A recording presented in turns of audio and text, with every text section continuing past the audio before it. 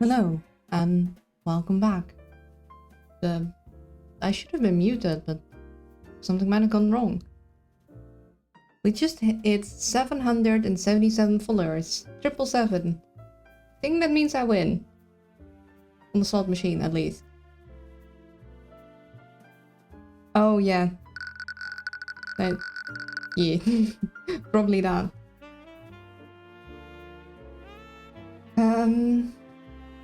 Yeah, my voice is already, like, revolting against me. It's like, how dare you speak this much? You can't do that. It's too much speaking you're doing. And I guess we'll see how long we can go. This might actually not even be the finale. I thought for certain that this would be the finale.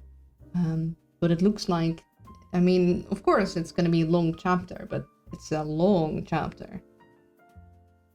Anyways, hello and welcome back to Tyrion Qbert, Attorney of the Arcane, where we have a lot of mysteries to solve.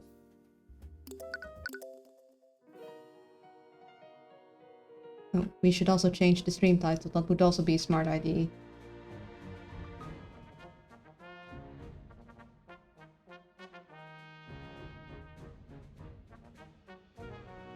Gonna have to wait for next Thursday. It's like a weekly anime reaching its climax. If I mean, I think that's the indication of a good story. That's flattering. Also, we're gonna show you pictures. What do you think about Arya? It pains my heart to see Miss Steelwind like this. I wish there was something I could do. Please, Mr. Qbert, do everything you can to save her. That was the goal from the beginning.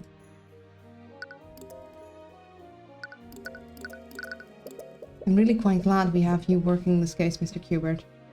If it weren't for you, we would have never even known about Miss Steelwind's blood contract. Welcome back to Tyrion, trying to give Celeste a heart attack. And Lucio actually secretly caring a lot for his daughter and nearly throttling the king. Tyrion giving Tyrion a heart attack. Don't thank me yet. We still need to find out who the patron is. Nevertheless, I wish you luck in your investigation.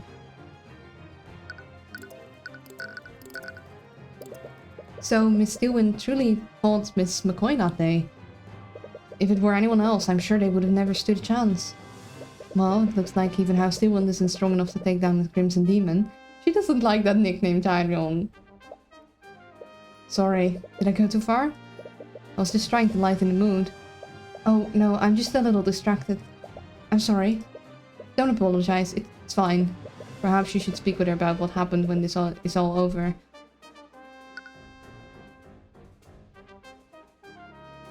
That's how you get clipped up the ears.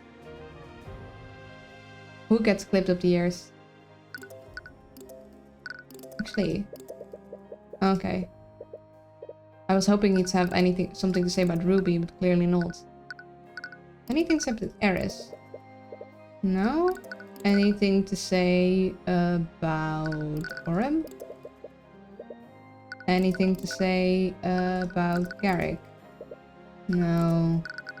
Anything to say about Battalion? About Battalion in disguise? About Arceus? Oh, double click. Okay,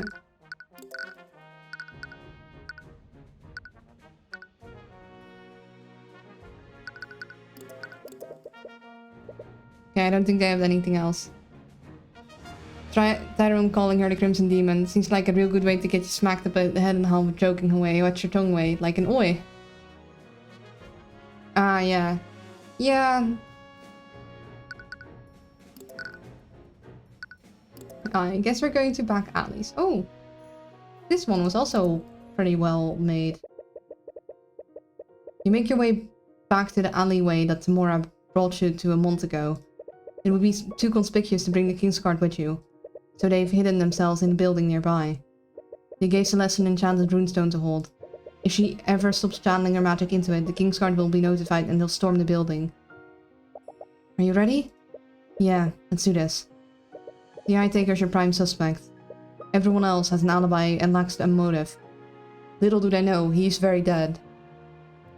Not to mention, Eris was with Beatrice when she went missing. You don't want to suspect her, but her father is a criminal.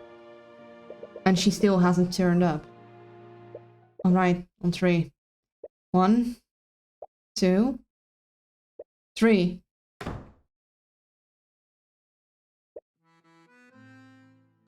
Is he then beaten to a pulp or pig feet? Yeah. What? I love his music though. There's no one here. Damn it. Of course he's not here. You betrayed him and you knew where his hideout was. You take a closer look at the desk he was sitting at during your previous visit. There's a thick layer of dust on it. It doesn't look like anyone's been here for a while. He must have moved his operation elsewhere the day you convicted Beatrice. I guess there's no point in staying hidden anymore. She sees Celeste sticking guard's runestone on the ground. A few seconds later, you hear the footfalls of soldiers rushing towards your location. Freeze in the name of the Wyvern Guard! You see him freeze as he scans the room and sees no one else there. Be careful, sir. They appear to have turned themselves invisible. No, buddy. They're not here. They're not here, you idiot. Oh. You let out a frustrated sigh as you take a seat on the chair nearby. A cloud of dust is launched into the air as you do so. You had the last piece we needed. None of the other suspects had the means nor the motives to do this. Stop right there, you criminal scum. But he's probably long gone by now. It's over. I'm sorry. But you did everything you could, didn't you? But it wasn't good enough. Part of you knew that it was a long shot. If he were involved in this, he'd definitely keep his head down. What do we do now? There has to be someone who knows where he is. Wait a minute. Actually, there's one person who might know where he is. Do you? Wait, you don't mean... At this point, it's the only option we have. Talking about Ruby? Are you sure? You two aren't exactly... I know, but I can't let my personal feelings get in the way of saving Arya. We haven't used detect magic though. No. True. You're not looking forward to seeing her again. At least, that's what you keep telling yourself. You'll have to process these feelings later. So maybe they are invisible. Yeah, he isn't entirely unfounded. You'll have a job to do. Oh, I can't even detect magic. It looks like this fireplace hasn't been lit in a while. But I can still see the burned remnants of some documents. It's a bookshelf with several fantasy fiction novels. That's almost cute. I was thinking they were going to do his daughter, but she did. There are a lot of books from a series that I've read. Oh, now we can detect magic. I can see the back alley entrance from this window. The eye taker must have used this to get a good look at visitors. It's the table that the eye taker sat at the last time you were here. There's a thick layer of dust on it now. Several fantasy novels stacked on the desk here. Must be a fan of this genre. Never got a chance to look at this painting the last time we were here. He looks like some kind of crime lord. I wonder if these were the people that, like, donated a certain amount to the fundraiser. If I'm right, he was one of the previous eye takers. Back then, he had an even tighter grip on the criminal underbelly of Ratholm. Kickstarter backers. Yeah, that one. People used to call him the Raging Storm. But isn't Eye Taker already a nickname? Look, sir, I don't come up with these names. Prepario Arcanum. No magic.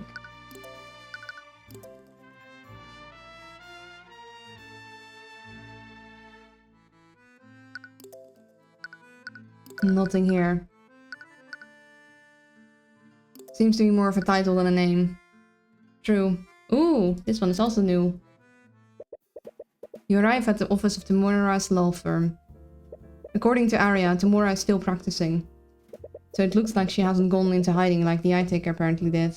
Ooh, pretty, yeah. I like the artwork in this game.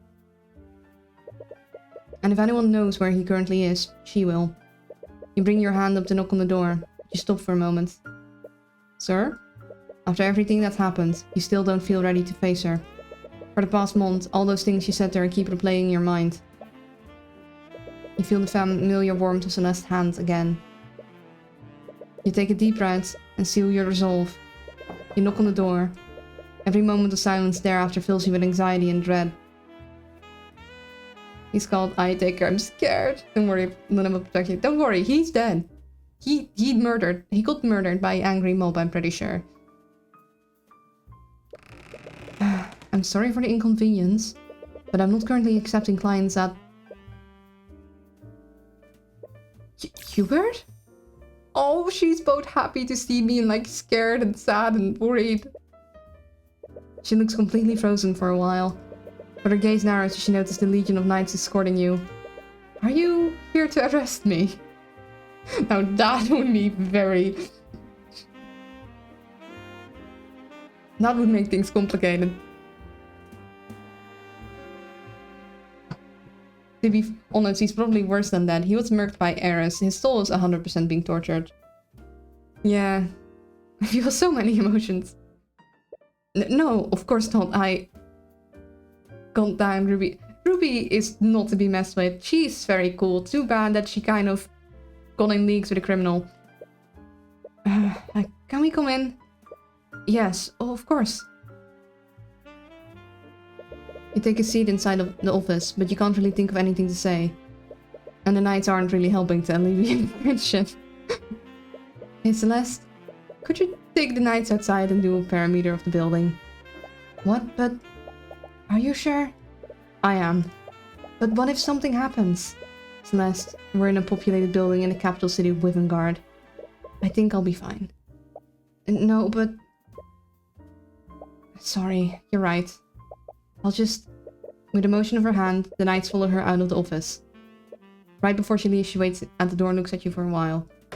But after a while, she realizes how long she's been staring and quickly closes the door. Now then, let's get this over with. It's a painting of a noblewoman? Not quite, that's Lisa Tantivi. She was a common folk professor at the Imperial Academy, and this portrait was commissioned by one of her noble patrons. It really just shows off their wealth, though. It doesn't celebrate anything noteworthy. Why do you have this, then? I like her, and she's a good reminder that the common folk are just as competent as the nobility. Ooh, I like that one a lot. It's a painting of some sort of pirate. He was a pirate that was famous for ruthlessly destroying the ships of anyone who stood in his way. During the Great Luminite War, the Wivengard Crown hired him as a privateer to protect Oranax from Theocracy's navy. Ah, yes. Domesticated pirate. The privateer. Yeah, you think she's pretty? I agree, she's pretty. He sailed near my hometown? During the Great War, Oranax was a vital foothold for Wivengard navy. Unfortunately, he was captured by the Theocracy and executed for his crimes. But I hear he gave them the runaround for 8 years before he was captured. I want a pirate, Luna. I think I'd look cool as a pirate. It's a bookshelf. There's several books about law and national history. You read a lot of these books from front to back while studying to be an attorney. A seat for Timora's clients. It looks extremely comfortable, but she never let you sit in them when you were a child. I always wondered how you could afford these things. I guess I finally know now. She's not proud of that. And this one is definitely over the age of 18, so I can say that. Yeah, she's 46. She's looking very young for someone 46. But I guess they all have weird, like, age and how they look are only very loosely related. It's starting to get dark outside. We don't have much time left. Wait, how can we detect magic if Celeste isn't here? Repario Arcanum. Well, there isn't any, but worthwhile to check. For a 46-year-old, she's smoking. Yeah, she is very pretty. Small talk. Oh no. My worst enemy. Is Celeste okay? She seems a bit on edge right now. Yeah, I think she's just been overprotective lately. Doesn't help that you nearly died. I don't really blame her. I did almost die a few times the last few days. What? You kinda don't have the demeanor for a pirate. I don't have the demeanor for most of the things. This is why I need a villain arc and a pirate arc. And a boat.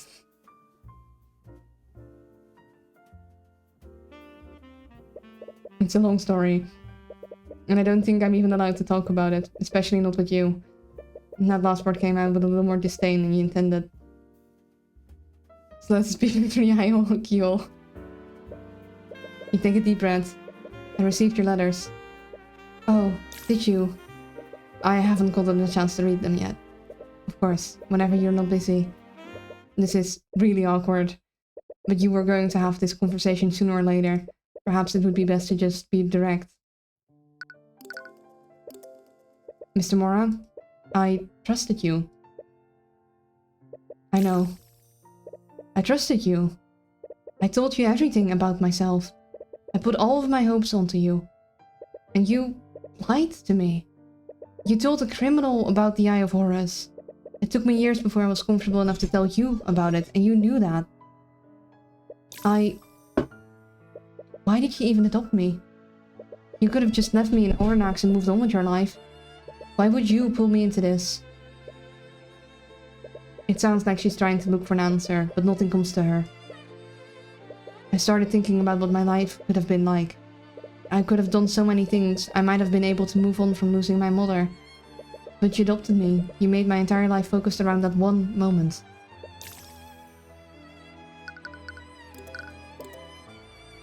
I had a son once. Before you, I mean. Oh no. Oh no. What? I wasn't always a city person. I used to live in an old farm town, just like McCoy's. My son and I used to run an old tea shop, just the two of us. Wait, you ran a tea shop? I know, it's ridiculous now that I think about it. But I was really happy back then. No. I don't have a stronger cry than this. This is just worried, but I'm just sad. No.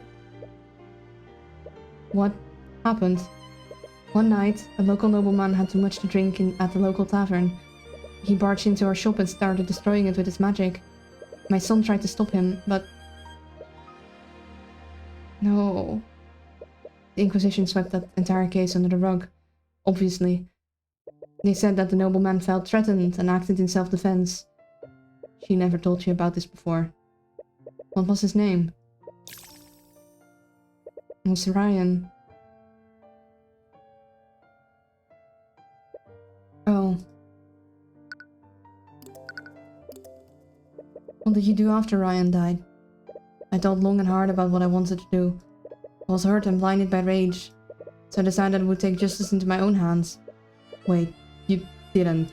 No, at the time I thought that killing him would be too easy. I broke into his manor and found every incriminating document I could find. I found everything, from records of legitimate children to plots he was making against other noble houses. I released everything to the public. It absolutely ruined him. That's when I realized that there was a way to make them pay. You didn't have to harm or kill anyone. You could just beat them at their own game. You could use the rules and laws they made against them. Just like an attorney. Yeah, just like an attorney. When I realized that, I moved to the city and started studying law. I read every book there was to read about Withengart's law, and I learned how to work the system. I started representing clients who were clearly being framed by the nobility, but I really didn't care about saving them. I just wanted to see the look on each noble's face when I implicated them with irrefutable evidence. But I got more difficult. As I started punching higher, the nobles got smarter and more influential. I continued to acquit my clients, but the trials got closer and closer each time. But I was not arrogant, and I felt invincible. I thought that no matter what happened, justice would prevail. And then your mother's case happened. I've never met someone that remarkable before. She had this way of making you feel happy, no matter what kind of mood you're in. Yeah, I remember. But I failed her, and I failed you. Mr. Mora, I never once blamed you for what happened. I know, but that doesn't change the fact that I couldn't quit her. She was executed because I didn't do enough. When you asked me to train you to be an attorney, I was blinded by my desperation. I felt so alone and helpless. I wanted someone, anyone, to carry this burden with me. So how pathetic must I have been that I'd look for that in a grieving 10-year-old child. When I looked at you, all I wanted to see was myself. I saw a hurt and broken person who wanted revenge on the nobility. But I was too self-centered to realize that you were nothing like me. You care about people, and you cared more about saving your clients than harming the nobility. I think I knew all along, but I just refused to see it. Maybe you were right about me. What? Maybe I was just using you to make myself feel better.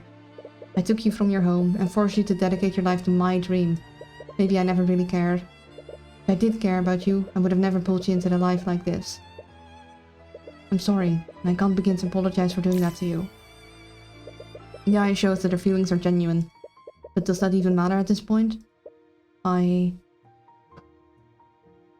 Welcome to the stream, Slyhill. Thank you for the hydration check. I'm gonna take a sip of water because my tea is still too warm. I've been thinking long and hard about this. I want to forgive you, Mr. Mora, but I don't know if I can. I don't blame you, but I want to try. Oh. She looks away from you for a moment as she wipes a single tear. Mr. Mora?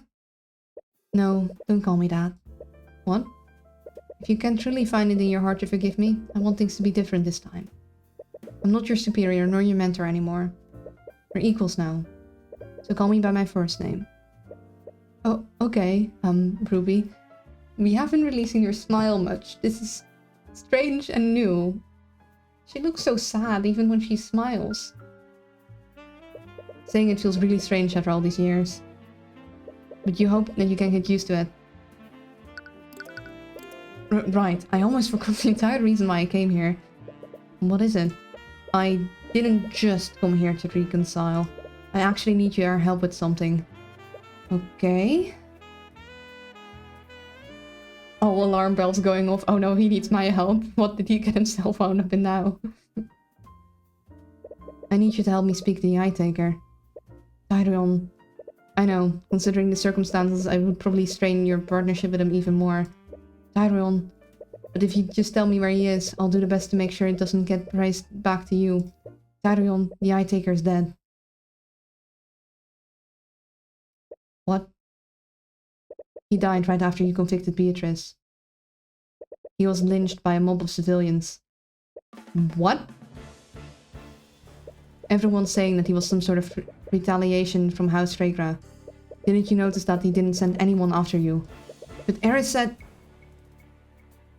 Wait a minute. By the way, is your father still...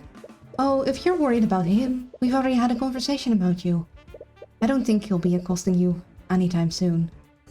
Hello, Holy and Evil. Well, welcome. I'm not cute, and welcome back. Oh, he wasn't beaten. He was... No, he was accosted by a mob. He was lynched. Oh, thank you. Then why would Eris say that, then? Who's Eris? What? You've met her before. She has long black hair and she wears a black dress. I guess she really likes black. But anyways, she's the Eye Taker's daughter. Oh, that's what being lynched is, being hung. Oh! Huh. Tyrion, the Eye Taker's daughter has red hair. What? She was there when we spoke to him during Beatrice's trial. That's right. What are you talking about? Ooh, big glitchy glitch. She was never at the meeting. What? What is going on? She was clearly there. If it weren't for her intervention, the Eye Taker would have attacked at that very moment. And the plot thickens. Well, we know Eris has been messing with us, but it's interesting. Why are you remembering things differently? I'm sorry, Lucio, but whoever this patron is, they have full ownership of her mind. They could have easily commanded her to forget signing the contract in the first place. That's probably why she can't remember what happened during the massacre. Oh no. Oh no. Hold up. Is everyone whose memories she's been changing? So she has a contract with everyone. No. Tyrion, what's wrong? Why are you looking at me like that? part of you really hopes that you're wrong about this.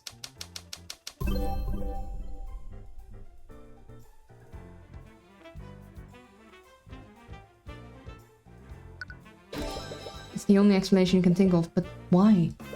Her memories seem intact, except for her memories of Eris. Since her disappearance, you highly suspected that she was involved in this. Not only was she at the scene of the crime, she went missing at the same time that Beatrice did. But you never thought to ask one question.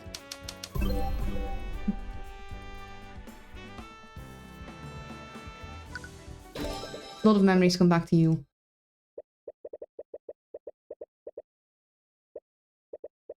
Eventually, we developed the ability to sense enemies and anticipate danger. I'd heard that such senses are heightened when in the presence of extraplanar entities, and then he's like, oh, wait a second. Celeste felt uncomfortable around Eris. And all those stories were complete hogwash until I met you and Beatrice Fragrance familiar. Tyrone, I fought literal monsters and barely escaped with my life. But when I'm near Eris, none of those creatures come even close. I get this feeling. It's like I'm in front of a predator that couldn't even hope to beat. Every instinct I have tells me to run whenever she's close by. I'm terribly sorry. He's not usually like this. It's to be expected. I'm not sure why, but animals have always disliked me. That's not what you originally said. I still very little know you know about demons. So what's to say that one can't take the appearance of a human? But it's still a long shot. But there is one way to find out for sure. Last time you tried that, you nearly died, my guy. Tyrone, talk to me. What's wrong? Ruby, I'm about to do something stupid. Looks like I'm returning to distress Luna.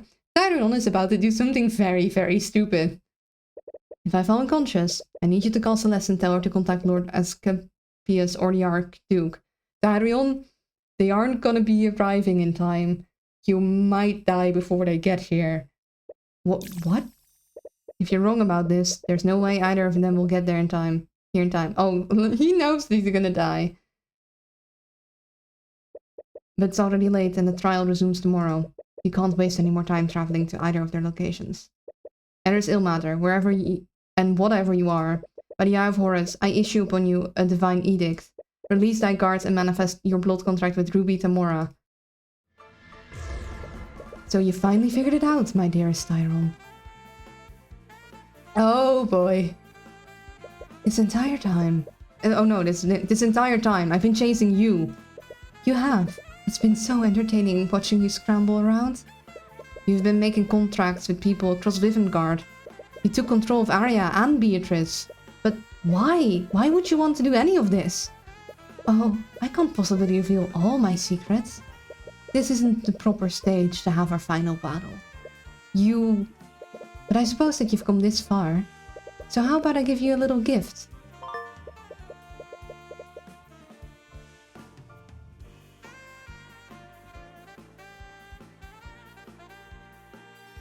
So this is a way to alter her memories. What was that? Ruby, Eris Ilmater is a demon. And she's not just any demon, she's the Empress of Discord. And you signed a blood contract with her. That's why you can't remember anything about her. What? The Tyrone, I swear on my life that I didn't know anything about this. I know, she probably tricked you into signing this. Just like she tricked Arya. Arya, what does the prosecutor have to do with this? Come on, you two. I know things are kinda tense, but there's no need to... What are you holding? Is that a blood contract? Celeste, Eris is the Empress of Discord. What? It was her the entire time. She tricked Arya into signing a blood contract with her. And she probably controlled her and Beatrice to orchestrate the entire massacre. What? Arion, this is crazy. I know I was scared of her that one time, but how could Eris be a demon? She looks nothing like Marunat. I know how unbelievable it is, but I used my divine edict with her name. That wouldn't have worked unless she was a demon. Yeah, I guess I can't disagree with that. We'll need to contact the Grand General immediately. But if she really is a demon, is it even possible to arrest her? It's already been a day. For someone like her, that would be more than enough time to skip town. We'll need to speak with the Archduke about this. Thank you, Ruby. You've helped us more than you could ever know. wonder if we'll see how she actually looks. We know from the eye taker that she's horrifying. Well, the one rule in horror is that you don't show the monster, isn't it? I think it would be best if we don't actually see her true form. I also just kind of don't want to see it. I like sleeping at night, so I don't need to see horror. Yeah, of course. Celeste, let's meet up with everyone. And the rule is that you show the monster strategically. Don't show the monster into the climax, at least. Yeah, but usually, like, nothing you can make is as scary as those people make up in their own minds. Only show parts of the monster, don't show it in its entirety. Usually. We'll need to discuss our next course of action. Right. You're about to leave Ruby's office when she stops you. Tyrone? Have you been using the Eye of Horus lately? Yeah. I can't say much about what I'm doing right now. And sometimes the entirety can work great. I guess it's like, it depends. I don't know much about horror. I just know the, like, general, like... Usually what people imagine is scarier than whatever you can make. Yeah, you would have a better, like, knowledge on it than I do. But I am in the middle of a case. It's just that... What's wrong? Never mind. I don't think it's my place to say anything. I think I'm just being my usual paranoid self. I'm not the one with the ability to read minds, anyway. So if you're not seeing it, it's probably nothing. Okay. I know you can't tell me about what you're doing. And I have no idea what could possibly involve the King's Guard, Steelwind, and the Empress of Discord. But just stay safe, okay? You're the only family I have left. Oh. It's dependent on the atmosphere and what the monster actually is. Yeah. I will. I promise. Thank you. You finally found the leak you've been looking for. But you're not sure where this will take you. Knowing what you know now, you're almost a little afraid of what might happen. I returned from my meal. Welcome back. Who is Eris? He finally figured out Eris is the Empress of Discord. Why would she go to the trouble of orchestrating any of this? She's not only impersonated the Eye Taker's daughter, she's also pretended to be your friend. What is her goal in all of this? Hopefully, tomorrow will finally be the answers you're looking for. Well, she's the Empress of Discord. Chaos, probably.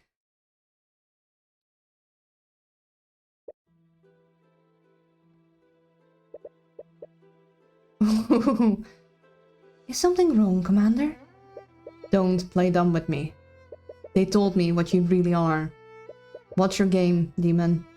Why would you just deliver yourself to our doorstep? Oh, Orem, I've put far too much work into the story to miss the final act. I can't wait to see how this ends. You killed 3 people and enslaved an innocent girl. In the episode of Discord, she wants everyone to buy Nitro. Is this all some kind of game to you? Yes. That's exactly what this is to me. I'll admit, looking back, it does feel a bit derivative. But I think I've done enough to differentiate myself from those that came before.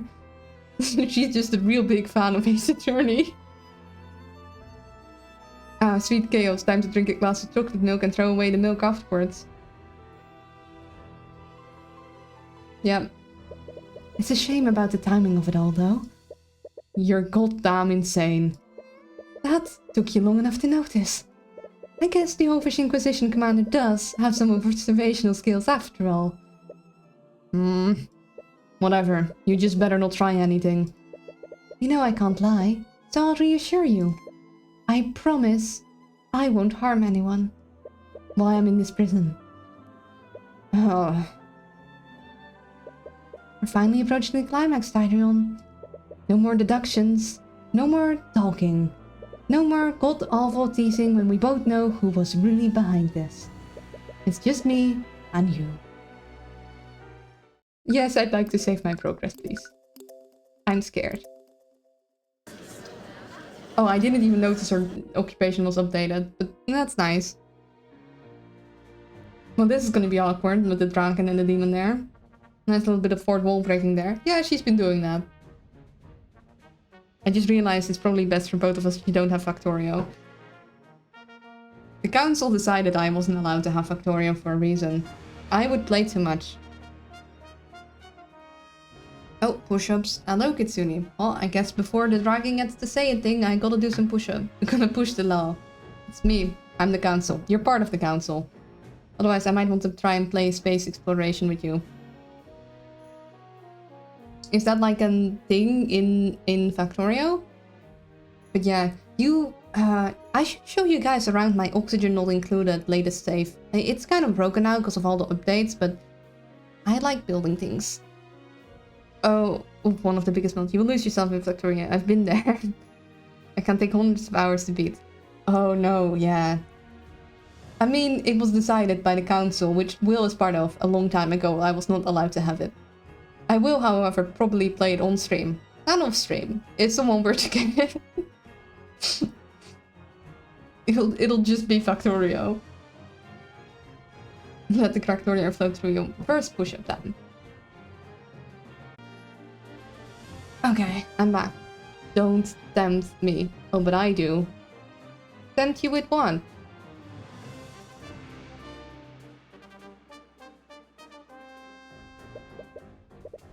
Empress. Okay, yeah, occupation.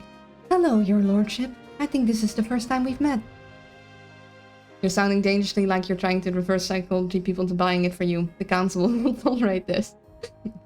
Don't tell me to give you... No, I think it's very funny that the council's not allowing me to have it. I find it an amusing, like, running joke. I might eventually buy it for myself if it gets on sale. The thing is, Factorio, for some reason, is never on sale. Even Steam doesn't want me to have it. When I first played the demo, I spent 80 hours. I played the demo multiple times too. That's when the council decided I was not allowed to have it. You're a lot smaller than I expected. I think that's kind of rude to say to a dragon. I was thinking that too, that he wasn't as big of a dragon as I expected, but like, rude? The devs have chosen to never put their games on sale. To not give any FOMO or regrets. And that's... I like that choice. In a way. That's nice of them. But also, I guess they're part of the council somehow. Well, he's taken aback by that. Did you just... Who is this woman? Why have they brought a civilian before the skilled lord? It's not that big of a dragon. He fits in a thing. There's certainly bigger dragons. He looks kind of small. People of the court, thank you for your patience. Until now, we've known this woman as Eris Illmatter. And ever since the massacre, we've been trying to determine who orchestrated this. We only knew that Arya Steelwind signed a blood contract with a demon called the Empress of Discord. He said he's on the lower rung of dragons, isn't he? Yeah, he said he isn't even that powerful of a dragon. We still knew very little about this demon. We had no idea who they were or what they even looked like. But we know the truth now. People of the Wyvern Guard nobility. The woman on the witness stand isn't a civilian. She is the demon known as the Empress of Discord. I have no idea how, but her form is that of a human. Using this disguise, she entered the Grand Cathedral posing as Beatrice Freygrad's guide. She then aided the patron by using Beatrice Freygard to help Arya Steelwind massacre members of the nobility. Objection! Why are we continuing with this? Mumble, mumble, mumble. Yeah. She's already admitted to taking part in the massacre. Let's force her to tell us who the patron is and be done with this. How typical. The Grand General thinks he can solve all of his problems with violence. But let me ask you this. Why are you assuming that the patron is a human? What? In Arya's contract, it says the patron is the individual who gives the contract to her. How do you know that I'm not that individual? I go by many names. The Empress of Discord is only one of them. If what you're saying is true, that makes this a simpler matter. We simply need to execute you for the crimes against the kingdom. And buddy, Buddy, pal, friendo, that's not how it works. Killing a demon isn't gonna do any good. Haven't you forgotten what my underling said during Fregra's trial? As a demon, I can never truly die. If you destroy my body, I'll simply reform in the abyssal hells.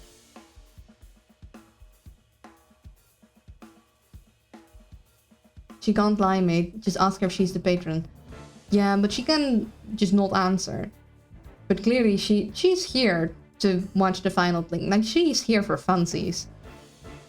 I wonder, what might happen to your daughter if you were to draw my ire? You're prosecuting her and playing the villain. But I know the truth. You secretly care about her, don't you? What nonsense are you spouting?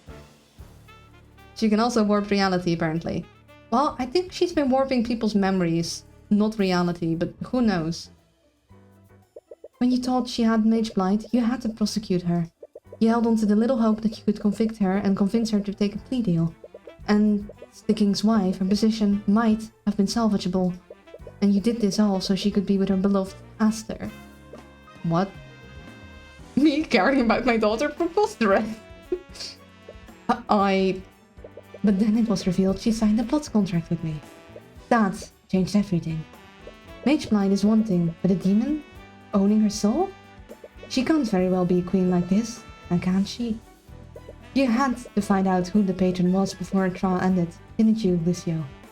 Otherwise, your beloved daughter would never be free. And you did all of this because you feel bad for what you did to her. Everything I've done is for the good of House Steelwind. Ah, is that what you were doing? Because the way I see it, you abandoned her for her entire childhood. You felt so guilty about killing her mother that you couldn't bear to face her. No, You know, what did you guys expect letting a demon in the course? Eris, stop this. And you know what that did to her. You didn't just take away her mother, you took away her father too. You starved her of any affection. She couldn't help but latch onto the first person to show any kind of superficial kindness. Eris! She didn't fall in love with Aster. She became obsessed with him. She stopped being her own person, and she clings to him like a parasite. She changed everything about herself to suit his likes and desires. And you know deep down in your heart, you know that if he is ever taken away from her, she will fall apart. I'm surprised the Skill Lord hasn't kicked off this incredibly off-topic. Objection, Your Honor, the demon is demonish. And regarding the extraterrestrial card, now you. She's having a ball. Since I pity you so much, I'll let you in on a little secret. Killing me won't save your daughter, and you don't have the means to confine me. And even if you know who I am, your daughter will never be safe from my influence. Oh my god. She's in the middle of a monologue. I can't just push it. Fine. But if you draw Eris's ire because she interrupted her monologue, then it's on you, not on me. One moment. It's too old for this.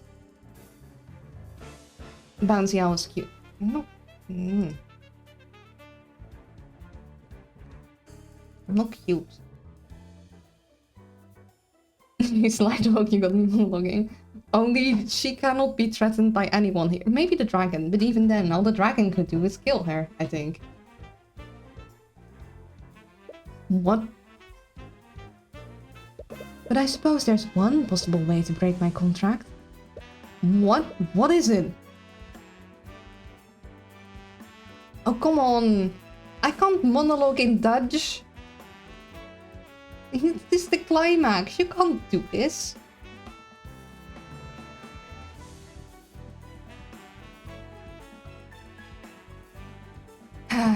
Best. Dan wachten we hier gewoon. Ik ga niet dit allemaal vertalen. Dat is veel te moeilijk. Vertalen plus proberen een stem te houden in een hoogtepunt in het verhaal. En hoi Seb. Hoe gaat het met jou? Jij kunt me wel verstaan. Wat is dit? Ga je alles voor mij vertalen? Nee, ik wil dat mensen kunnen begrijpen wat er aan de hand is. Omdat het best een belangrijk punt in het verhaal is. Ja, ik wacht gewoon. Je kunt hier niks tegen doen. Ik heb mijn armen over elkaar heen. Ik heb geen plaatje hiervoor, maar anders dan zou ik het laten zien. Ze zullen het begrijpen. Ze hebben subtitles. Nee, maar het is niet hetzelfde. Rude, je kan het niet opnieuw gebruiken. Ondertitels. Oeh, wat is dit? Listen, I'm not cute. And you can't force me to translate this all to Dutch whilst I'm trying to voice act the climax moment. It's hard enough as is. I gave you your Dutch. My contract will bind Arya Steelwind to the patron so long as they both live. Not a Dutch stream. Come on, guys. This is a text-heavy one. Don't make me take away your rights. I can do it. I will do it. You underestimate me and my fun point? Yeah. Yeah, you know I can just, like, not do it, right? I can just give the points back. I think Eris, like, I'm not gonna translate all this because Eris uses very difficult language. So I will give you one more Dutch minute. Maar, terwijl ik dat doe, gaan we niet verder. Maar dit is de laatste. Want op een gegeven moment wil ik wel tot het einde komen.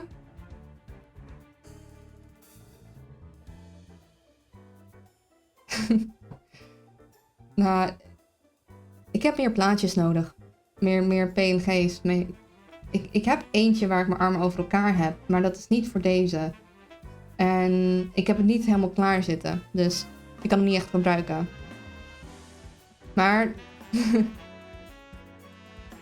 ik heb een cooldown. Maar de cooldown is niet heel lang. Ik wil, zeg maar, in sommige gevallen is het prima als mensen het achter elkaar doen. En voor Nederlandse minuut is het ook een beetje, vind ik het niet erg in normale situaties als mensen het langer willen. Dit is gewoon in dit geval met dit spel in een, zeg maar, hoogtepunt van het verhaal waar het belangrijk is dat ik niet alles wil vertalen. Ik denk dat dat wegneemt van de intensiteit. Bovendien, in het Nederlands een stem moeten veranderen is moeilijk genoeg samen met de taal veranderen. Okay, there you go. But the next ones you're not getting. Understood? Okay, that's the last one. I know that's the last push-ups. You're pushing it.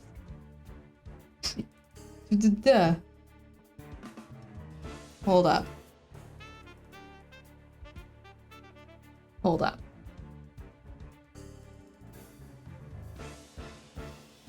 Do I have this? Thought I had it prepared.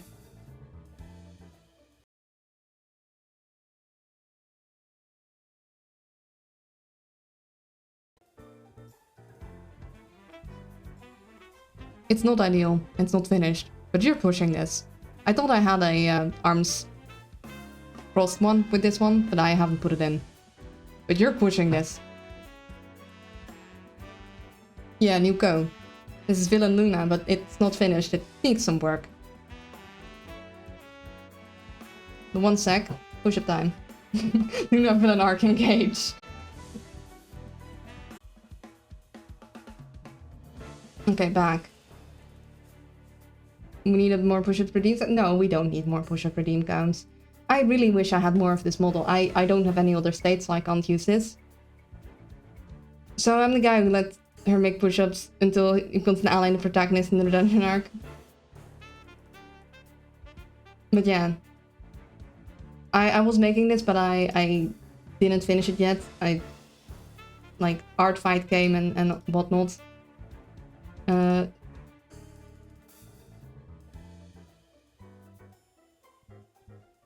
So, yeah, there we go.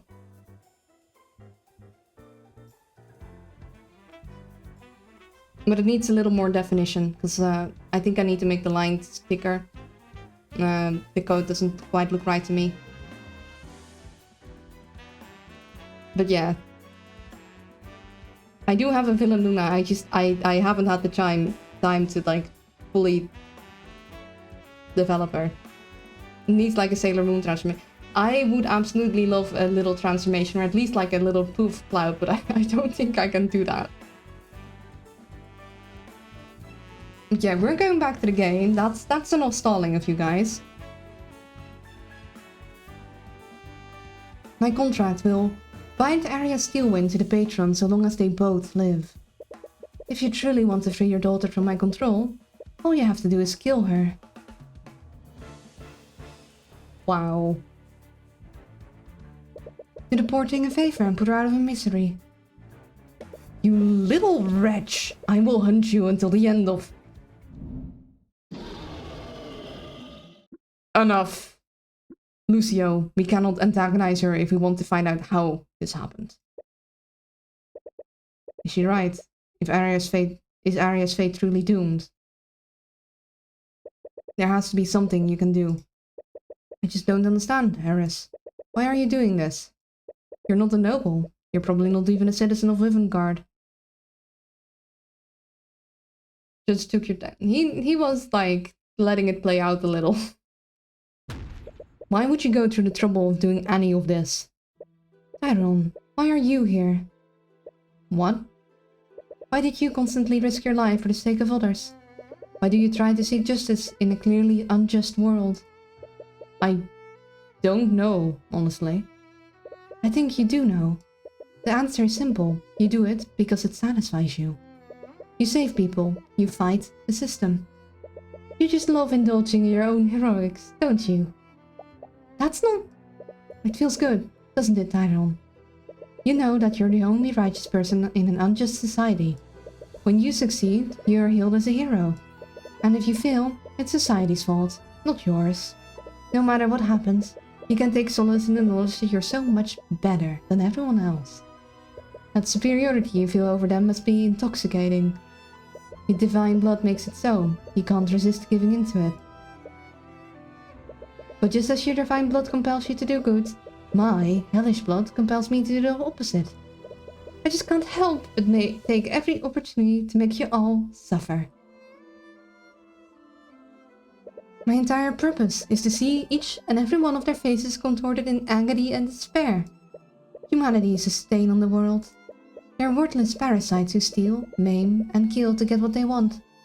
That's all they are, and I despise those who try to pretend that they're anything different. You're wrong, Eris. Humanity is so much more than you realize, and I truly pity you if that's all you see in us. Oh, so now it's us?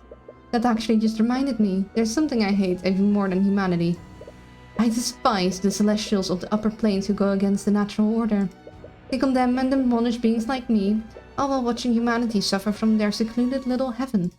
They realized that humanity would never willingly choose good over evil, so they created the Heavensborn to tip the balance in their favor. It's so self-indulgent that it makes me want to puke. That's what Heavensborn are? It is, and I've made quite a hobby out of breaking them and sending them back to their creators.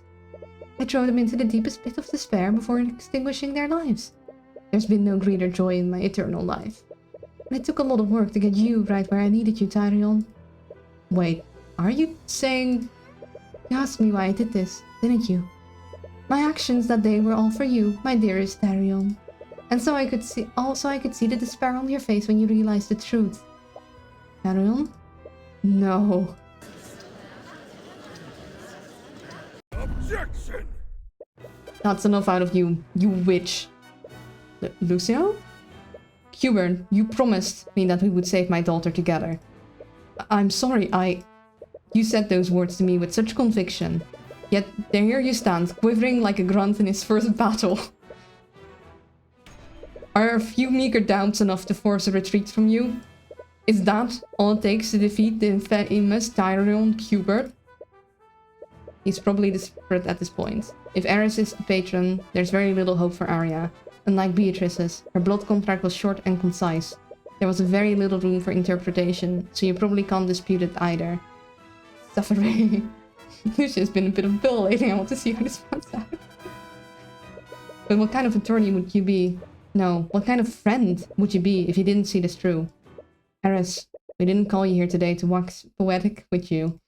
People you've harmed have a right to know what you did that day. So either give us your testimony or get out. Even now, you're still undeterred. I really do love that about you. But I do wonder how long that will last. She's playing along with her game, I guess. It's true. I was the one who masterminded this. I knew about the king's funeral at the Grand Cathedral, so I forced Beatrice Fregra to allow me to accompany her. When I was there, I used my contracts with Beatrice Fregra and Arya Steelwind to compel them to act against their will. And through the actions of Beatrice Fregra and Arya Steelwind, I facilitated the deaths of Lloyd von Sanctus, Coralyn Seibel, and Garrick Pierce. The only motivation for my actions that day was to harm Tyrone Cubert's friends and make him suffer. And before you ask, aside from my trolls, I was acting alone that day. I didn't follow direct or indirect orders from anyone. Your testimony is pretty thorough. Of course, I am a demon after all. Since I'm unable to lie, I thought it would be best to be as detailed as possible. That way, there's no room for doubt. Isn't that wonderful, Tyrion? She's definitely playing with you. She may not have technically lied, but she's definitely not acting in good faith. You should look at her testimony more closely. Which means pressing everything. So you completely carried out this plan yourself. Well, I clearly had the help of Beatrice Fregra and Arya Steelwind, so I wasn't truly acting alone. You know what I mean, what I meant. Yes, I just can't help myself sometimes. To state things plainly, no human willingly helped me with my plan that day. You know that she can't lie, but she probably had a lot of practice deceiving people. She said no human, but Runat was, also there. So was he willingly helping her? You should keep your wits about you.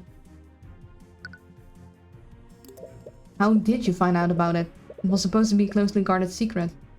Oh, Tyrion, I can't tell you all of my secrets now, can I? You can't exactly threaten to charge her with perjury. It's a surprise that she's even testifying in the first place. I don't doubt Marunat was in on it. I mean, he was definitely, like, he was keeping, whatchamacallit, Dragon Boy occupied. I keep forgetting everyone's names. I'm bad with names. Until you can extract all the information she has, you'll just have to play along with her games. What a terrifying ability. Thank you for noticing. That wasn't a compliment. I find it all quite sickening how you demons prey on people. Prey? People know what they're signing up for when they sign a contract with a demon. You can hardly blame me for collecting what was freely offered. Please, we both know that Arya didn't knowingly or willingly sign that contract. Aren't you just assuming that? What? How do you know that she didn't knowingly sign a contract with me? My client would never willingly sign a contract with you, Eris. Really? What if I were to threaten her dearest fiancé? You may see Arya as a paragon of justice, but everyone has their breaking point. If that's true, tell us under what circumstances Arya signed the contract. You knew it. She's just trying to get inside your head. Arya would have never signed a contract like that, even if it were to protect Aster. Why are you using their full names? You know I can't lie, so I thought I'd give you something. For example, I could have easily referred to another Steelwind or another Fregra that I enthralled. That was a rhetorical question, and I gave you a rhetorical answer. That list is very long, you know. Ignore her, Lucio. She's trying to get under your skin. Anyways, aside from Pierce, von Sanctus and Seibel were key members of the Withenguard nobility. What reason could you possibly have to kill the three of them? I didn't. What? I didn't have a reason to kill them. I just happened to facilitate their deaths. No, but...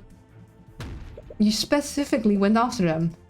I did, but I didn't have any particular reason to do so. But that doesn't make any sense. I suppose it doesn't. Anyways, would you like for me to add that to my testimony? What? It would help you, wouldn't it? Yeah, I suppose so. Slams down on the table. She has got to be the most unpredictable witness you've cross-examined. She is a demon.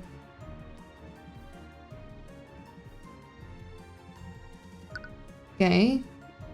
Didn't have a reason to kill them specifically. Just need Arya to kill my victims as quickly and efficiently as possible. We already established that Pierce was killed due to his knowledge of Celeste's parentage. How could you possibly have no motivation to see them dead? She's playing... Give no F's. She's being unpredictable. Yeah, she's just doing this for her fun. She has said as much. Aren't you just assuming that? I'm not. That's the only logical conclusion. And when has she been logical? And that's where you made your mistake.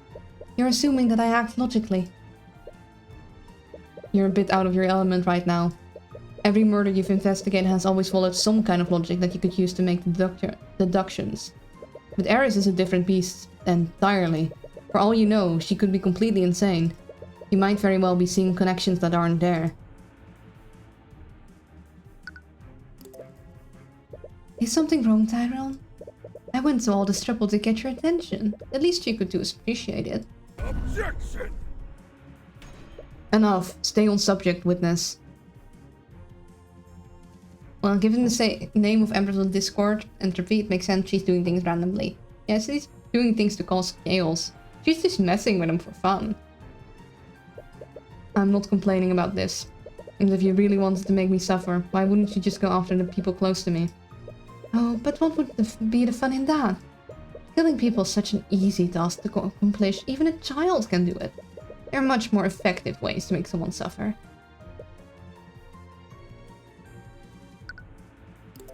Why do you find the need to specify that? To leave less room for doubt. Beatrice used an indirect order to feign innocence in the previous trial, didn't she? But did you two work together with anyone to facilitate the massacre? Of course I did. I've worked together with Beatrice, Fragrant, and Arya Steelwind. You know what I mean, Eris.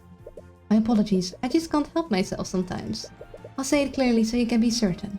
I did not have a contract with anyone that wanted to facilitate any of those murders. I was acting of my own free will. Even when she says it directly, you can't help but doubt everything she says. You'll just need to examine her testimony carefully. She technically can't lie, but she's clearly hidden something in her testimony.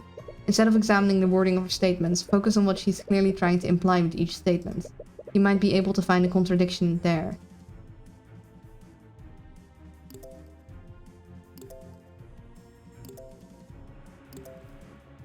Didn't really have a reason to kill them specifically. I just need Arya to kill my victims as quickly and efficiently as possible. So this is something she added, so I think we need to present something on this specifically. Didn't really have a reason to kill them specifically. I just needed...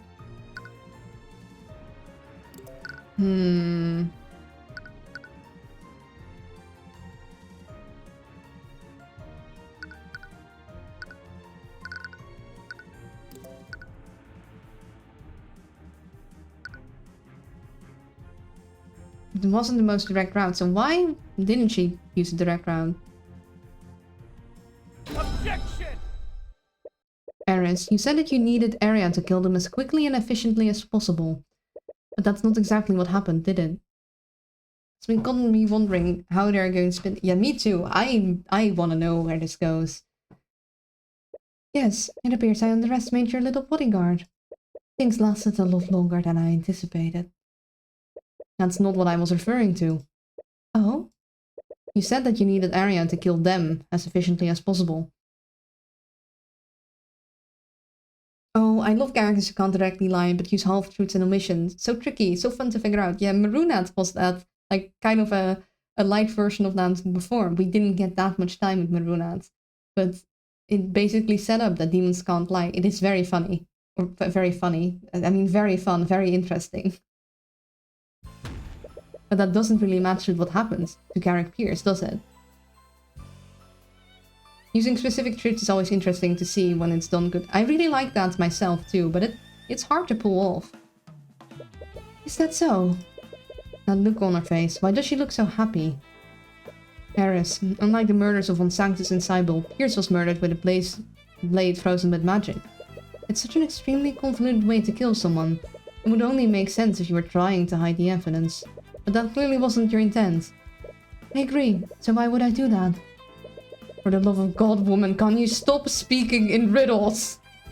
I have no love for any gold aside from myself. She's behaving differently than she was during her testimony. She's being vague. Is she still hiding something? Okay, stop getting baited by her words and take a moment to think about this logically. She's very good at misdirecting you and playing with everyone's emotions. So stick to the facts that you know for certain. In her testimony, she said the following. Thinking music time. I mean, she admitted to killing him, so saying it was Celeste is out of... Yeah, no, we know for certain it wasn't Celeste. But it might have been...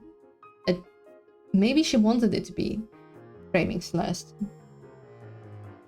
How can I reverse her? Okay, we'll find out. I didn't really have a reason to kill them, specifically. I just needed Arya to kill my victims as quickly and efficiently as possible. She could have been trying to mislead you. No, considering who she is, she was definitely trying to mislead you.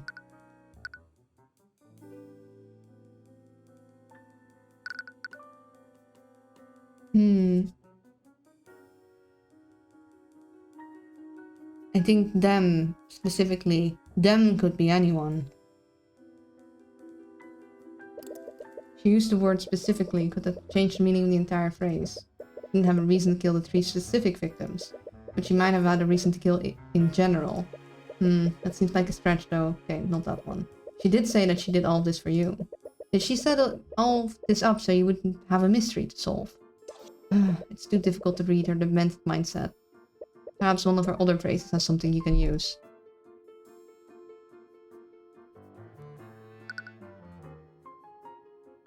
As possible. Phrase as possible changes how that sentence reads. Because she fought Celeste, Arya couldn't kill Pierce quickly and efficiently. Actually, the previous contradiction you point out implies that Arya didn't kill Pierce quickly and efficiently at all. And one of the other phrases elaborates on this.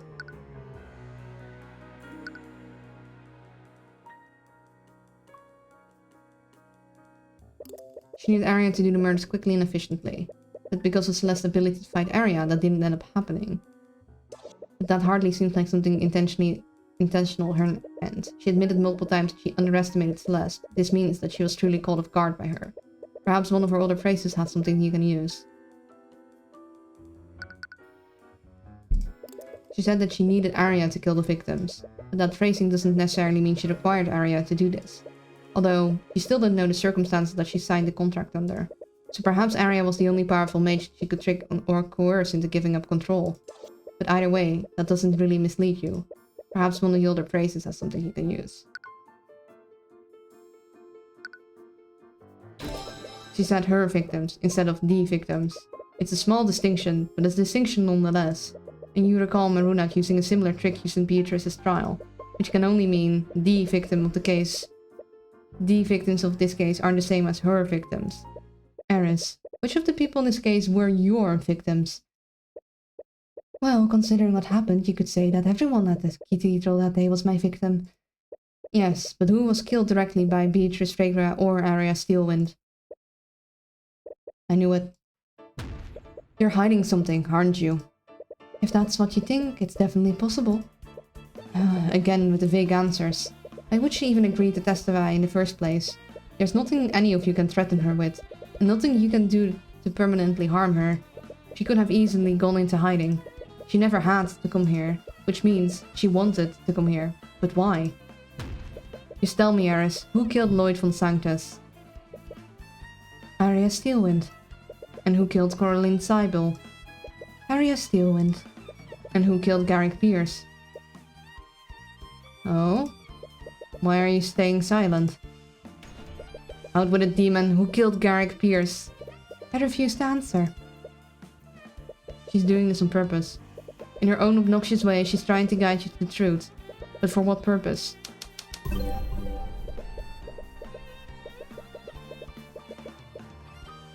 Maybe it wasn't Arya.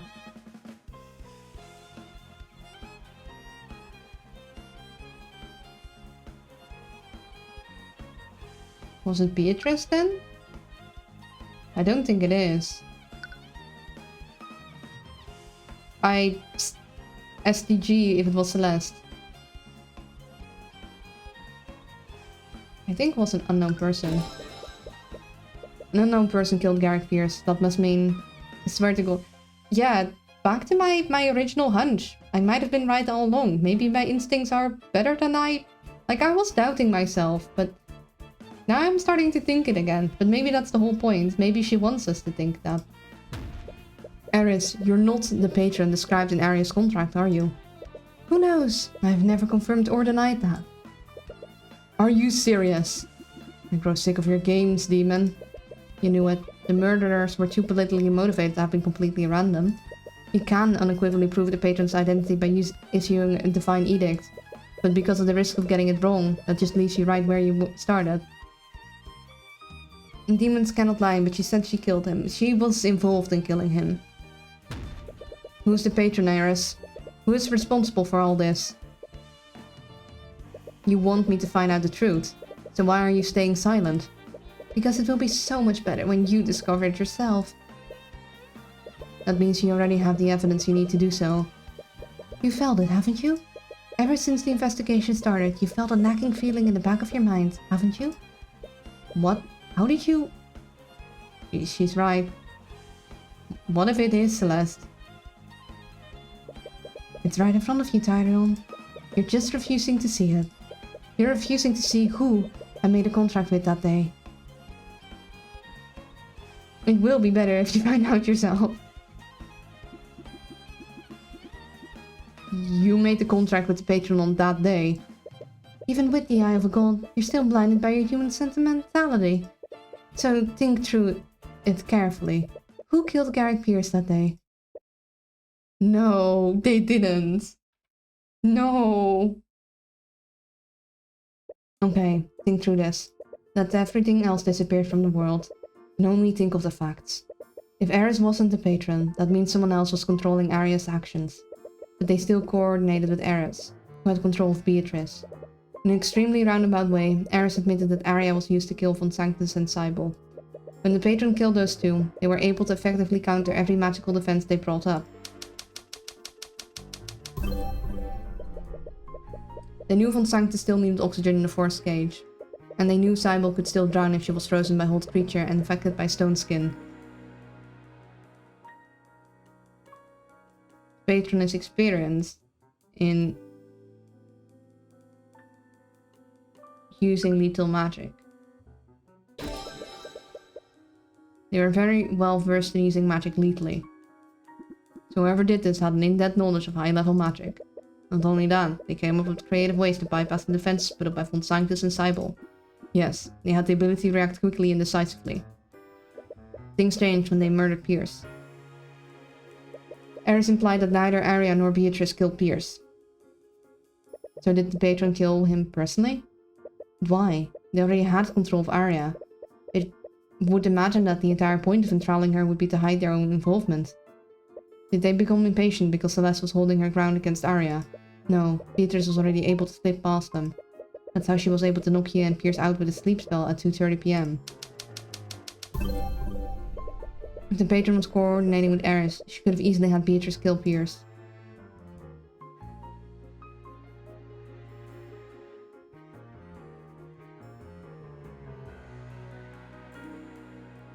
The murderer wanted to kill Pierce personally. They wanted to kill Pierce personally. Does that mean Pierce's murder was more emotionally driven than the other two? That might explain why the method used to murder him was so contrived.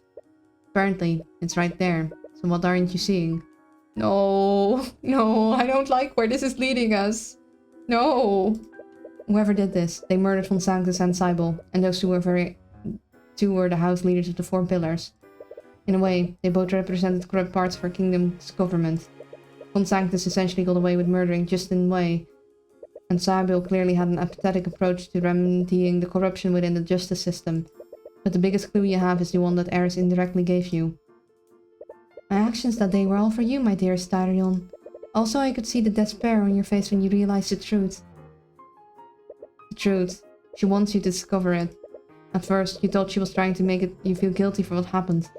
But if that were true, she wouldn't still be here. There's something else that she wants you to realize. I don't want this. I don't like where this is going. I think I know where this is going and I'm not liking it.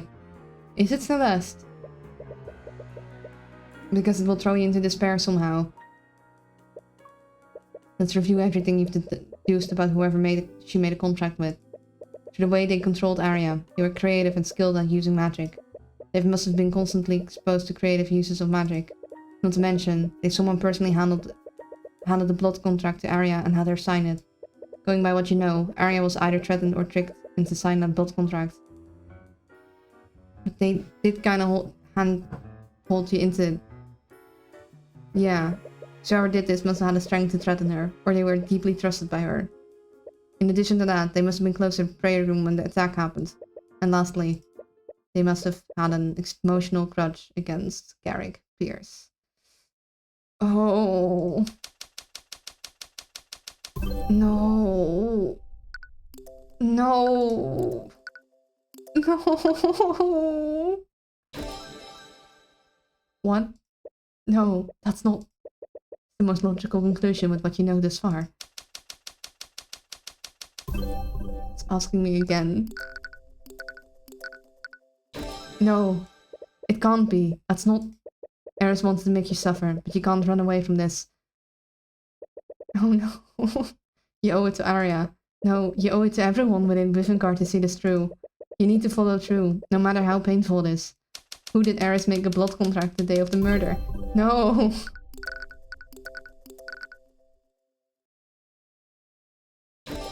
Stop it. It has to be someone else. She would never... Can you think of anyone else? Who else could Eris have chosen? Who else could she have chosen that would make you feel like this?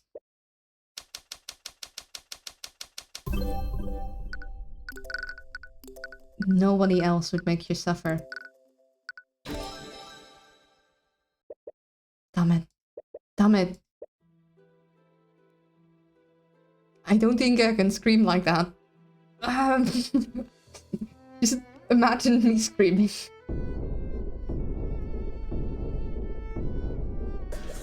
Your scream of anguish echoes through the ruins. Everyone is caught off guard and stares at you in confusion. What? What is it? Is everything okay, Mr. Cubert? No? Tyrion, are you? You can feel your eyes well up as you look at her. One look at your expression tells her everything she needs to know. There it is. You've realized it, haven't you? I've been waiting for this moment for so long. What are you talking about? I demand an explanation. Internally screaming. Mr. Cubert, what have you discovered?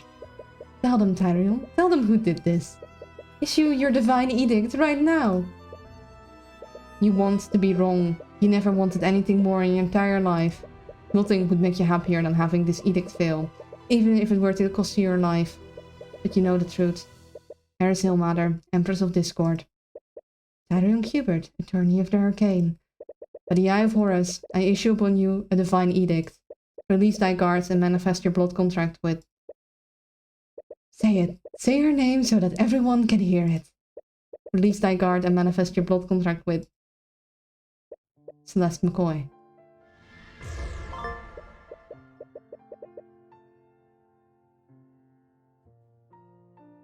No. With the apparent death of Tyrion Cubert, the Empress of Discord shall revive him. Contingent upon the eternal servitude of Celeste McCoy, henceforth Celeste McCoy's soul shall be eternally bound in Pizzle. He died. He was dead there. He wasn't put to sleep. He died. As a part of her servitude, Celeste McCoy shall engage in actions deemed necessary to secure the compliance and cooperation of Arya Steelwind in the Empress's endeavors. And lastly, it is stipulated that Celeste McCoy, of her own volition and agency, shall bring about the demise of Garrick Pierce by her own hand. Afterwards, Tyrion Cubert's consciousness will be restored. He wasn't dead. There. That's why she made a contract. I died. Tyrion, I'm sorry, What the hell is going on? Demon, what is the meaning of this? It's exactly what it looks like. The patron you've been looking for has been right in front of you the entire time.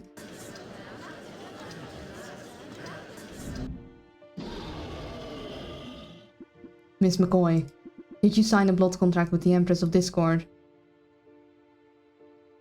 Dragon has none of anyone's shit. No. I did. It was the only thing that would save Tyrion. What? I never fought Arya. I fought Beatrice and Eris. They broke past me and ran into the prayer room. But the person they killed wasn't Pierce. It was you. Tyrion, you. She can't even bring herself to say it. Do you realize now, Tyrion? Stop it. Celeste McCoy is the most important person in your life. She was the last person you had that hadn't betrayed you. And she signed away her soul to me, all so that she could save you.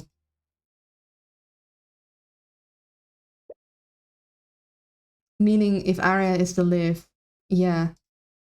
Why the somber look, Lucio? Weren't you going to execute the patron the moment you knew who they were? McCoy, does this mean what I think it means? Yes. I'm the one who tricked Arya into signing that blood contract. What? How could you? I was so stupid. When I made the deal with her, I didn't expect her to.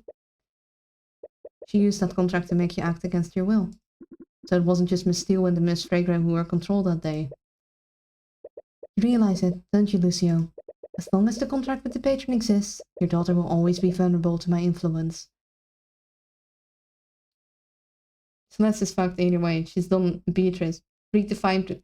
Tyrion was dead and was all she could think of. You can't kill me, so there's only one solution to free your daughter. I must execute Celeste McCoy. No, Lucio, wait, hold up. Chill, please.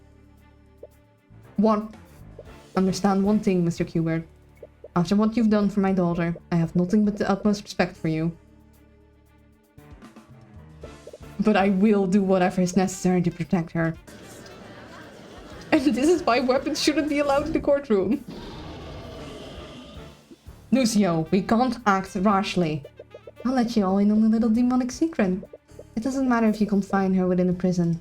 The patron will be able to take control of Arya no matter where she is. But if you kill her, Arya will finally be free from my control. Do it. What?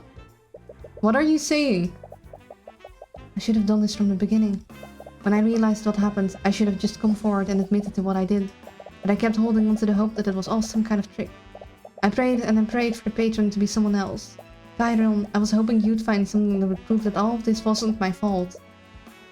You finally found the culprit you've been looking for, and it absolutely breaks your heart.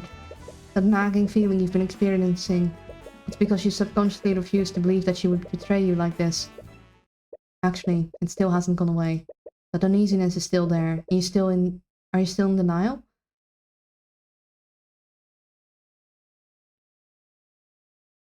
Yeah, there was already a blood contract objection trial. No, this is different. I suppose there's no reason to continue with this. What? I sympathize with your position, Qbert, but even McCoy recognized what must be done. It's over, and I will not allow this demon to control my daughter any longer. You can't just... Kingsguard, restrain him. He's doing the tap that Arya also did. You're similar to that, that's kinda cute, but also no. Wait, Lucio. That's enough.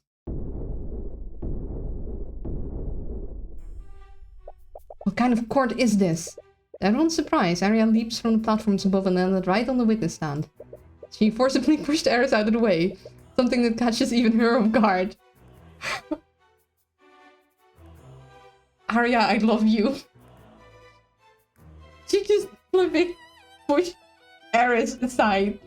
Disregard, like, I know you can control me, but just move aside.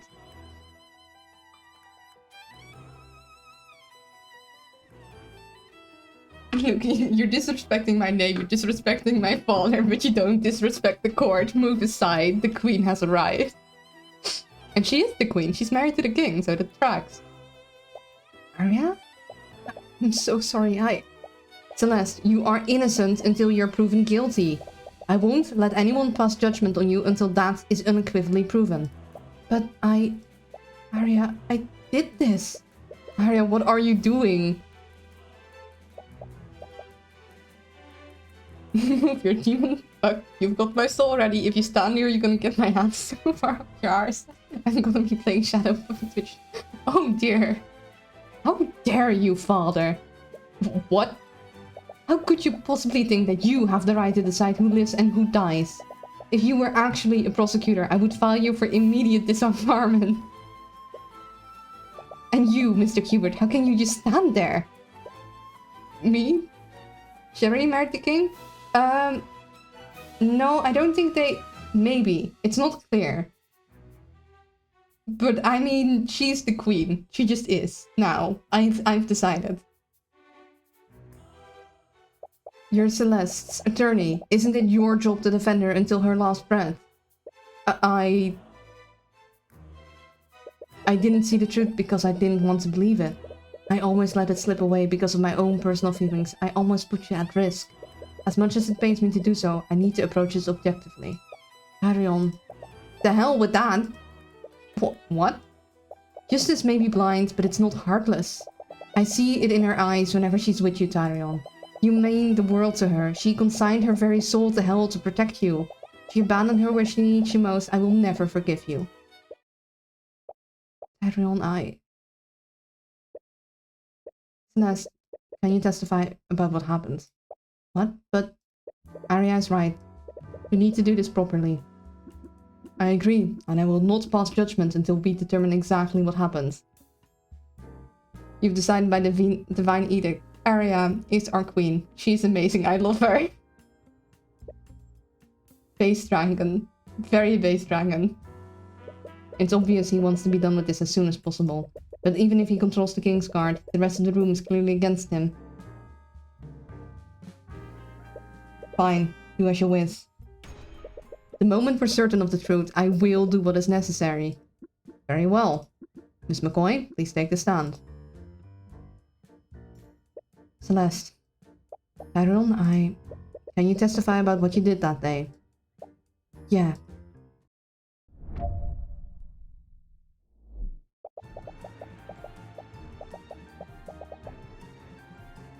Ooh, there was a glitch right at the start.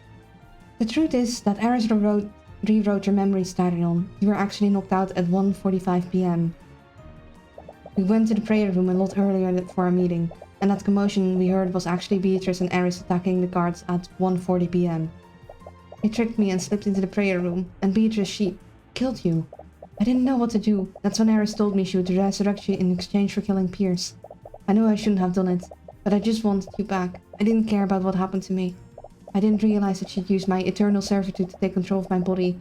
She used me to trick Arya into signing another blood contract. After that, I followed through with my end of the deal. I killed Pierce so that she would bring Tyrion back. The nagging feeling is still there. There's something off about her testimony.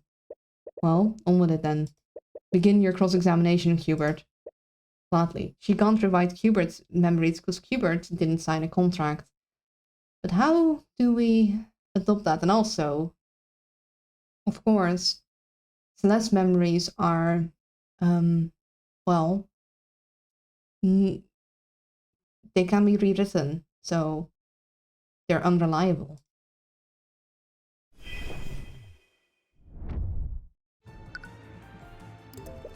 She rewrote my memories. I didn't realize it until after you woke up and gave your statement to the Inquisition. She must have changed her memories when she resurrected you. Eris has the power to take control of people against their will, and she clearly has the power to bring people back from the dead. But if that's true, you can't even trust your own memories. Right, I suppose you didn't have control of Arya until then. Does that mean you never even fought her? I'm sorry for lying, but I had to create an alibi.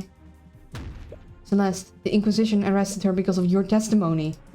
The testimonies of Prince Alaric and the High Speaker also implicated her. Miss Steelwind was also already knew she was compromised due to finding the purple mark in her pocket. It's a good callback to the first case, though. Yeah. I'm sure things would have ended up the same, regardless of her testimony. What did Fragrant and that demon do when you found them, McCoy? How did they trick you so easily? When I went to see what hell's going on, I only saw Eris and Beatrice standing over the guards' dead bodies. They acted like someone else had killed them. Then they lied to me and said that they wanted to go into the prayer room for protection. That's when Beatrice, How did Beatrice kill me? She hit you with some kind of necromancy spell, but it didn't visibly wound you. When I checked your body, it was already cold. Your heart was stopped. I think she used necrotic blight. Or... She used the fake dead one. Which means that he never actually died. Which means that Eris didn't hold up her end of the bargain because she didn't resurrect him. So that's why Lord Asclepius said that I had traces of necromancy on me. She must have lied about trying to heal you as well. Dragon is all like, chill out, Keyword. I respect you're trying to detach yourself for the truth, but please go a little easier. What did you do after I died? I'm sure that was her goal from the very beginning. She wanted you to make a deal with her. It was also so she could make me suffer. Tyrion, I'm so... Stop. Just don't. How could you possibly think that was okay? Good to hear my mental theory wasn't crazy because she had the same thought as me. Demon shouldn't have written a contract to mess with the lawyer of all people. I knew it was wrong, but I just couldn't. I'm sorry, I didn't know what to do. There's no sense in admonishing her now, Mr. Qbert. There will be plenty of time for that later. Oh no, baby, she's very sad. I want to hug her. Right, that part was written in a slightly misleading way. She must have thought that the Empress would whisk her away to serve in her hell, but instead she took control of her immediately after. You shouldn't have known better than to trust the demon. Anyways, how did you trick Arya into signing that blood contract? Yeah, I didn't have full control of my actions, but I remember what happened. She probably wanted me to watch what she was using me to do. I'm so sorry. I told Arya that Pierce was demanding a plea deal in exchange for telling me who my parents were. Eris made Beatrice put an illusion over their contract to make it look like a request for an appeal. And since Pierce was convicted for killing my father, she respected my wishes. Wait, something about what she said sounded fundamentally wrong.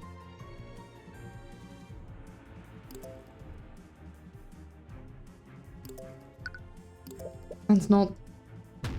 How could you think I'd ever want that, Celeste? I knew you wouldn't want this, but it just wasn't fair. Why should a person like him get to live instead of you? It wasn't an easy choice. It was an easy choice.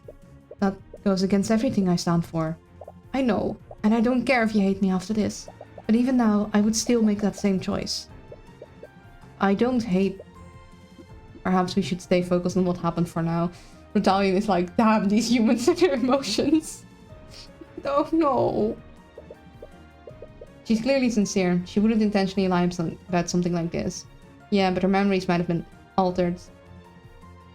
But why do you feel like something she said doesn't match up with the evidence you have? You'll need to examine her statements more closely.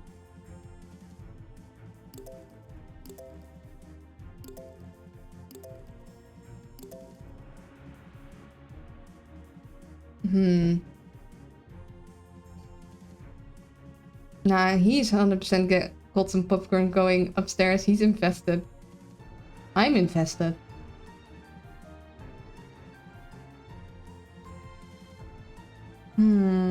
So something is weird about this, you said. So then...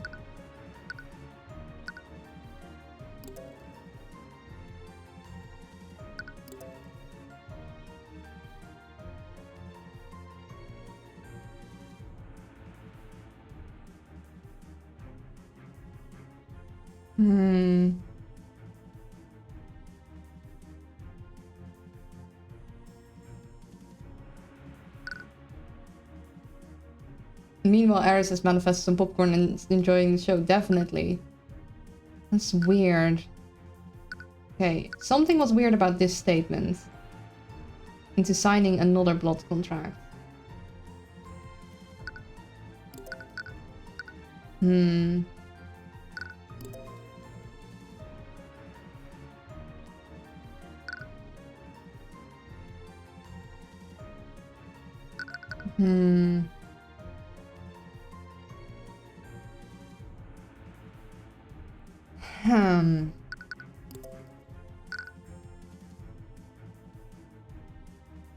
I think she used Feign Dead instead of Necrotic Blind.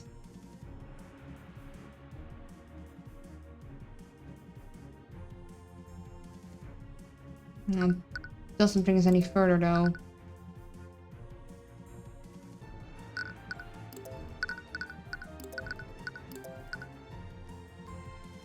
No, it would, like, do instant death, so... But I think what she actually did was feign death. So, I think she used feign death on Hubert. I don't think he actually died. I definitely think that's like the twist somewhere, but I don't think... I think I'm too many steps ahead.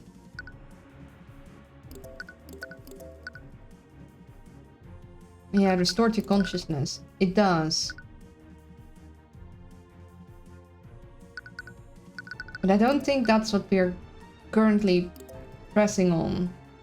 I think we're like 2 steps ahead.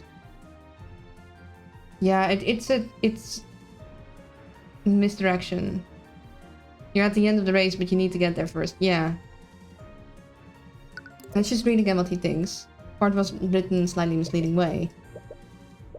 Known better. Anyways, how did you trick Arya? Wanted me to watch. Told Arya. Put an illusion out the contract to make it look like a request for an appeal. Since Pierce was convicted by killing my father, but she still sounded fundamentally wrong. So something about what she said sounded fundamentally wrong.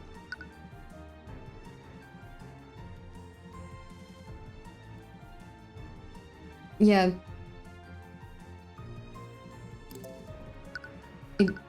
Try and have me do the smarts. I know it might take a little while because I have a shiny pebble as a brain, but I think that's like near the end. I don't think that's what we need now.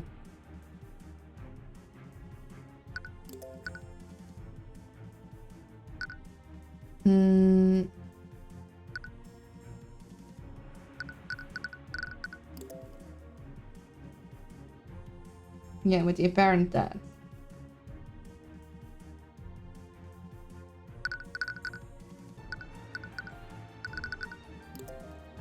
Let's see, hold up. Compendium. She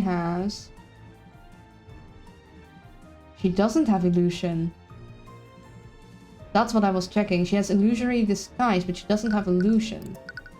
And illusory disguise only works on people. Right? Or is it... Maybe it works on things, but that seems... odd. Doesn't it? Maybe I'm on the wrong track here. Because... But this is a disguise. This is not an illusion itself, so... I think...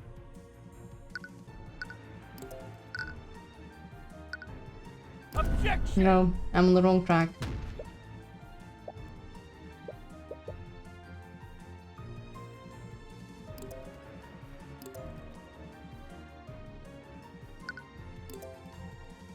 What is wrong here?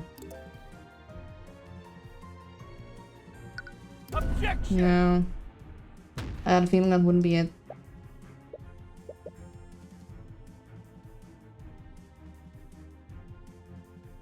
Another plot contract.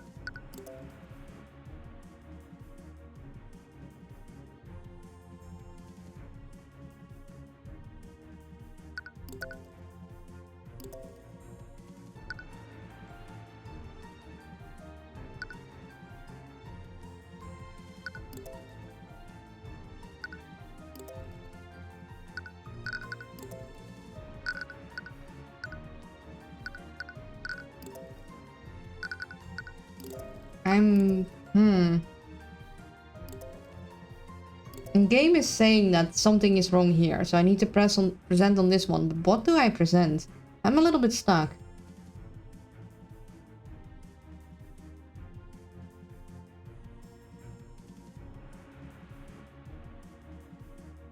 It says you can't make contact with the illusion, but Arya must... Yeah. Yeah, that is... Maybe I need to do the spell then? Objection! No.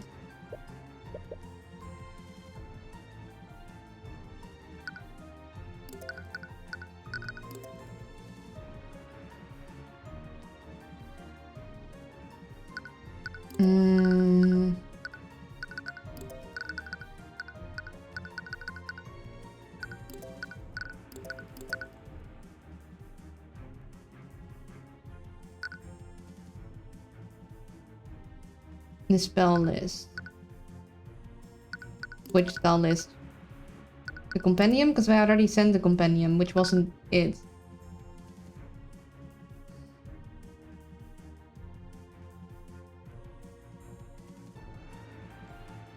Like, we know she couldn't have used illusory... No, she could have used illusory disguise because it's no concentration. But Feign Dead is concentration. And so is... sleep. Well, we don't know. It's... Objection! Yeah, we're ahead of the game. We're 2 chapters ahead of where we're meant to be. So something's wrong here. Objection! No.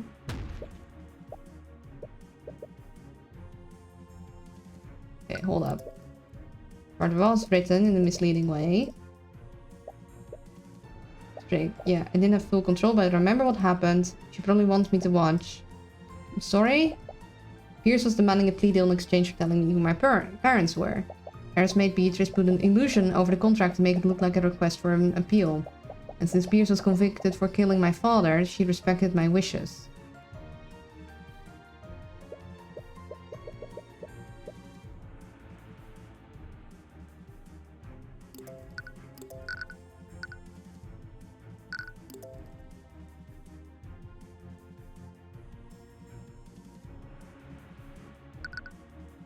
Yeah, I think, maybe.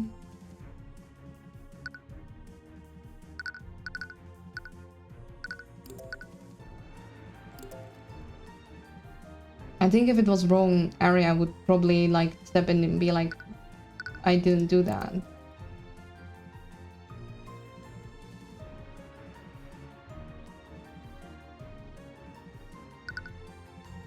When did she do it though? Objection!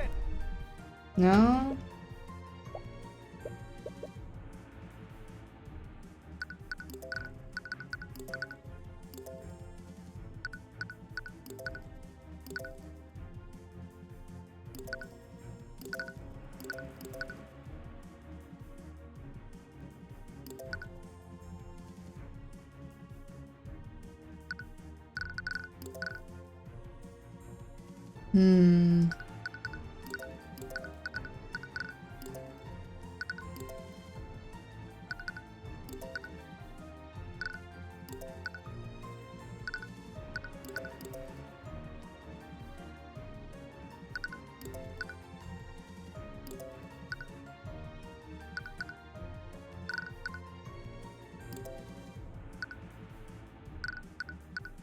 Hmm.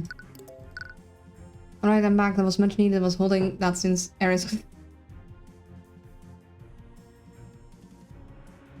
Yeah, it's difficult tense.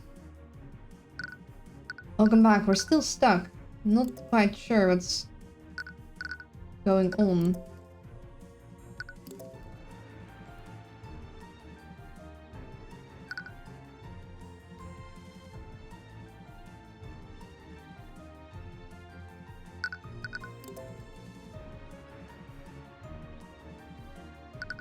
Objection! Yeah, I got nothing. It's gonna... Okay, we're... Oh boy. There's a lot of evidence. Objection! I don't like brute forcing it, but my smooth brain doesn't know what's wrong. Unless it is one of the other ones.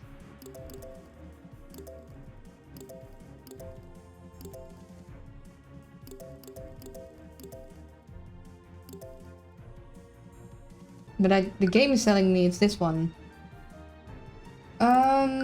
Yeah, if you can look up a guide and like maybe give me a hint or two, I'd like that, because otherwise all I can do is like just straight up brute force this. Objection!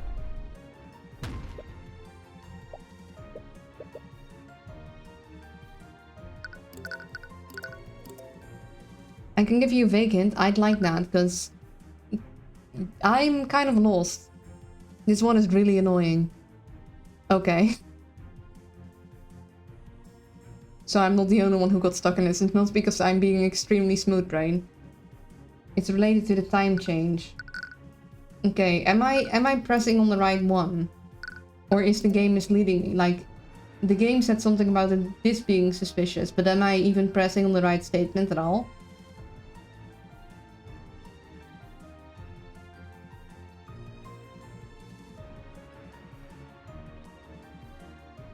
I had a feeling something with the time change, but because the game was like, hey, something here is wrong, I was like, am I meant to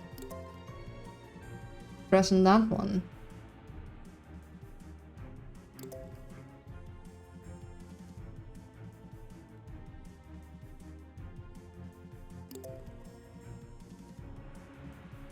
Why do I want to go back to the torture spawn?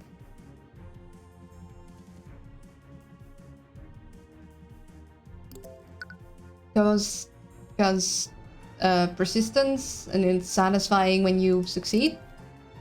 We are very far off, I see. So am I pressing on the right statement? Was I pressing on the right statement at all? Or was I misinterpreting what the game was saying? Probably just masochism.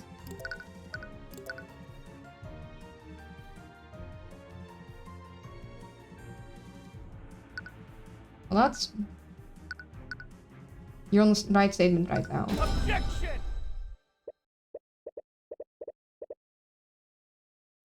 I was already like, wait a second. So, the fact that the game said on the other statements, hey, there's something wrong here, made me think that the game was meaning that statement. Otherwise, I would have focused on those times. That's why it's annoying. Games gave you a misleading hint. That's mean. Red herring me like that. And you went out to investigate. That's when you saw Eris and Beatrice. Yeah, I lied all about my fight against Arya. I never even fought her. That's true. How do you explain that discrepancy?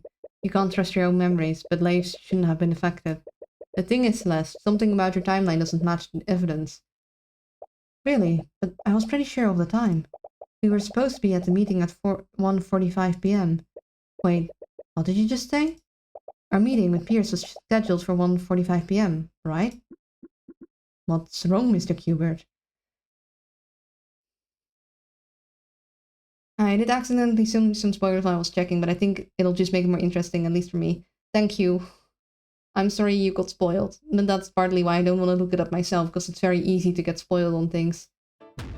Celeste, there's something fundamentally off about your testimony. She's playing something. I am playing stuff. What? But I swear I'm not lying. Your timeline of what happened is completely off. Ace Attorney music check. It is Ace Attorney, but then magic. It is very good. Highly recommend.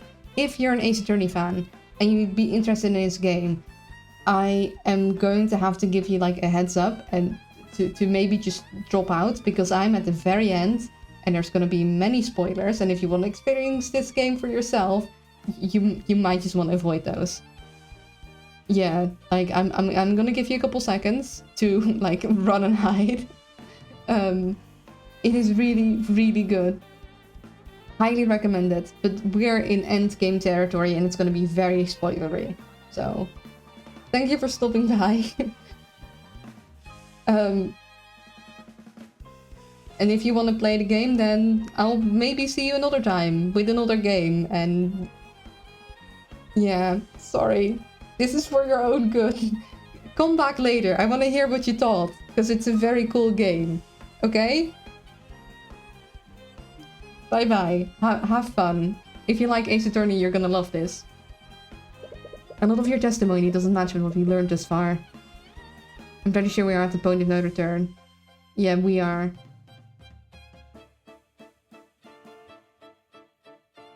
Firstly, it's about the exact time you saw Eris and Beatrice. According to you, you saw them at 1:40 p.m. But Leif, Miriam, and Asclepius didn't lose track of them until 2 p.m. What? When did they say that? What are you talking about?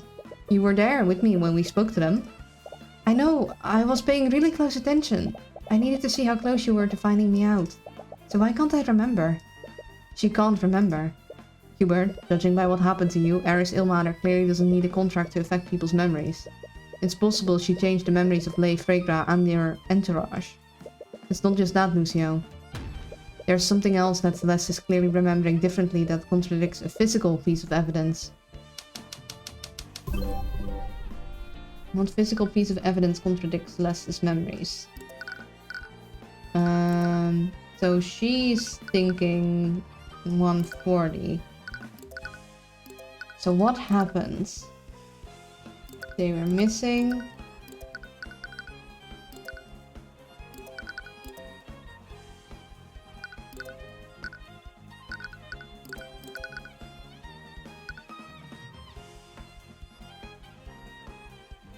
This one, at 140, Stewart abruptly left the meeting.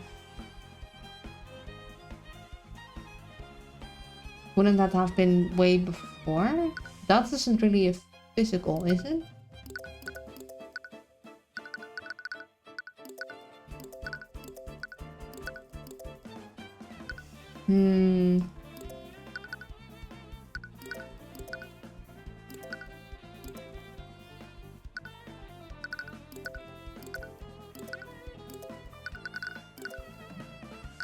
Is it this one after all?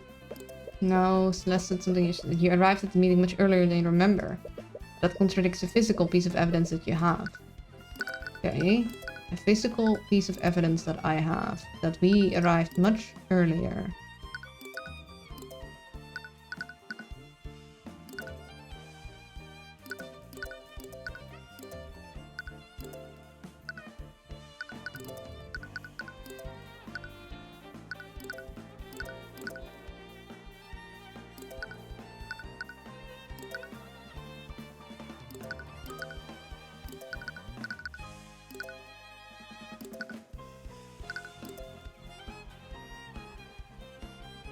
Wait, hold on. It's the force cage, isn't it? They were search for Beatrice. After stop at the King's Guard, reporting cliff of contention just trapped Aster in a force cage. So then... No? Okay, no, not that one. What else do I have? Is it the autopsy?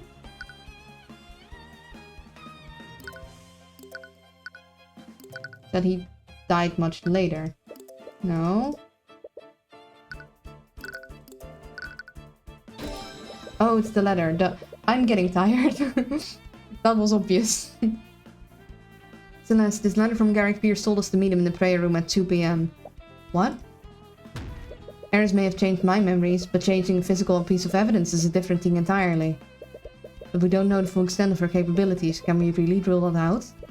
You were unconscious. Ilmater had plenty of time to access your body and your belongings. Do you want to know how close you are to the end? Is it gonna be a very long time? Because I think I'll be able to last a little while longer, but not much. Do you think I'll be able... Like, I'm probably going to at least finish this court bit, but if it's gonna be like another, like, 4 hours, then I'll have to find a good point to round things off. At this point, anything is possible, and Eris is far too unpredictable to say for sure. Okay, I had a feeling I was close to the end. But if Lucia is right, Eris could have gone around doing whatever she wanted. She could have wiped the memories of every witness who saw the crimes, and she could have manipulated the crime scenes however she wished. There's one more, huh? But if she has... Or well, not episode of the chapter, I see. If she had done so, there would have been logical inconsistencies. Until Celeste was revealed as the patron, every piece of evidence she found or deducted has been logically consistent. The contradictions in what Celeste is saying could be explained by Eris changing several elements of the crime. What explains Celeste's contradiction memories? What happened? There's a far simpler explanation.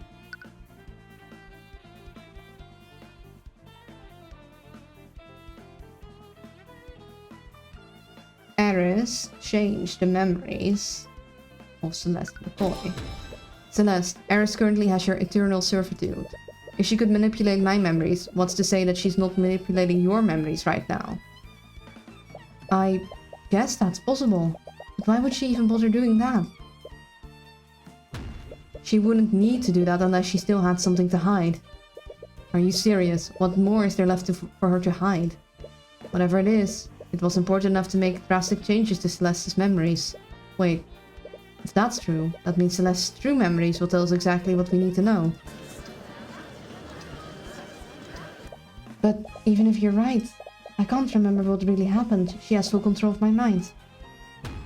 That doesn't matter. It's just like every cross-examination we've ever done. If you keep testifying, she'll keep changing your memories to tell more lies. If you keep pointing them out, we'll eventually arrive at the truth. Oh, that was a scary image. Celeste? Oh, no. I don't like. Take it back. Undo. It's really obnoxious how resilient you are. What? Why can't you all just give up already? I don't like this. Eris, is that you? What are you? Unfortunately, your little interrogation ends here. Kingsguard, what are you doing? Destroy Ilmater's body. Too late, Lucio. I win. Celeste? Damn it. Eris, what did you do to her? I put her to sleep, just as I did with Beatrice. You... Why would you do such a thing, Ilmater? What do you mean? I did it for the same reason I do anything. What would make Tyrant suffer more than putting his love in an eternal sleep? If you wanted that, you would have just done that from the beginning. You're hiding something. I know it. Damn it, we can't extract any information from her like this. The only person who can tell us what we need to know is Celeste. Well, good luck getting anything out of her like this. Ever since she discovered the truth about what she did, one possibility has been floating around her mind. But is it even possible? No, it doesn't matter if it's possible. Eris Ilmater. What is it? What would happen if I nullified Celeste's blood contract? Assuming there's anything to even dispute, everything granted by the contract would be reversed. And I don't think you fully understand what that means. Lucio? What is it? Your men know where Ruby Tamura's law office is, right? They do. Where are you going with this? You'll need an attorney to cross-examine Celeste's testimony. She owes me, and she'll be able to finish this on my behalf. Wait. And tell her, I'm sorry I couldn't keep my promise. You're not serious, are you? I am one of the eldest evils that ever lived. I would never create a faulty contract. Eris Ilmater, Empress of Discord. Wait, you know I can't speak lies, correct? By the Eye of Horus, I demand the opportunity to dispute Celeste McCoy's blood contract. I'll state it plainly then. There will be no room for doubt. I don't care. What? Celeste sacrificed her life to save mine. The shocked Eris drawing is quite well done. It is. How could I ever face her again if I didn't do the same for her? You're insane! You realize, like, she has to keep bringing him back, doesn't she? She very angry. You're just risking that for nothing. Why are you so nervous? Maybe this is pointless. Maybe this is pointless, but I will never stop fighting for her. Stop this! I can't help myself. I'm only human, after all. Once you pass this point, you will not be able to save your game for a while. Wait, what? It's recommended that you make a save file now. Understood. Yes, please. I've killed people.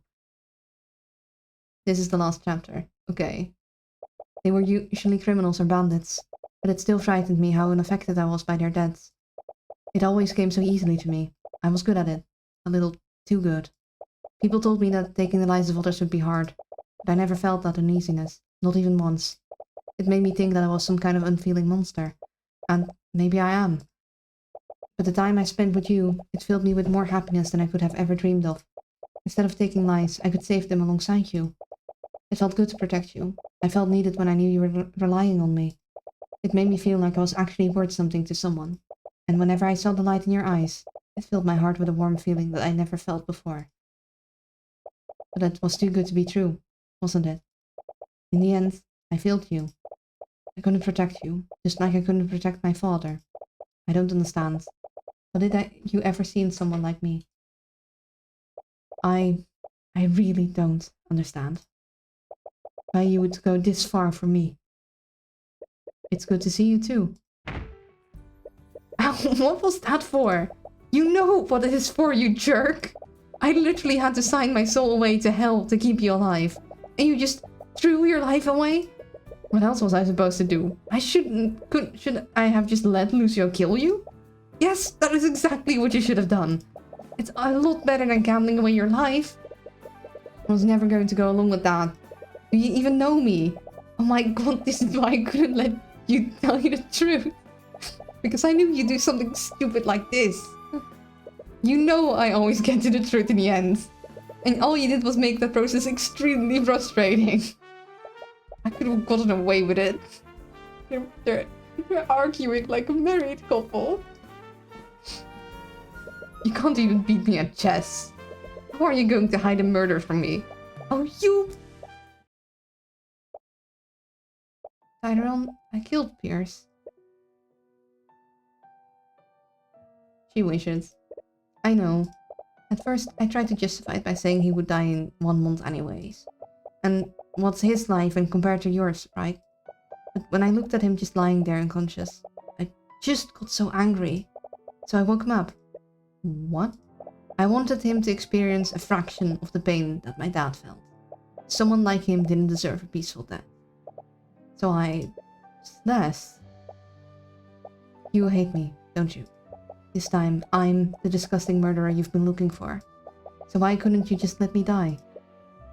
You honestly think I care for you that little? What? You are, and always will be, extremely important to me. One betrayal won't change how I feel about you. Adriel and I... So you're not getting rid of me that easily. I'll always be there when you need me. And no matter where you go, we're going there together. Well, I think we might be heading to a pretty bad place. Well, I'm not one to celebrate a victory prematurely. But if you're already admitting defeat, I won't look a gift horse in the mouth. Eris. I can't believe you brought me here.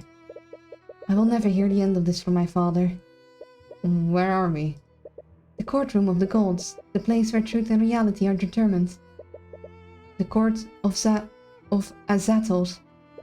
I'll give you one last chance, Tyrion. You made a rash decision, but I can still send you back. Even now, she's still trying to dissuade you. Why is she so intent on making you give up? You're nervous, aren't you?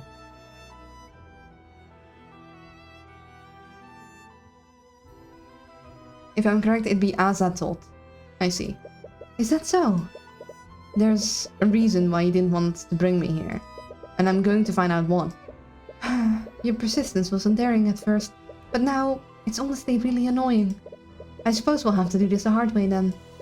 Don't say I didn't warn you. Oh dear. I'm worried. You should have taken my offer when you had the chance. Wait, she's the daughter of Azathoth? Flip. I don't know. I don't know whose daughter she is, but she danger. Remember, don't take things too literal, Chan. The only way to nullify my contract is to unequivocally prove that its conditions weren't fulfilled. My contract was written without flaw. So to say the word of Asmodeus... Asmodeus? By his words, demons are incapable of speaking lies.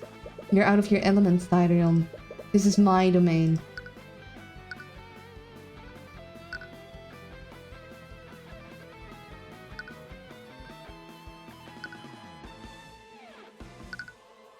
If disputing blood contract was truly impossible, there would be no need for a court to exist. Demons are powerful, but they aren't omniscient.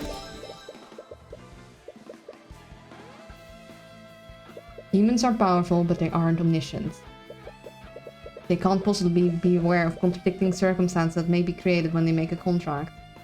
Azathoth here is not necessarily the same as Azathoth somewhere else. The game reuses a bunch of names from different sources.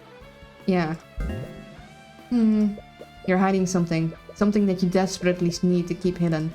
You even went as far as to knock out Celeste before we could get that information from her. Oh really now?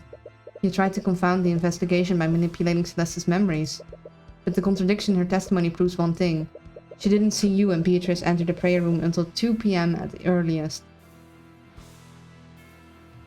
I was thinking along the lines of Thoth and the Egyptian cult. Then they would have just said thought, not as a thought. Your so-called contradiction is based on the testimony of Leif Fregra. How are you so sure that her testimony is reliable? And supported by the testimonies of Miriam and Lord Asclepius. They were all together at the time. Their testimony is sound. Oh really? It looks like you've made a contradiction. What?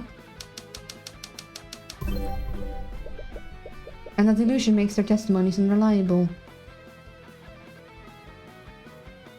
Isn't it thought that is said as Owo? No, it's written as Owo.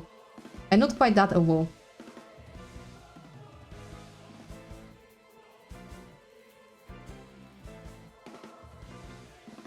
So says the word of Osmosis. What? An illusion. What kind of illusion? Who knows? My statement still stands. You can't just expect us to accept your claims without any evidence. I can't speak lies, Tyrion. Every statement that comes out of my mouth has to be true. I don't need any proof. In this court, the only thing that matters is what is true and what is false. And the word of Asmodeus says that Leif's testimony is unreliable. Damn it. She can't just say whatever she wants without having to provide any context. She only says that Leif was strict. She didn't specify an exact time. What else proves Beatrice didn't disappear until 2 PM? Something else that proves Leif didn't begin her search until 2 PM. Well, I can't save, so I better not die on this. Well, the thing is that we do have Aster being trapped.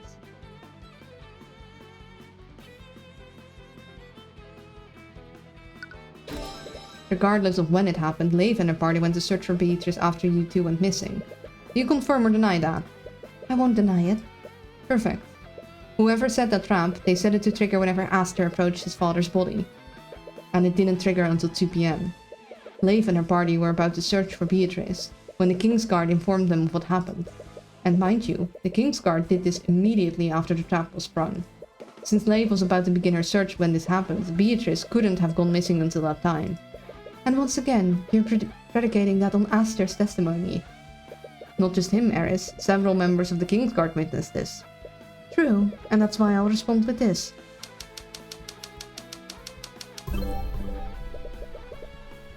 An activated force cage did not trap Aster the Wyvern Guard during or after 1:50 PM.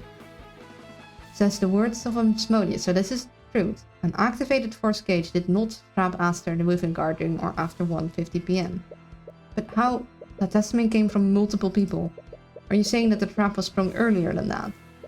Don't you remember, Tyrion? I can manipulate the memories of people who have a blood contract with me. But I'll give you a little clue.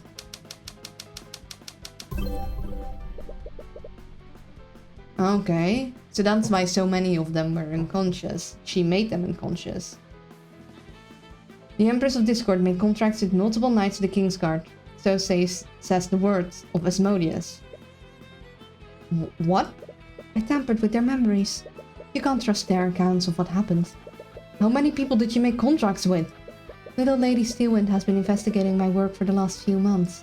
But I've had my talents in Wyvern Guard for far longer than that. I've been preparing for this for quite some time.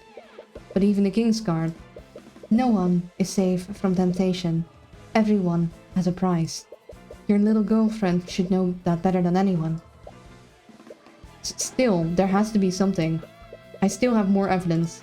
Oh really? Whose testimony will be relying on this time? Oh, I know exactly which testimony, because we know that a certain someone did in fact not have a contract with her. You can present all the evidence you want. Most of what you have is based on eyewitness accounts. Even so, you can't have possibly made a contract with everyone there. Let's check that again, shall we? It's possible that I have a blood contract with everyone present during the massacre. So says the word of Asmodeus. Are you kidding me? But you only said it's possible.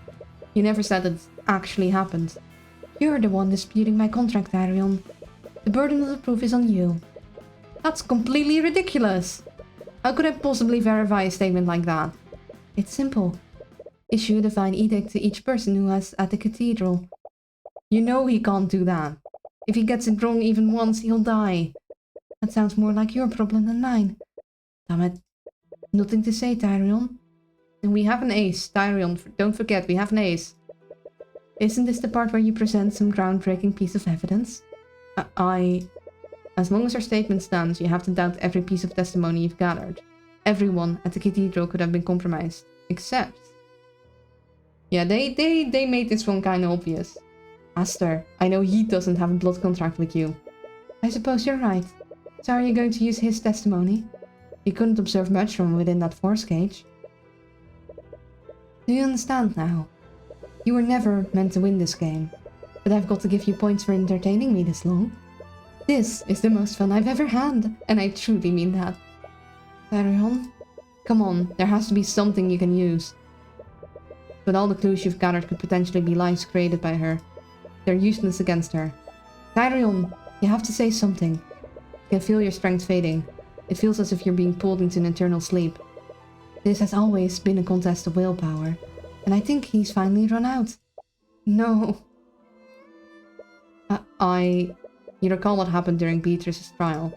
Your mother gave you the knowledge you needed to win. She did it before. Can she save you again? Mom? Please? I need your help. Please, just tell me what to do. You hear nothing back. No. You can lead us on your own. It appears you're truly alone now.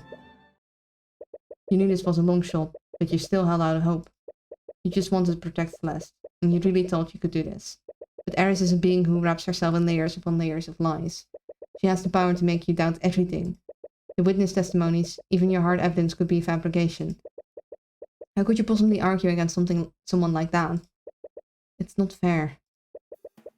It's not fair, Mr. Mora. They're not even bothering to investigate the crime properly. Well, of course they're not. If they did, they'd be forced to admit that my client is innocent. Why are you so calm right now? Is this what it's always like? Why are you supposed to win like this? They can't just keep changing the narrative however they want. They can, and that's exactly how I'll beat them. What? Look, Hubert, almost every part of the system is against us. But there's one advantage we have over the prosecution, and that's pure and objective logic. Logic? Tyrion, the prosecutor does all sorts of things to validate their case. They present evidence, they call the witnesses, and they use those things to create conclusions. They create a box and throw a bunch of facts into it. They tell the court that everything within the box is the truth. And conversely, that makes everything outside of it a lie. But how does that help us? You point out contradictions in their case.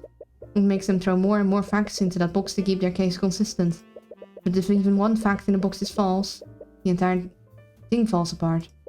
But surely they'll realize what you're doing. What if they play dumb and refuse to add anything to this box? Well, you can force them to. What? You can present your own truths. And you force the prosecution to either accept or deny them. By doing that, you can control what goes into the box. This all sounds so complicated. I don't know if I'll ever get the hang of it. Don't worry, you've always been a sharp kid. I know you'll do great things. So don't give up. But there's one thing we have. The truth, hope, perseverance, logic. Ah. I can present my own truths. Eris' case is hinged on when Beatrice disappeared, and she can change Celeste's memories to make her think everything happened earlier, which can only mean Beatrice Fragrant did not go missing before 2 p.m. What was that? I said... This is far from over. Oh shit, we have wigs! So says the word of Horus. Oh! Oh! Oh! Beatrice Freegra did not go missing before 2 p.m. So says the word of Horus. What the hell? You feel yourself filled with the radiant power of the Eye of Horus. With its power fully unleashed, you feel the divine energy of the upper planes coursing through you. Tyrion, you have wings! Wait, really? Oh gosh dang it, he's getting wings earlier than me. I want wings! You frantically turn around, only catching glimpses of spectral wings on your back. You spin around for a while until you realize that your feet aren't even touching the ground anymore. Then a bit between... No, I'm not cute, I just want cool wings. You What did you just do? I became a celestial.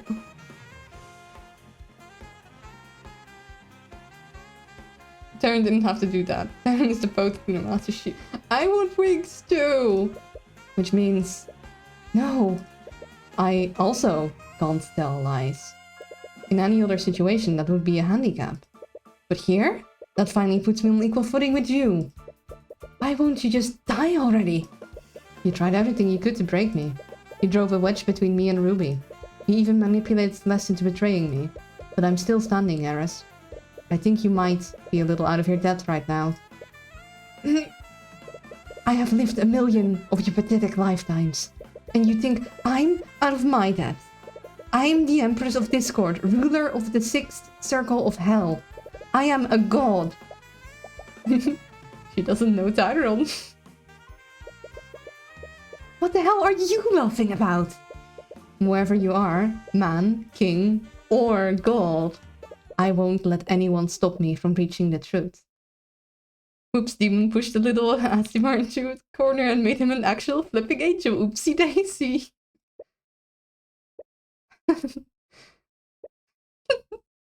Since you so graciously bared your soul to me, I guess I should do the same. I wanted to break your spirit in this form, also I could keep things fair and interesting. Man, even if Darren dies here, you know he's gonna die happy, man, for making the Queen of the 6th Circle of Hell kick the fuck off. But you know what? Right now, I just want to see you die. Please don't. What? What happened? Celeste? I'm here. I can't wait to tear you both apart.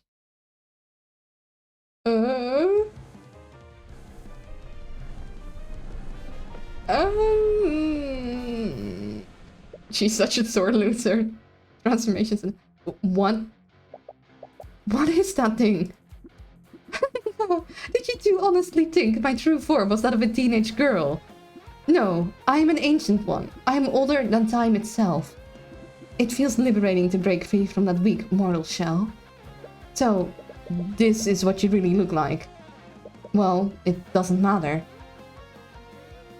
Whatever you are, I am taking Celeste's soul back. Kick her ass, Tyrone. As I said from the beginning, Eldritch Horror, I knew something was wrong. Pretty good. I like them out, like the tentacles, like the big old hands. Actually, I think I've killed this boss in Labyrinth. Go for me, Squid Kid. I'm going to carve out your souls and mount them in the fields of Malboj. Fate challenged. You'll need to be careful. You're bound by the same rules as her now. You can't tell lies in this form, even accidentally. Why don't we pick up where we left off? I've established that Beatrice didn't go missing until 2 PM. I wonder, why would you go to so much trouble to make me doubt that? She's fully animated too. That's something. Like, she moving. Also, very intense music. It's a bull. When she gave her testimony, Celeste said that Eris and Beatrice entered the prayer room at 1:40 PM. Looks like a full 3D model. I don't think it is. Seems to be, like, animated similarly to live 2D models. Like, it's flat stuffs being moved from the... So got the dragon bone spine moving going on. I think. I'm not sure. I'm not very familiar with all the programs you can use to move stuff around, but I think it's a 2D thing being animated. Yeah, my favorite demon's still Gautro Dim. No clue who that is. But from the axiom you declared, you know Beatrice didn't disappear until 2 PM. Why did Eris change Celeste's memories? It's well done regardless. It looks very good. Oh, definitely doable with Live 2D. I don't know if it's Live 2D they used, but that looks like 2D things animated. It's got 4 gems and it's the Empress of Discord, this girl. Eris clearly changed Celeste's memories, but for what purpose?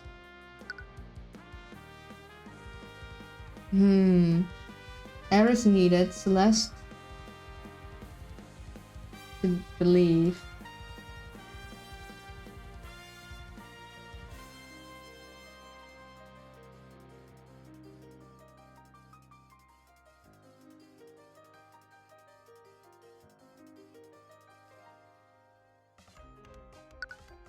No. To change the time when she remembered the events occurring.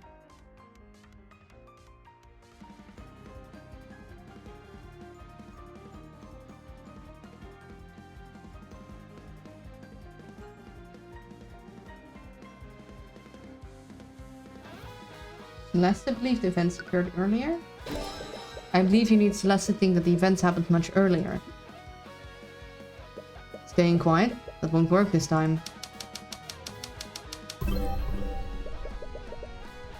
Celeste McCoy remembered the attack occurring much earlier than it actually did.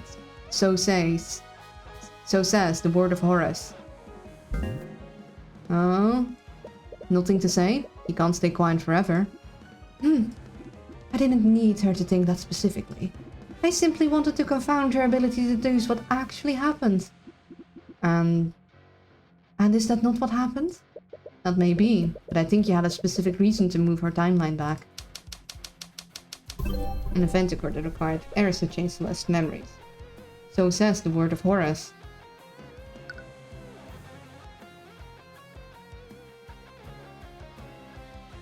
What happened? Oh shoot, I can't mess this up. Something happens. An event occurred that required Eris to change Celeste's memories.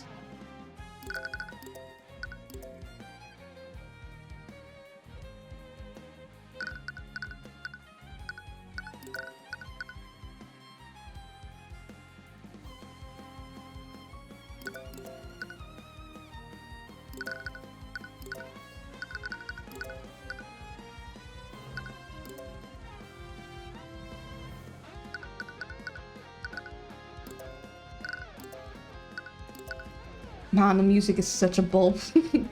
I'm half getting distracted.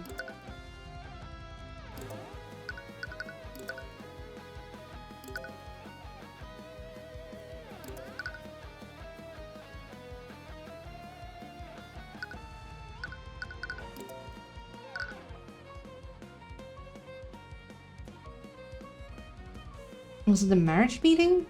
I'm not sure. If it was meant to make Celeste believe that she was the one that made Arya leave from this. Was it?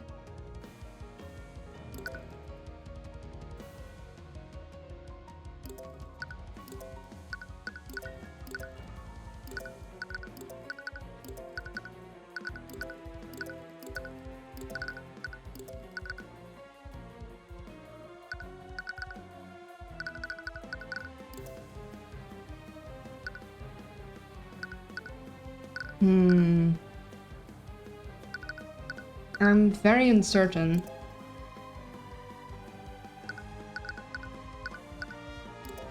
I think it's this one. Because I think she needed Celeste to believe that Arya had already signed the contract here. No. Oops. I just wanted you to believe that Celeste signed the contract with her at 1:40 PM. You needed to believe to keep the narrative logically consistent. Okay, what narrative?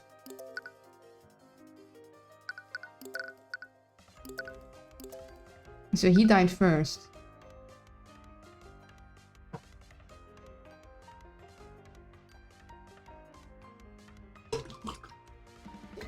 I'm thinking really hard, and I'm afraid to mess this up and die. Oh boy.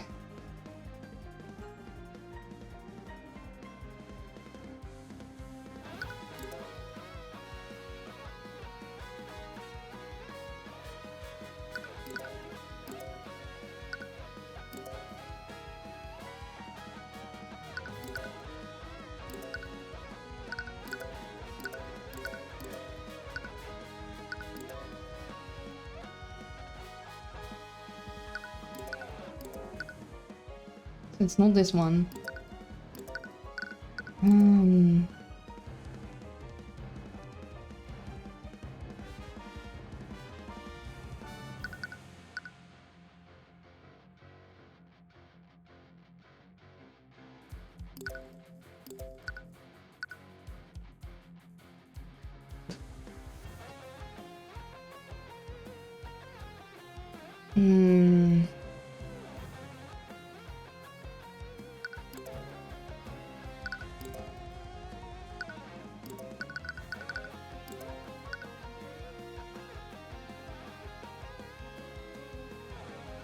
Oh my goodness, take your time. I don't think we're going anywhere. Yeah, but I need to figure this out.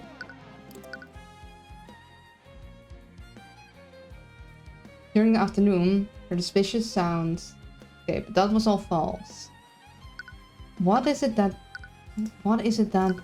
we need to keep the narrative consistent? So what she says that happened, and what she wanted Celeste to believe that happened, is that we entered the prayer room earlier. That the ruckus that we heard outside was Eris and Beatrice.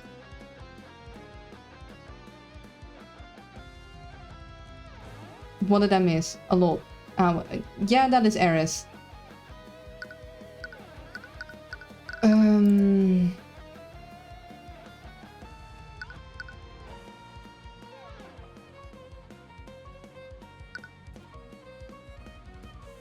Empress, not Queen, but yeah. So basically, she needs Celeste to believe that because it was earlier than 2 p.m.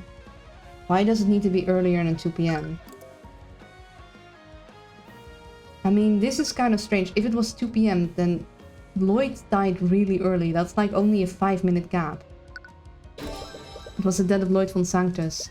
You need Celeste to think that she signed the contract much earlier than 2 p.m. That's because Lloyd von Sanctus' death occurred at 2:05 p.m.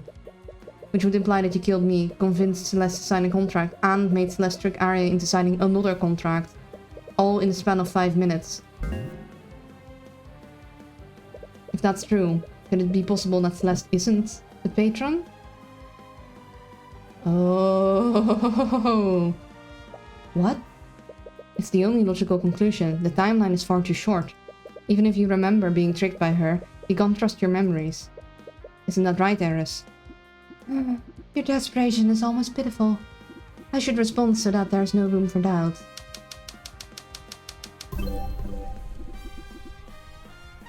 Celeste McCoy was the person who gave Arya Steelwind that blood contract.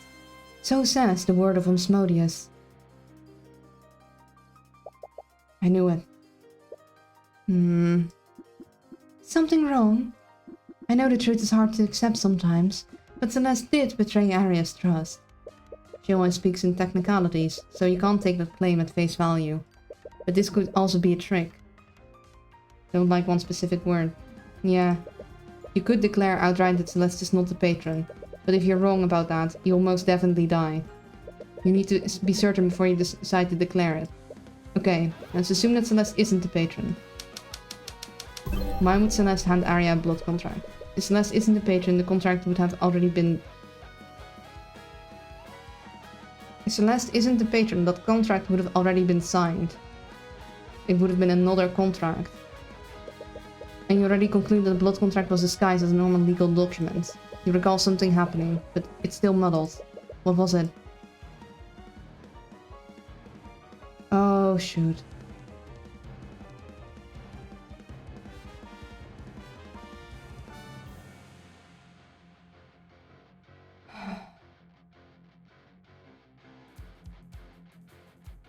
Didn't Celeste at some point very long ago drop something?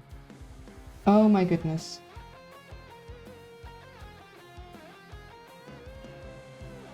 Okay, Arya, Eris, tricked, hit, dropped.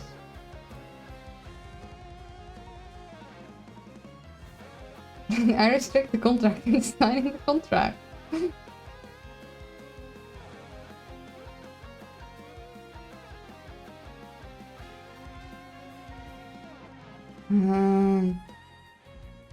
Why would Celeste hand Arya a blood contract? She would hand it, but that doesn't mean it's signing. The music is a bop for sure. It is so good. Celeste dropped the contract.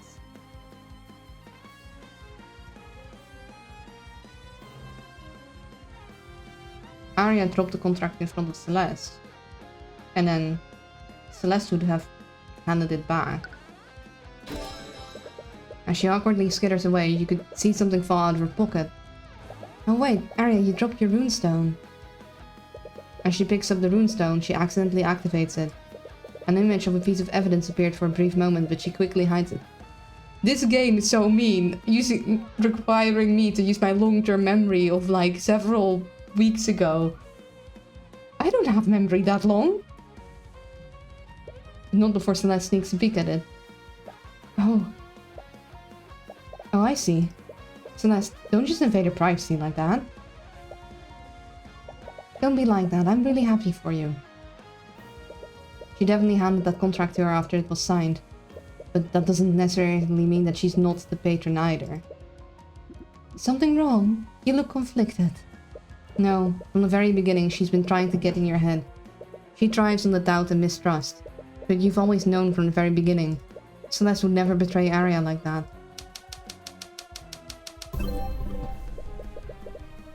You can see most of the parts that I referenced, but it is very cool.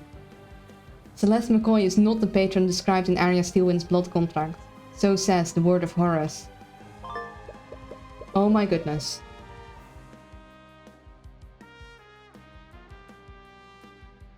Celeste McCoy saw Arya drop this contract before she entered the prayer room with Tyrone. Due to Empress Discord changing her memory, she can't remember what was written on the contract. Even now, you trust her that much? Wait, but that means you didn't betray Arya, Celeste. She only manipulated your memories after the fact. She wanted to make you think that you did. So, it's not my fault. It isn't. But that has far more unsettling implications. Someone else is the patron, but who? No, that's not important right now. You need to focus on saving Celeste for now. Celeste wasn't the one who secured Arya's compliance and cooperation. Doesn't that make your contract flawed? Please, I thought you were an attorney. The contract says that Celeste would engage in actions deemed necessary to secure the compliance and cooperation of Arya Steelwind. I wonder if Ares goes. Does that free Beatrice too? I don't know. I hope. But that might be a bit too easy. No further actions are necessary. She was already under my influence by then. But that means none of this is her fault. Oh, wouldn't go that far.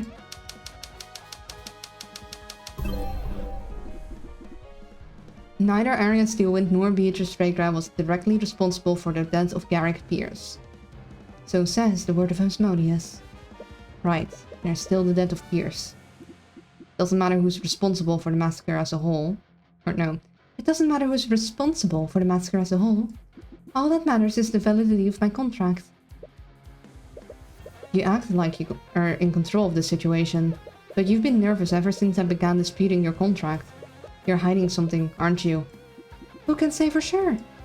The second paragraph is vague, but what about the first and third paragraphs? Something is off here.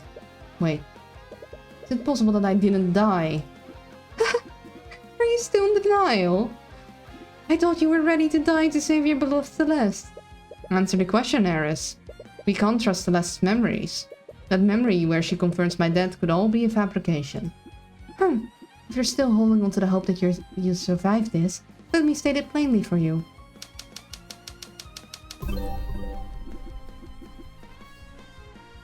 Celeste McCoy did in fact observe that Tyrone Cubert was dead. I did not alter that memory.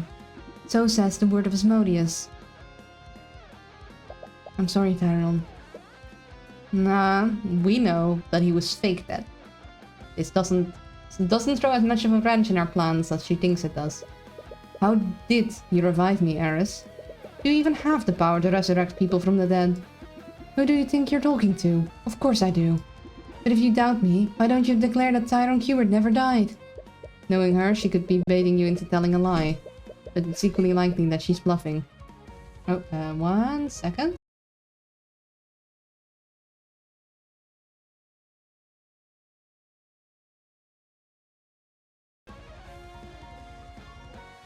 Apologies. But it's equally likely that she's bluffing.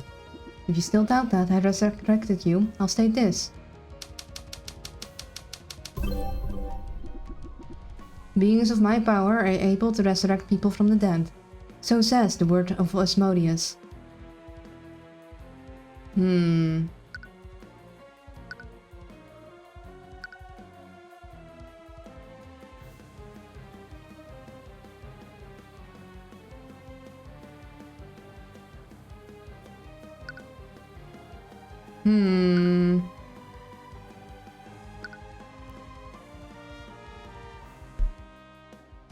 In the very beginning, the game told me when to use which one. And I forgot.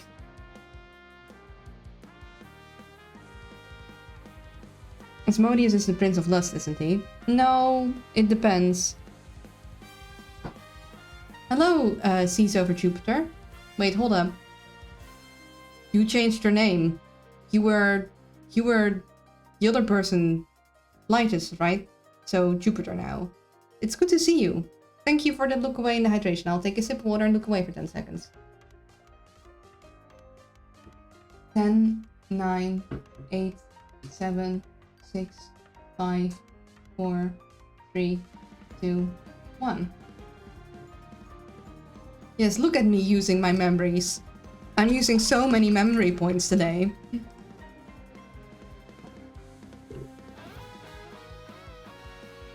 Yeah, isn't King Asmodeus also the one who, like, bound demons to his will and made it so they couldn't lie? Like, there's a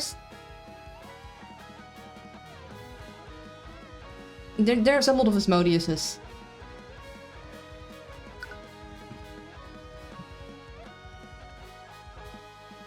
You remember that, and you can't remember the events of the games. Listen, I'm trying really hard. Earlier this right moment, I remembered something that happened in this game. Literal multiple weeks ago from when I played it. I've been doing really good. I've been the most wrinkly brain owl I have been for a while. I'm going using full power capacity in my brain, and therefore I'm also overheating. The fans are like fully on and my body is having a hard time cooling me down. This computer is about to blue screen. So we're gonna have to finish this before I chew. Interpret then? Why would you need to specify that beings of your power can do that? Is it possible that it's not a simple or easy feat to accomplish? For example, would Marunat be able to resurrect a person from the dead using a contract? Let me save you some trouble. I'll say it for you. The Empress of Discord can't resurrect people easily. So says the word of Horus. Every minute passing while playing this game, I bring new copies on the owl brain. Yes, Asmodeus has been reinterpreted throughout history and has been used in a bunch of media in very different ways. I'm using all the brain wrinkles I can have. It's like a point system. I'm spending all of my memory points. After this, if you even recall, like ask me to recall what I ate this morning, I might have trouble. That's not the same as saying that it was impossible for me to do it. But it would require a large amount of effort on your part. I love how this just turned into a high-stakes educated guessing game. It did. They're like both not able to lie, but he can't say anything lying or he'll be in big trouble. Perhaps. But recall my previous declaration. Celeste was there. And by all accounts, she concluded you were dead. How thoroughly did you check me? I have experience in first aid, and it was pretty bad. You weren't breathing, and your heart was stopped. She tried to resuscitate you for several minutes, but to no avail. Right, there's no way your body could survive that long without oxygen and blood flow. But we know. There's a spell. We know this. And Eris just confirmed that Celeste spent several minutes trying to resuscitate you. There has to be more to this than you're seeing. Yeah, I know exactly. We've been having our eye on this for quite a while. I think if someone can clip this together, I don't know if they can, but I'm fairly certain that the moment I saw this feign death spell, I called out all the way in the beginning that this is what's gonna be used. This was gonna come into play. I don't know if someone can confirm that with my past self. You may have been able to resurrect me, but you had a far easier way to create that scenario. Now you've hit the end of the race from earlier, yeah. And luckily for you, Beatrice was there and under your control. Are you saying that Beatrice can resurrect people from the dead? No, the opposite is actually true. Beatrice Fragrant cast Feign Dead on Tyrone Cubier. So says the word of Horus. What? I'm sorry, Celeste, but I was never dead. She just used the spell to trick you. No. So everything I did... It was for nothing. But that means you never resurrected him. He was never dead in the first place. The contract only says that he was apparently dead. All I did was revive him by making Beatrice release her spell, which allowed him to wake up. Nani? Well, it eliminates the first paragraph as a possible weak point, and not only leaves the death of Garrick Pierce at Celeste's hand. Something happened with Pierce, didn't it? What are you hiding? Yeah, that's what we called out earlier, the word apparent. Yeah. Whatever could you be talking about? Your contract states that Celeste must bring about the demise of Garrick Pierce by her own hand. Since you wrote that contract, that must have been your intent from the beginning. So why are you so nervous? Oh flip, I just scrolled down too far, I had to guide them. Oh no. Dying the stupid fine print, that's what we're trying to dispute here, and we're so close. Something went wrong, didn't it?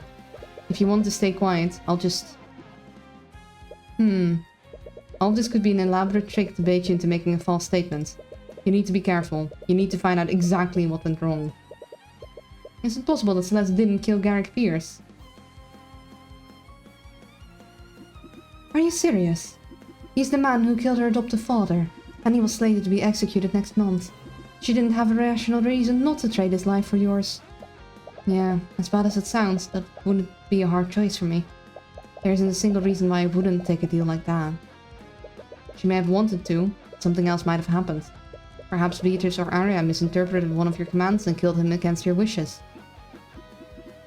You're making this so tedious.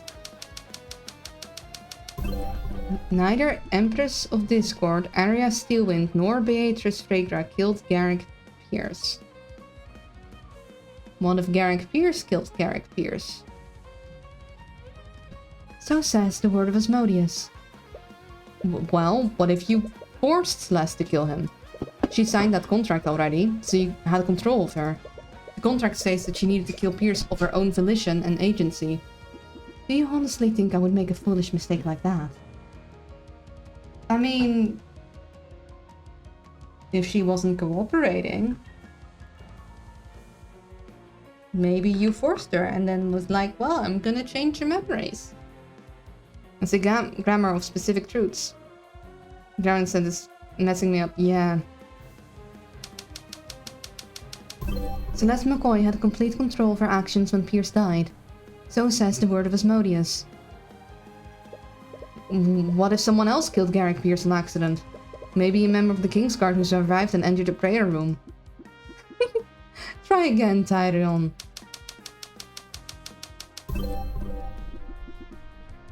Garrick Pierce's death was not an accident and was intentional and committed with malice. And while I'm at it...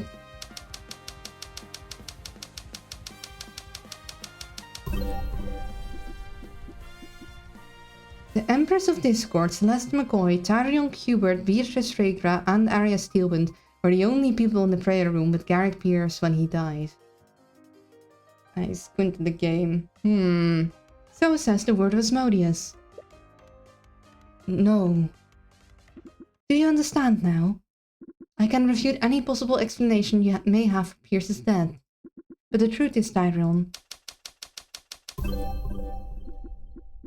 Garrick Pierce's death occurred because of Celeste McCoy's actions. Press X it down. Wait, the music stopped. So says the word of Asmodeus. No. Have you given up? Have I finally extinguished the light of hope within you? I can't believe it. I can't believe you fell for that. What? You've never thrown consecutive declarations at me like that before. It's because I'm getting close, isn't it? You can freely manipulate Celeste's memories of what happened. And I don't have any evidence that implies what actually transpired in the prayer room. The only person who could tell me that was you. What? You thought you could overwhelm me by shooting down all my theories. But all you did was tell me the exact state of the room when Garrick Pierce died. And now I can figure out what actually happened. Wait. Who killed Garrick Pierce? Look who's dominating the conversation currently, that's why. Pierce, we're nearing the end.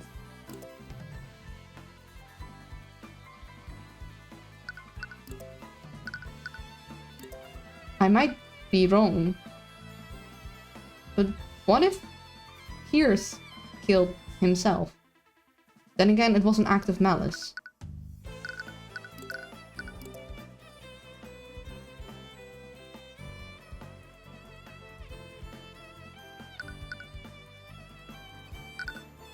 I'm doubting myself. Intense violent music. I think it was him. I think he did it himself. Karmic justice and all. Maybe I'm completely off base here. Maybe he killed himself. Yeah, that's the reason I'm hesitating. It's said maliciously.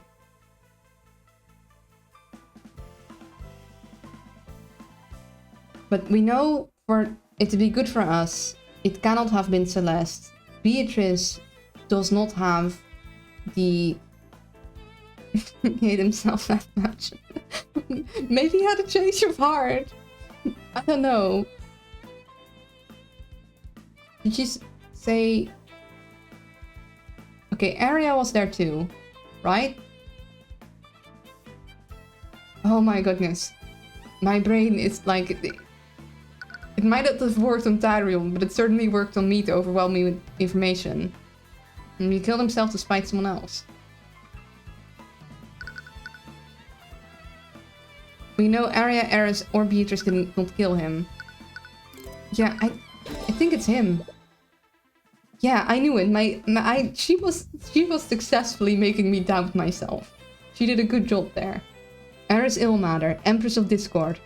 No, stop this. I'm not sure what would possibly drive him to do something like that. But when he was in the prayer room, Garrick Pierce chose to take his own life. What? You know what that means, don't you, Eris? But for the sake of it, I'll state it in a way that makes it abundantly clear. Stop this! Stop this right now! Celeste McCoy did not bring about the demise of Garrick Pierce by her own hand. So says the word of Horus.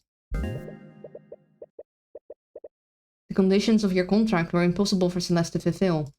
That renders it legally and logically invalid.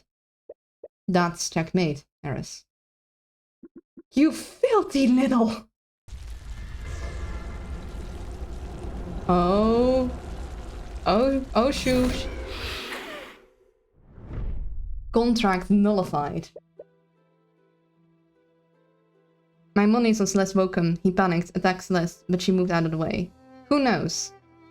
But it was his own blood, so maybe he did it to himself. You're back.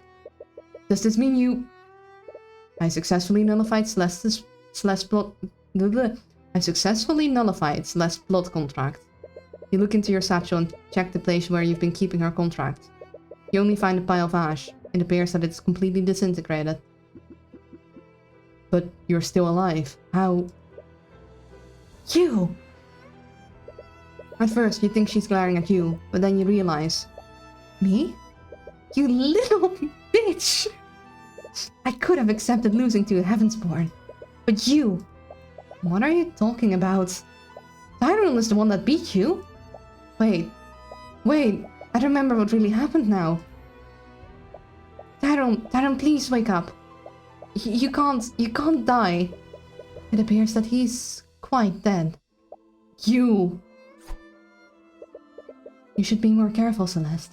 You might hurt someone if you swing that dangerous thing around. I was right about you all along.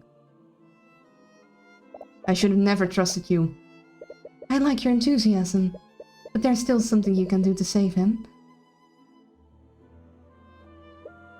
What? What is this? Oh?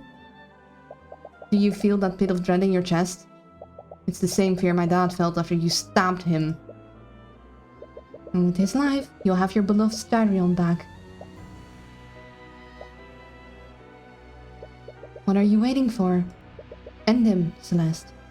I can't. What?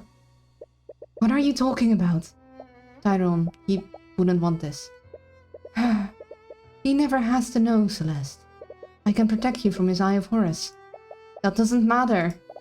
I can't do it. It's just... This man literally killed your adoptive father. Not to mention, he's a dead man walking. You've lived a lifetime of killing people. What's one more person? I won't suffer your self-righteous pity, bastard.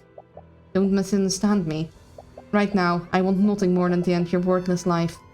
But Tyron's ideals are what saved me. That part of him is so wonderful and so beautiful. I could never betray those ideals, not even to save him. You're actually serious, aren't you? You'd seriously sacrifice him to honor his idiotic ideals. I won't do it. I'm not going to sign that contract. Contract? Ah, I see now. What? So you're his little consort, aren't you? Fico Aqua. Damn it. Wait, get out of the way, you idiot! Drop the weapon, Pierce. Don't be stupid. The only stupid one here is you, bastard. You should have known from the beginning. No matter what you choose, they were never going to let me live. They? But if I am fated to die, then it's going to be on my own terms. Wait, stop! I'll see you all in hell. Blair. Damn it! Menace. Are you trying to heal him? It's too late. He aimed straight for his heart. He died as he lived, like a bitch. Anime troll. That was malicious. But he killed himself despite someone. He did. No. Come on, you waste of human flesh, wake up. I still need you alive. What the hell did you just do? Pierce is dead and I signed your stupid contract. Now bring Tyrion back. No. No, no, no, no! Pierce was dead anyways, so I thought I could catch her on a technicality. But I never realized what I actually did. You signed a faulty blood contract. You ruined everything. And where do you get of acting like you're any better than them? What? Ideals? Righteousness? Don't give me that bullshit. I could have accepted losing to Tyrion. But you're human, and you're a goddamn killer. All of you are rotten to your disgusting cores. You would all tear out each other's throats if I gave you the smallest reason to. Tyrion is the only person here with a trace of celestial self-righteous morality. If that's what you think of them, you really don't know anything about humanity. Celeste is far more than what you're saying. She's far more caring and empathetic than I am. I could never even come close. Tyrion. And it has nothing to do with whether I'm heavensborn or if she's a human. But I think I understand you a little more, Eris. Is that so?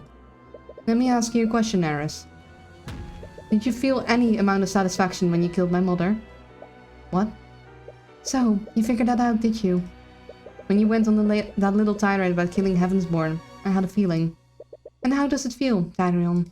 The person who killed your mother and ruined your life is standing right in front of you. What do you have to say? Nothing to say? Say something, damn it! I think all I feel for you right now is pity. Oh, that's rich. You pity me. Your existence is an infinitesimal blip in my eternal existence. And yet you put all this effort into making me suffer. Well, was it everything you imagined it would be? Did it satisfy you at all? I bet you didn't feel anything when you killed my mother. It was just another drop of evil in your empty soul. I was excited. It was far too simple. I didn't truly make her suffer. That's why I didn't. Oh, is that right? Well, what if he did succeed in throwing me into despair? Would you have felt any sort of satisfaction? Of course I. Demons can't tell lies, Eris. You can't lie to us, and you can't lie to yourself. No, that can't... And that's why I pity you.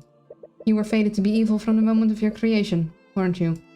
That's why you hate humanity so much. You envy us.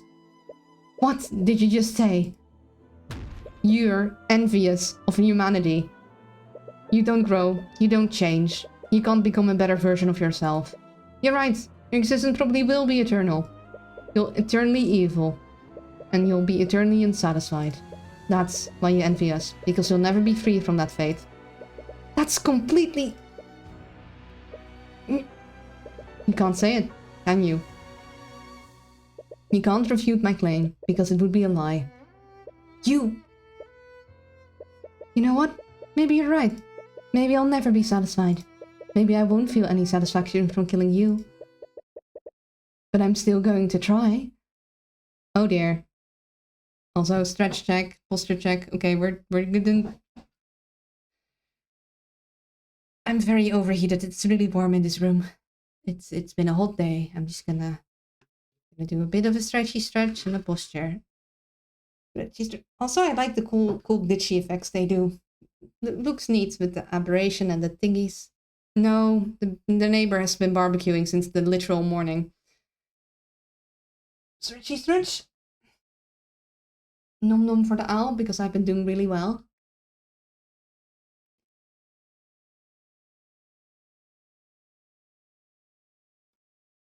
I wonder how they did this. I really like it, it's cool.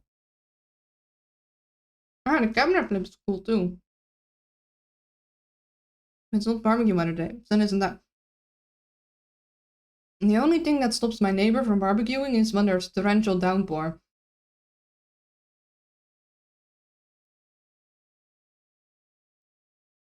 Yeah, I wonder how they did it. Do I use OBS? Me? Yeah. Alright, let's continue. I did a small food and stretch break. We're very close to the end. I can feel it in my hollow bones. They're hollow because I'm an owl. Oh. Just stepped in. Arrogant witch. He was like, okay, that's enough. Well, I suppose that's all that. Although, she'll definitely be back one day. And when she does, we'll be ready. For now, let's be satisfied that we finally discovered what happened. Oh right, about that. Are you serious? After all that, we still don't know who the patron is. At this point, I'm just glad Miss McCoy wasn't the true mastermind behind this. Speaking of which, now that I've nullified her contract, Celeste should finally have her true memories back. Battalion also wanted barbecue. I love, like, you start forgetting that there's a dragon there. I like that they just kept him there until the last month. Like, okay, that's enough. Burn you will. I do remember what happened. It's still really fuzzy. I've really been trying to remember what was in Aria's contract when I caught a glimpse of it. But I think that's the memory Aris manipulated the most. It's possible that she will need some time to fully recover from the Empress's demonic influence. Frick off to the circle of hell you came from. We don't have that kind of time.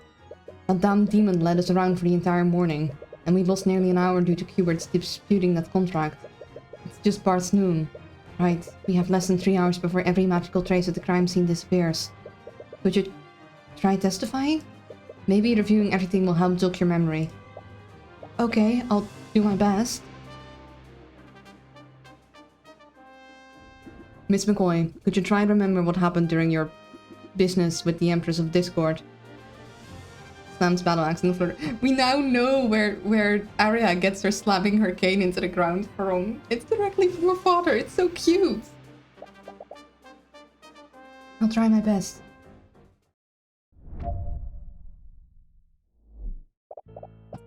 think I remember now. We went to meet with Pierce at 1:50 p.m. and we heard that commotion outside at 2:20 p.m. I saw Arya attacking the guards there, and I fought her for about 15 minutes before she broke past me. When I followed her into the prayer room, I found her there with Beatrice and Iris, who knocked Arya, Tyron, and Pierce unconscious. I checked Tyron's body and thought he was dead, but I realized now that Beatrice just cast feign dead on him. Anyways, Iris offered her deal to me, but I couldn't go through with killing Pierce. I think you know the rest. A few minutes after Pierce died, Aster, the Inquisition, and the Kingsguard showed up to arrest Arya. Aside from your conversation with Ilmater, that seems to match up with what we already knew. It appears we will simply need to wait for Celeste's memories to return. He's clearly not okay with leaving his daughter vulnerable until then. Even if there's nothing apparently significant, I'd still like to cross-examine her. Go ahead then. Okay. Goodness, last bit. I'm losing my voice. Right, we now know for certain that the meeting was at 2 p.m. Yeah, she only changed my memories so she could trick all of us. Considering that my memories were intact, she must have not had the power to change them. Yes, she never actually used her demonic powers to revive you. She merely had Beatrice release Feign Dead spell that she originally cast. Not stress, you got this, gamer. We got this. Still can't believe I fell for that. Anyways, who did you see attacking the guards? Was it Arya or Beatrice? Originally, you said that you fought her for a lot longer. Yeah, I had to account for the time I spent speaking to Eris. I had a feeling something was off about that. I knew Tyron would be really meticulous about the timeline of the murder, so I had to make my testimony match up with the time of Pierce's death. I'm gonna be real tired sleepy hours for y'all after this, yeah. I'm really sorry. We'll talk about this later. Oh. So we weren't wrong about Beatrice sneaking past you during your fight. Yeah, now that I look back on it, it was probably a distraction so Beatrice could sneak past me. What is it, Qbert? The patron was working together with Eris. Why would Eris use Beatrice to knock out Arya? I never thought of that. Frankly, I find it hard to believe that the patron willingly went along with the Empress' convoluted plan. They clearly needed Pierce to die, and relying on McCoy to do it seemed foolhardy. Right. Is it possible that Eris went off script then? She definitely doesn't seem like the type of demon to take orders from a human. Hold up. Was Pierce the patron?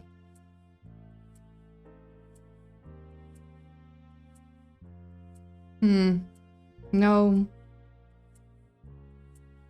Then Arya's memories would have been returned. Right, because he's already dead. Anyways, what happened after you saw me unconscious? Or, he said that's who you're working with. Did Pierce know the... Yeah, Pierce knew the patron, probably. I can't believe you fell for such an obvious deception. I know, but I was just so scared. I thought he was dead and I wasn't thinking clearly. I'm glad that you care about me that much. But what did you almost destroy... What you did almost destroyed Arya's future and let Patron get away. Don't be so hard on her. Perhaps it's best to stick to the facts for now. I think one plot contractor has such an effect on the investigation. I should have known she was up to something, but I was too desperate to realize it. You were put in a difficult situation. Take solace in the fact that you stuck to your ideals despite that. I mean, if she didn't do this, I think Tyron would be dead right now. Yeah. Guild Lord is being surprisingly sympathetic towards her. This must have been after they went to investigate the fire in the common room. I'm surprised Aster went to the prayer room as well. I'd have told the Kingsguard would have kept him in a secure location. Those were my orders, but His Majesty demanded that they secure the cathedral for the safety of everyone there. He's always been altruistic. Oh, he's always been an altruist. The testimony doesn't appear to add any new information, but between the multiple murders and Eris changing people's memories, there might be something you've missed. Remember each piece of evidence you have and the time of each event that day. There might be something there you can use. Oh boy.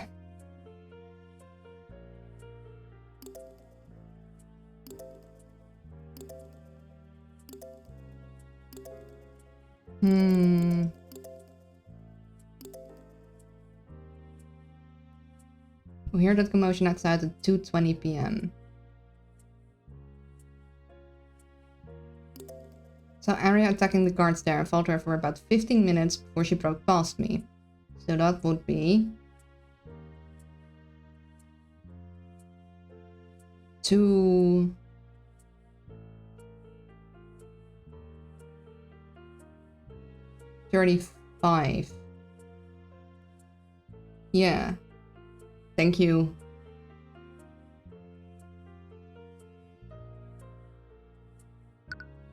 Hold up. But... Okay, no, he did die quite late. Okay, so that still adds up. And I followed, and knocked Arya, Tyrone, and Pierce unconscious. Checked Tyrion's body. A few minutes after Pierce died, Aster, the Inquisition, and the Kingsguard showed up to arrest Arya. But that is odd, because that's 15 minutes after he died, whilst he would have been contained like until at least 3. Objection! Wait, what? What is it, Hubert? Celeste, are you sure Aster showed up only a few minutes after Pierce died? Yeah, I remember that part pretty well. Eris seemed really worried about being seen by them. Have you figured something out, Mr. Hubert? It's just that... May I remind you that we are extremely pressed for time. Stop wasting our time and just say what you want to say. Celeste, Garrick Pierce died at 2:45 p.m. and Aster showed up in the prayer room only a few minutes after. Yeah, where are you? Wait. That raises a big question. How did Aster enter the prayer room around 2:45 p.m. when he should have been trapped in a force cage until 3 p.m.? Wait, you're not serious, are you? McCoy's memories are clearly unreliable. My men all reported that His Majesty led him to the prayer room after he exited the force cage. Normally, that would be more concrete when compared to Celeste's testimony, but we can't trust their testimony. What are you talking about? While I was disputing Celeste's contract, Eris declared that she made contracts with multiple members of the Kingsguard. Mr. Lawyer, please cease your dramatic pauses. What? They were working together with her. And if these contracts were structured similar to Celeste, she must have had the ability to manipulate their memories. This means that they could have intentionally or unintentionally lied during their questioning. To think, even the Kingsguard have been compromised. How could I have let this happen? And even if we assume that he somehow escaped an inescapable force cage, how did Aster know to head to the prayer room? I understand your point, but do you understand what you're implying? I'm not trying to imply anything, I'm just stating the facts that we know. I like Lucio isn't even trying to prosecute his daughter now, he's just there to basically be second opinion. Yeah. We know that as a human, whether willingly or otherwise, worked with the Empress of Discord to orchestrate this massacre. He was deeply trusted by Arya Steelwind. So much so that she didn't even think twice about signing a contract that he gave her. There's only one person who meets those criteria. Aster the Wyvern Guard, the reigning king of our kingdom.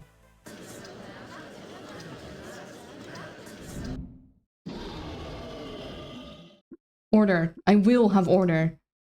Mr. Hubert, do you understand the weight of this accusation?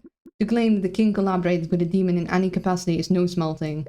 I do, but I'm hoping this is all a misunderstanding. After all, Eris's goals seem to be nothing beyond sowing as much discord as possible. She made us believe that Celeste and Arya were both murderers. I want to save Arya, but I also want to believe in the people who've believed in me. If Aster has information that can save Arya, we have to find it. Very well then. I suppose it's only right then, with everything that has transpired, that the king should make his truth known. I agree, and I wouldn't have it any other way. Need to get everything off my list, man, king, and god. Kingsguard, please escort His Majesty to the stand. Is he gonna be excited when he's being cross-examined? But nah, I doubt it. Even he knows the seriousness of the situation. Thank you for cooperating, Aster. Of course, I understand your position, Mr. Hubert. I'm hoping you can shed some light on how Arya came to be under the blood contract in the first place. Oh no. It was the signing of the marriage thing, wasn't it? It's possible Eris tricked you somehow and made you carry out the massacre. There has to be something we are not seeing, despite what the evidence points to. Evidence? You're referring to Celeste's testimony, am I correct? I'm sorry to say this, but are you sure we can trust her testimony? We can trust her now. She's no longer under the effects of the blood contract, which you claim no longer exists. But only you have the power to manifest them in the first place. What are you getting at? I'm sorry, Mr. Kubert, but I suppose what I mean is, after everything that just happened, how can we trust you? What? You disappeared for quite some time, to who knows where. And the only person who was there with you was Celeste, and a demon who can clearly alter people's memories. Isn't it a little convenient that she was burned to a crisp almost immediately after you returned? She said it multiple times. That didn't actually kill her. And now, you're singling me out as the patron, the one ultimately responsible for the murders of Von Sanctus and Cybele. If that demon made you into her puppet, wouldn't this be exactly what she wanted? Oh dear. How do we know this Heavensborn can be trusted? We all heard the stories. He's practically oh no. Oh we know, he could be an agent of the theocracy. I can feel the room turning against you. Even the skilled lord looks wary. Sorry, I didn't mean to insult you after everything you've done. But I suppose there's one way to confirm your theory. And what's that? Use your divine edict on me, just like you've done several times before. If I truly was in league with that demon, shouldn't I have a contract with her? It will appear, even if I was made to forget about it. Wait, that's right. We already tried that before and it didn't work. Which means that he definitely doesn't have a contract with her. Why aren't you doing it? I can't. I already tried and nothing appeared. I see. I'm sorry, Mr. Kubert. I know you care deeply for her. But we all saw Celeste's blood contract and we heard her earlier confession. Not to mention, we have no way of knowing whether Celeste is truly free from Ares' influence. If Miss Steelwind is not to be saved, we all must accept what needs to be done. I don't like saying this, but I think it's time this trial came to its conclusion, don't you, Your Grace? Damn it, he's even got the skilled lord on his side. Even if it's against you, he raises a lot of good points. But is he acting with malice, or is he just being careful? Come on, think, Tyrone. We just proved my blood contract wasn't valid. How's the trial going? Each time I think we've made progress, something else gets thrown at us. I keep thinking, yes, we're almost done. But we might just end at like 4. We are very, very close to the end. Yeah, my voice isn't gonna last much longer, but we're so close. Yeah, must have missed something. Last I saw the prince, it was a total of, it's His Majesty now, he's the king. But yeah, something is off. He's changed his tune a lot. The one who made Arya commit those murders is still out there. Maybe you've been thinking about it the wrong way. Ares found ways to trick people into signing blood contracts before, so she wouldn't necessarily need a blood contract to trick Aster into accidentally helping her. The question isn't whether Aster knowingly did this or not. The question is, what part of the plan required Aster's physical involvement? There had to have been some sort of physical involvement on this plan part, and that might have left behind evidence that proves it.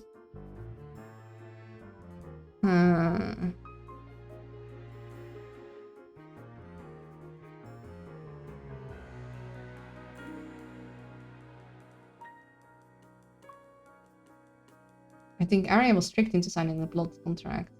But what part in... We needed to trick Arya into signing the contract somehow. But you've seen how she's around him. That wouldn't have been very hard to do. No, Arya may be a lovesick disaster around him, but she's still an attorney. She would be careful to read any contract she signed. We deduced earlier that her blood contract was disguised as a normal legal document. I think it was their marriage documents. I must say I love this ride. This has been a wild ride and I've loved every minute of it. I last saw the prince. He was the prince. I didn't see the king until now. And I remember when you caught a glimpse of it, you immediately started teasing her. I'm really trying, but I just can't remember what I saw. This trial has been a ride. The trial before this one is my favorite, I think. It is a very hard distinction. I love both of these a lot. But if I was teasing her about it, it was probably related to her relationship with Aster. Our marriage things. I'm sorry, I know that doesn't really narrow it down. No, that is exactly the clue that I needed. Really?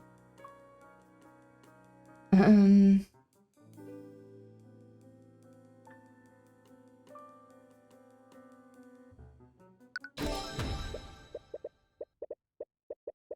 Like the monkey and the judge's reaction to Maroon that's just rocking up and before like, what? You act like you've never seen a demon before. Aster, there's one piece of physical evidence that proves you were involved in this. Really? The patron controlled Arya and committed each of the murders without having to do anything personally. But it was all contingent on tricking her into signing that contract in the first place. I recall that you went to a meeting with the High Speaker right before the massacre started. Wait, the High Speaker was in on it all along? It was to discuss your marriage to Arya, wasn't it? Yes, that's correct. Aster, the blood contract that Arya signed needed to look like a normal legal document. But I just realized something while reading it. The language used would have made sense under a different context. In that contract, Arya gave you her mind, body, and soul. It would bind her to you as long as you both live. Wait, are you saying... No. In other words, till death do you part. Objection! That's a big leap in logic, even for you.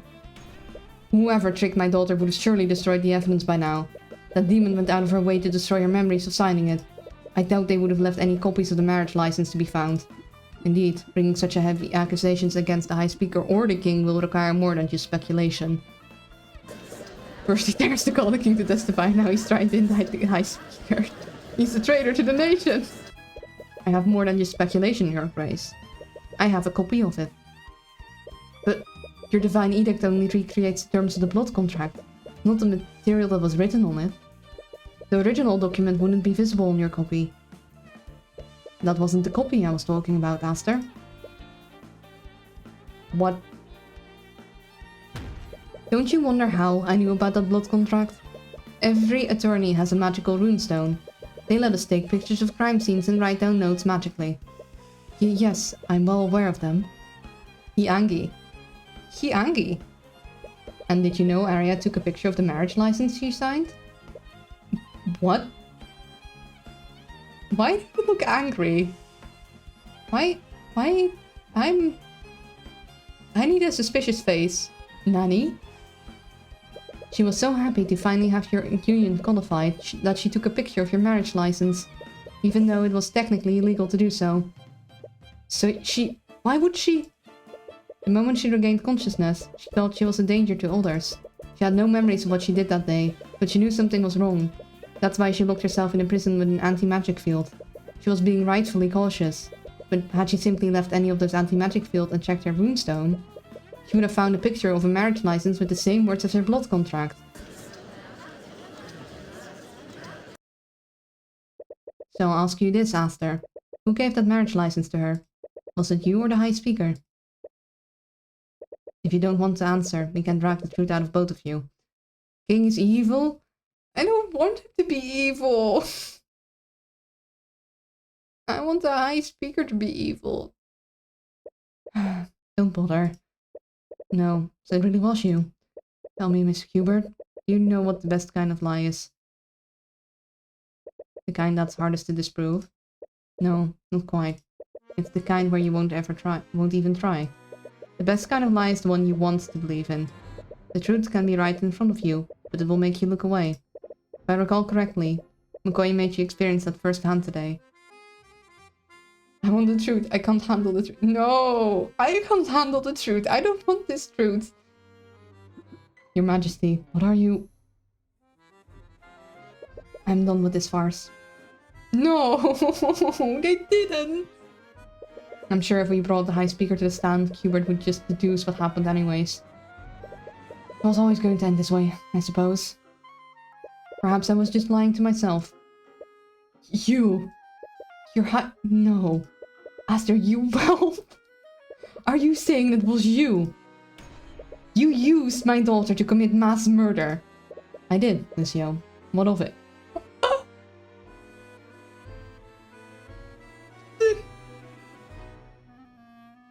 He did.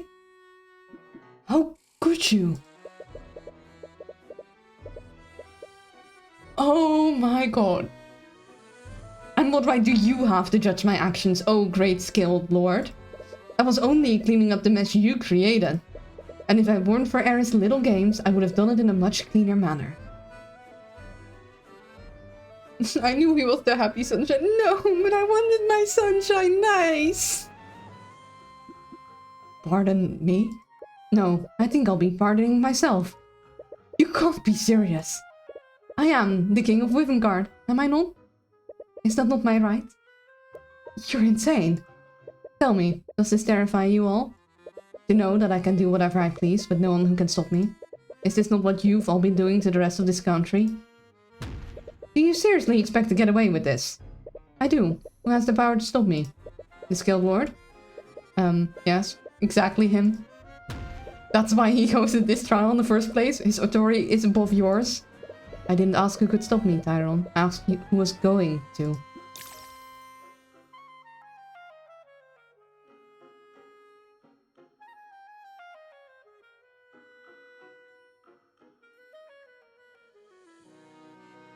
Brother put the king on trial, England style. Oh. What? Why aren't either of you saying anything? Yes, Italian. Have me arrested. Put my 7-year-old brother on the throne. I'm sure history will tell exactly how a kingdom fares when a child sits on the throne. Or would you take the throne for yourself? You spent all those centuries huddled away in this ruined city.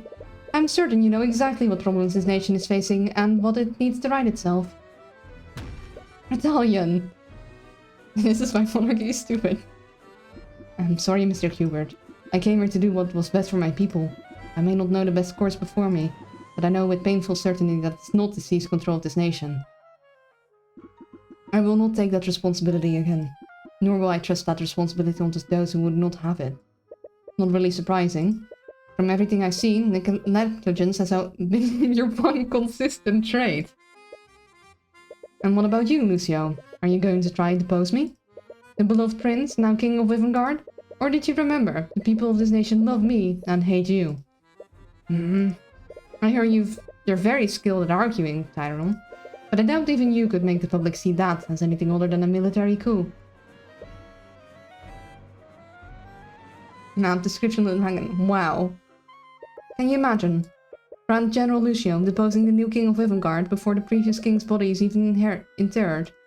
I wonder how bloody of a civil war that would plunge this nation into. And even if Lucio doesn't have much difficulty crushing the commoners. I am sure you can imagine just how tempting a weakened Wivengard would look to other nations. Damn it, by killing Cybele and Von Sanctus he left a power vacuum that only he could fill. And the dragons still just touch on their inept. Yikes. Master, you're holding the entire kingdom hostage. I am merely consolidating power where it belongs. In the hands of the king and benevolent ruler who's finally going to fix this nation. Oh, buddy, I wanted to like you! You murdered several people, consorted with demons, and enslaved your own fiancé. I'm sure that to you, my actions may seem evil and unforgivable. But to the rest of them in Wivengard nobility, I very much doubt them even the first to do such a thing. This is just politics. Also, history fun fact, you know how often monarchs would kick the bucket from assassinations, wars, and so on. It was somewhat common for children to be in charge. They would simply be only technically on the throne, while advisors and others chose close to them did the political stuff. So yeah, and the crown to the 7-year-old. Oh boy. And I think that makes checkmate, Hubert. I can't believe it. I've always wanted to say that. What are you all doing? Are you just going to let him get away? Lucio, she's your daughter. Are you just going to let him keep control over her? My daughter would not sacrifice the stability of Wivengard for her freedom. You know that to be true. He killed so many people and he enslaved Arya.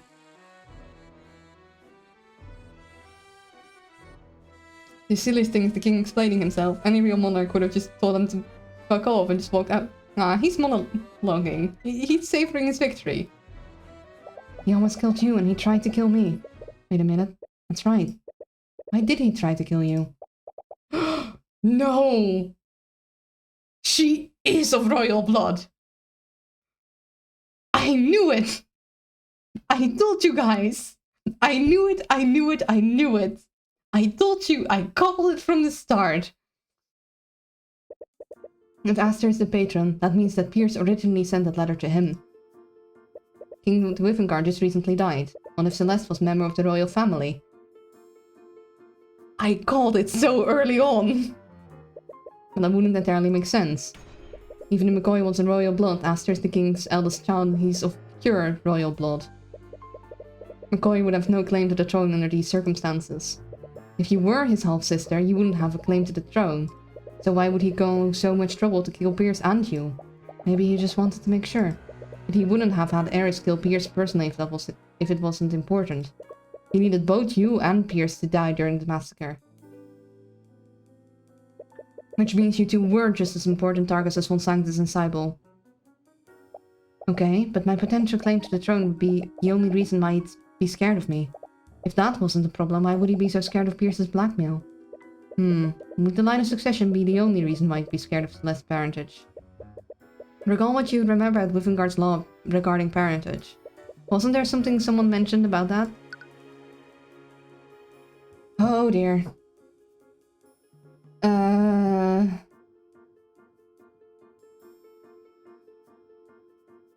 Oh, I'm... 3? Don't tell me the things. No backseating. Shoo. Well, now I have to do 3. Or do you mean 3 twists? I have to really dig back in my memory. Who said something?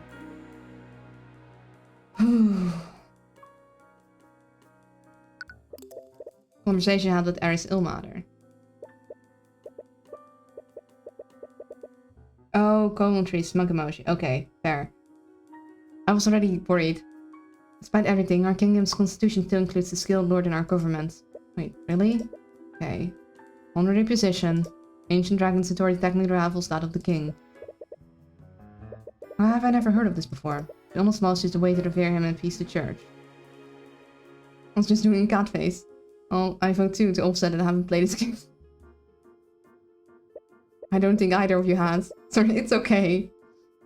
If you said that without knowing, then you weren't backseating because it just happened to be right. Wait, the skilled lord and his kin can override the king's rule. Wait. Who's Celeste's father? Oh my god. Wait. A lot of memories comes back to you. Celeste McCoy, by the authority of Wivengard Crown, you're under arrest. Noticing the commotion, 3 older knights rush to grab her and begin dragging her away. She kicks and screams against them, desperately trying to break free. Even between the 3 knights, it's taking all of their strength to subdue her. But I know more than one spell now. I actually just learned a few new spells today. I'm sorry, spells? As in plural? How long did it take you to learn these spells? A few hours, I think. She learned multiple spell formulas within a few hours. She's a flipping dragon! Ah, so you come from the same humble beginnings that I do. Which spells have you mastered? I haven't really mastered any of them. I know about 7 spells, though. She is the Dragonborn! 7? That's almost 4 times the amount that I know. She's learned even more spells. She's been picking them up rather quickly. Make no mistake, even in my human form, I have always had the strength of an ancient dragon.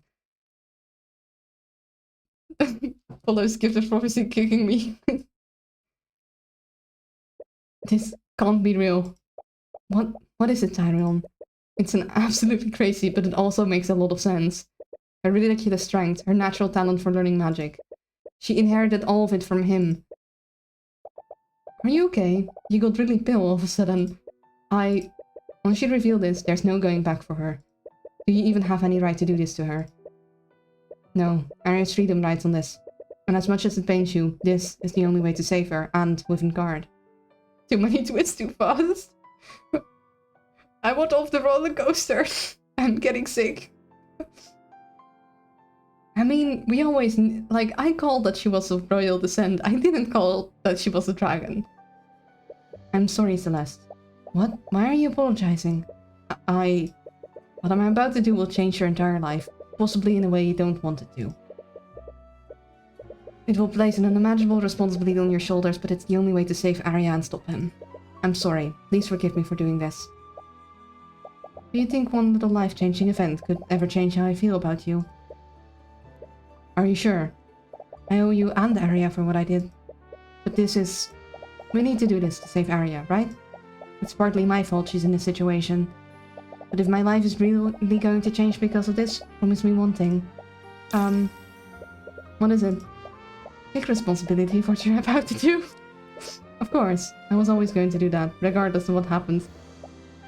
Good. I two now flirting with each other. He knew! You jerk! You knew! He thought I'd found someone as oblivious as I am. If you have nothing else to say, stop wasting all of our time. Aster, I know who Celeste's father is. Wait, really? What? No, you're bluffing. You have to be. Why don't we test that theory then? You said that no one could contest your rule of Ivengard aside from the skilled lord. But there's one more person, isn't there? What are you talking about? Only the skilled lord has the political power to override the will of the king. And his kin, Lucio. Yes, I suppose that's... Wait! As to the Ivengard, you needed Celeste to die during the massacre. It's because her existence would always pose a threat to your rule. Are you serious? People of the Ivengard nobility, your current king was fearful of my bodyguard's parentage, and now we know why. Celeste McCoy is the daughter of the skilled Lord Ratalion, an ancient dragon and creator of all arcane magic. You can see they're inspiring Lucius brain even though he's in PG moving. So, shaking my head, there could have been 2 romance in this game. He had to kill 3 animals. He had to be a meanie.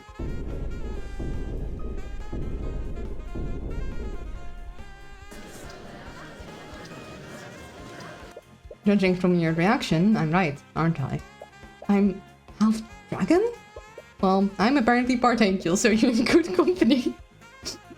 But that demon was speaking the truth. As to the Ivengard, as the skilled lord's kin, Celeste has the authority to pass judgment on you and override your rule. And when you're gone, she will take your place as the ruler of Ivengard. I was going to wear holes in the rock desk from slapping it so often. He will. Miss McCoy, think about this. Can you even begin to grasp what it takes to lead a nation, much less this broken one? You'll find this crown no less binding than any blood contract. Just tell me one thing, Aster. Why did you do this to Arya? She's asking the real questions. Why did you do this to Arya? She trusted you. She loved you. You could have changed Ivengard together with her.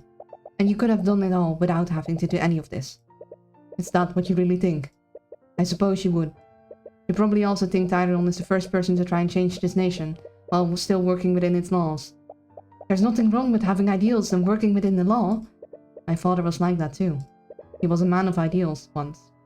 But I watched my whole life as he was forced to compromise on everything he believed in, one ideal after another. It was to keep the peace. He must maintain the stability between the noble houses to uphold the law and order. And do you know who paid the price every time? Not him, not me, not any of the nobles gathered here. No, the people who paid the price were the common folk. The kind of people you two are always trying to save. I would have honestly thought you'd understand by now. A gulf exists between what is just and what is lawful in this kingdom. I'd have thought that you two, out of everyone, could have understood why I did this. We know it's not fair. They can't change, and you had the power to change it. I am changing it. You worked so hard to find the truth of Von Sanctus and Cybel's murders. But there's a little bit of truth that's evident to everyone in this room, except you two. Half of the people here are glad they're gone. And the other half wants to be the ones to replace them. The blood I shed in a single hour did more good of this kingdom than you two would have done in years. So that's how you plan on fixing this country's problems? By working with demons and killing your way to a brighter future? If I have to, why not? Every day, across this nation, commoners are killed and oppressed at the hands of the very nobles gathered in this room. They bleed this country dry and feed on its people like carrion. I am merely returning as a much-needed sense of equality. Do you really think any of you are in position to judge me? All of you who came running at the news of my father's death. All so you could be the first to fill my ears with your sycophantic praises. Do you know what the difference between Eris and all of you is? Eris is just a bit more honest. Oh shoot, one sec.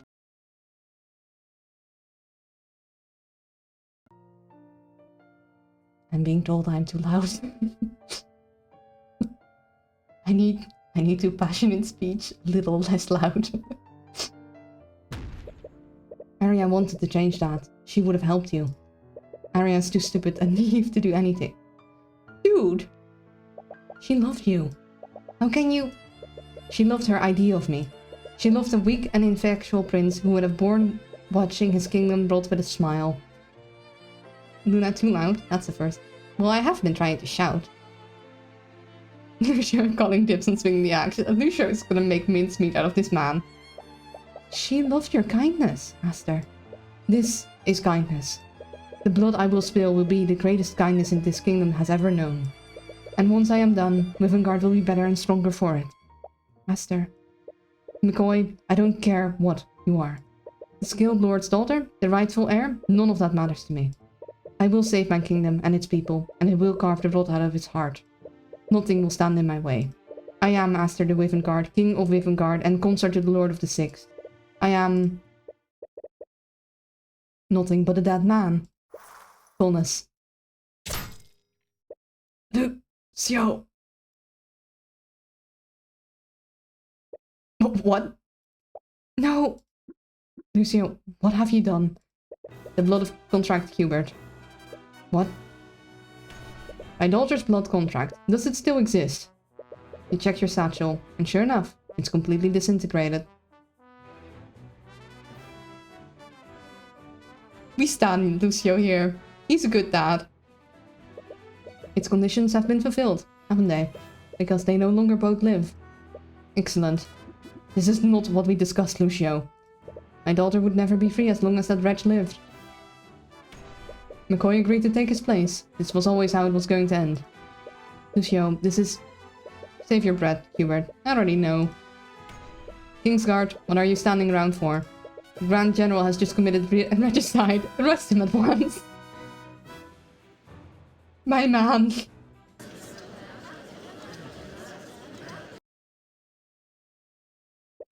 You all exit the Skilled Lord's lair. Considering everything that's happened, there wasn't really a point in continuing the trial.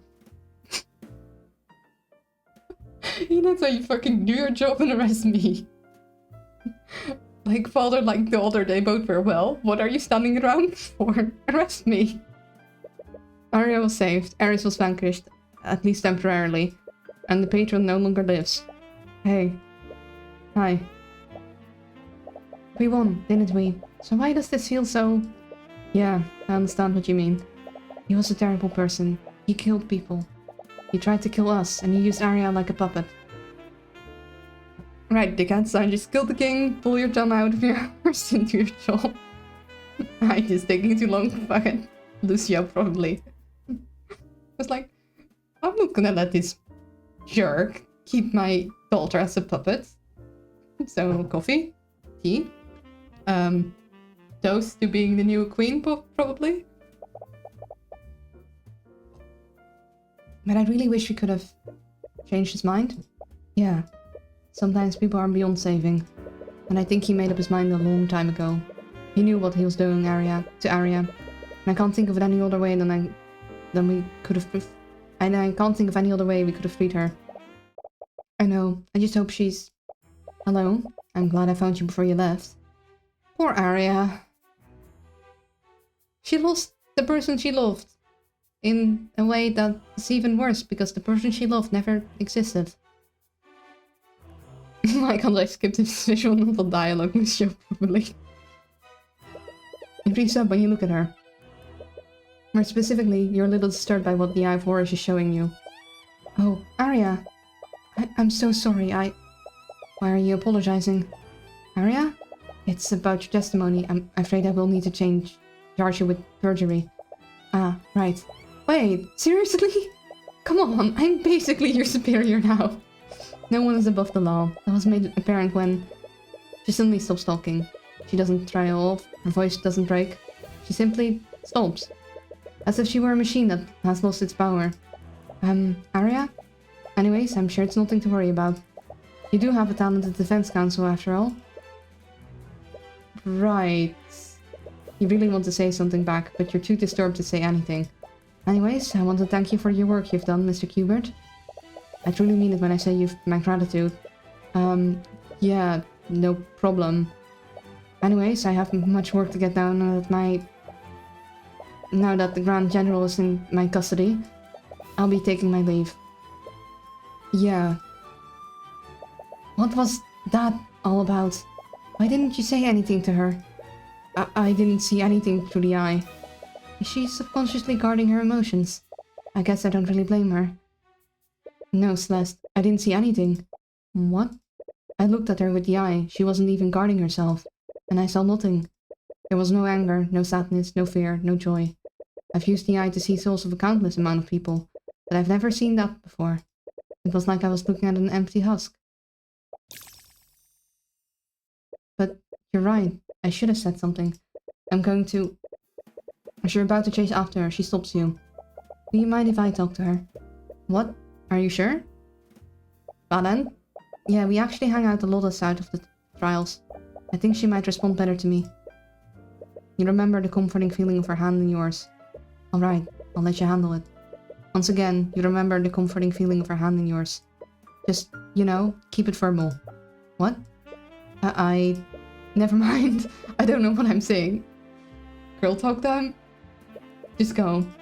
Alright, you weirdo. Yeah, that was weird of you to say, Tyrion. That was really weird. It looks like you've gotten acquittal of yet another client, but it didn't tie up quite so neatly as you'd hoped. What do you mean she's gone? She was just here. I'm sorry, your race? You may not know what the future has in store for the two of you, but perhaps that's okay. You have a feeling that so long as you have her, no, as long as you have everyone, you can begin forging your own path. A path that is completely chosen by you this time.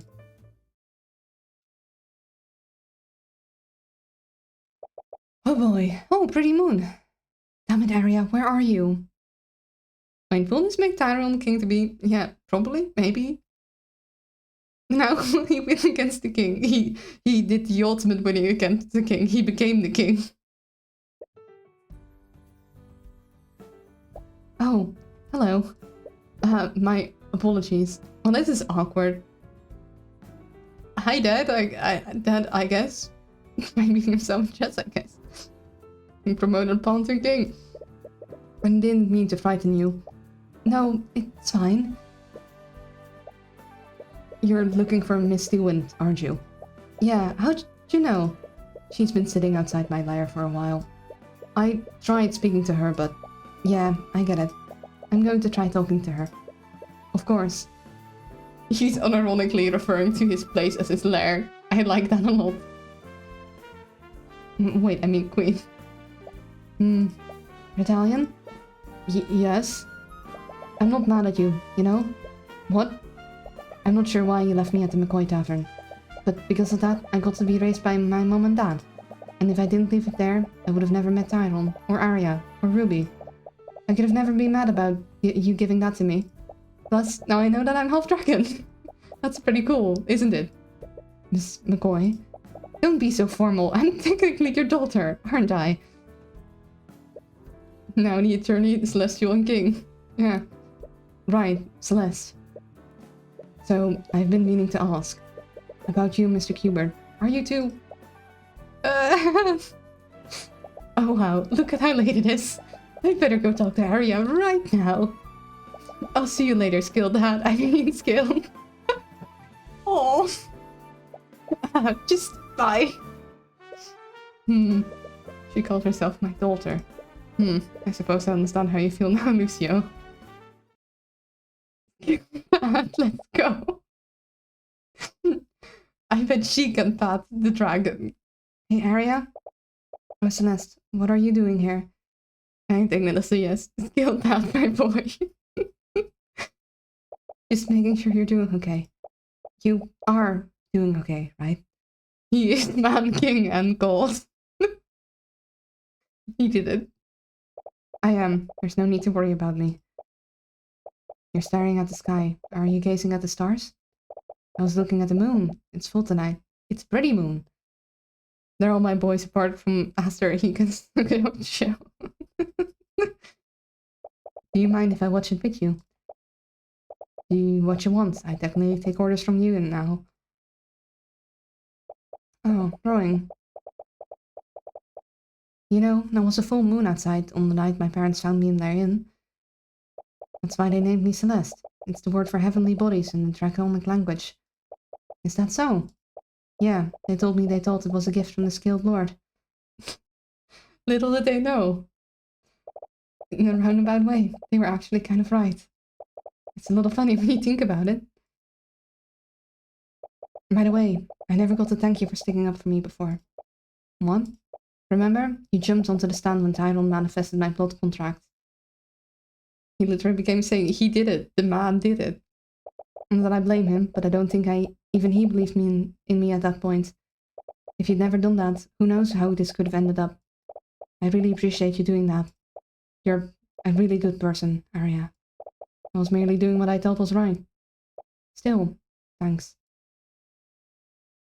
You're not really going to charge me with perjury, are you? Yes, I was serious about that. Damn it. We do require your help to hold the structure of our kingdom together. They won't send us you to jail, but I might have you do some community service. Fine, I guess I can live with that. My father told me I was being too lenient, but I can understand the position you were put in. We all do stupid things with love, after all. Stupid. Arya? How could I be so stupid? Hey, you're not... I'm a complete and utter fool. I knew about blood contracts. I am an attorney for Lord's sake. I've read countless legal documents. I knew something was wrong, but I was just so stupidly happy. Hey, that's not fair. No one expected him to do something like that. Now my father... He's going to pay for my stupid mistakes. I'm sorry. Celeste, why did I trust him so much? Oh, poor Arya. He used me with my hands and my magic he made me. I'm sorry. What he did to you was horrible, and I don't know how to make it better. You're not alone, okay? It's not just me. Tyrone, your father, we're all here for you. So please don't shut off your emotions from us. Thank you. Celeste, I think I've made a decision.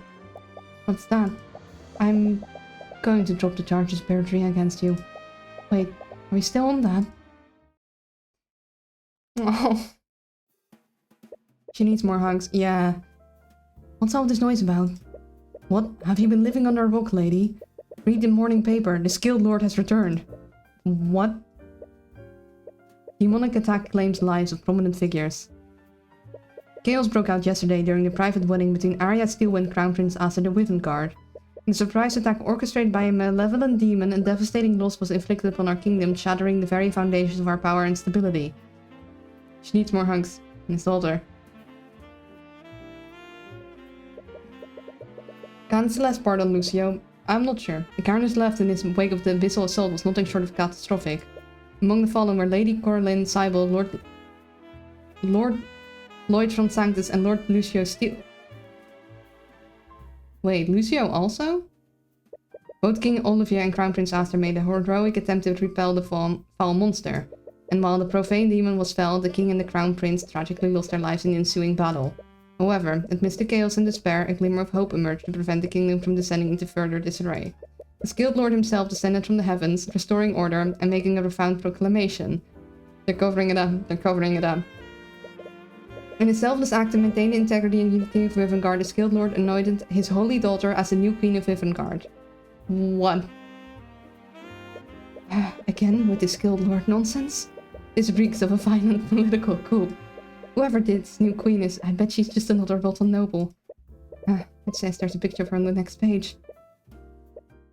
What? Wait, what the...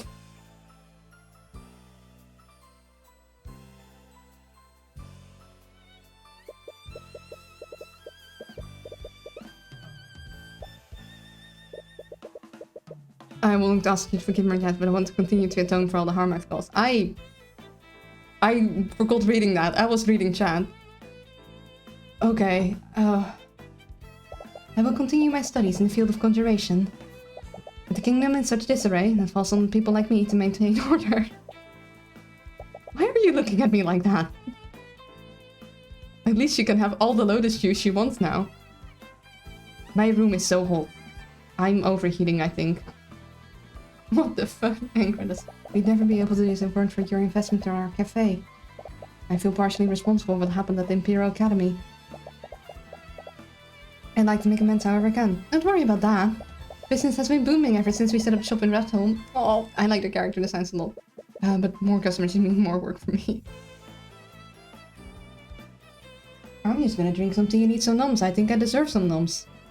The owl has been overheating and very tired. Been developing my necromancy ever since I began working under Lord Asclepius. I think I've grown quite good at it. Don't get ahead of yourself. You've grown competent at it. That was a joke. You're probably the best necromancer I know.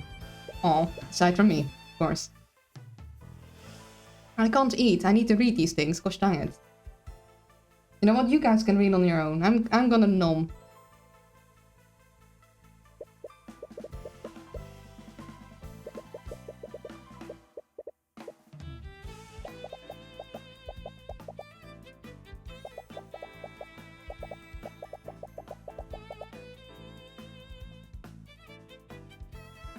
Things we can read. Sorry. Hey, look! Shady, we know him! Step it. I don't know, but they did awesome job making the music. Uh-oh.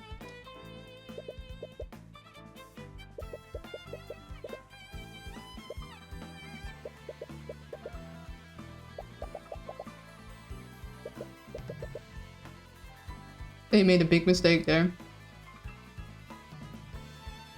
I'll need a nom and neep. I do. And I need, like, cooling.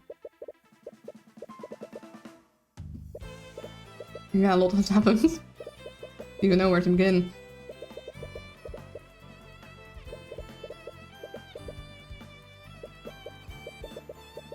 What did her magic? An angel investment. Aww.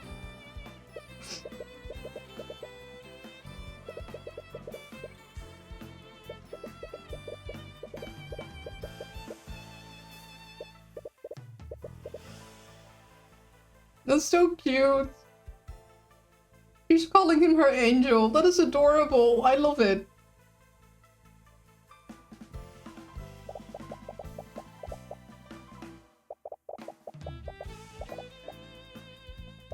I think it's about time we end the constant feuding between the Steel Winds and the Freygrass. And I'd like for us to work together. I'll check.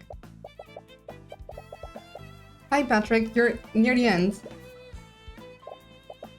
And take a sip of tea. Tucker can dig for gold. I think it's meant to be tied on this legit. He is! And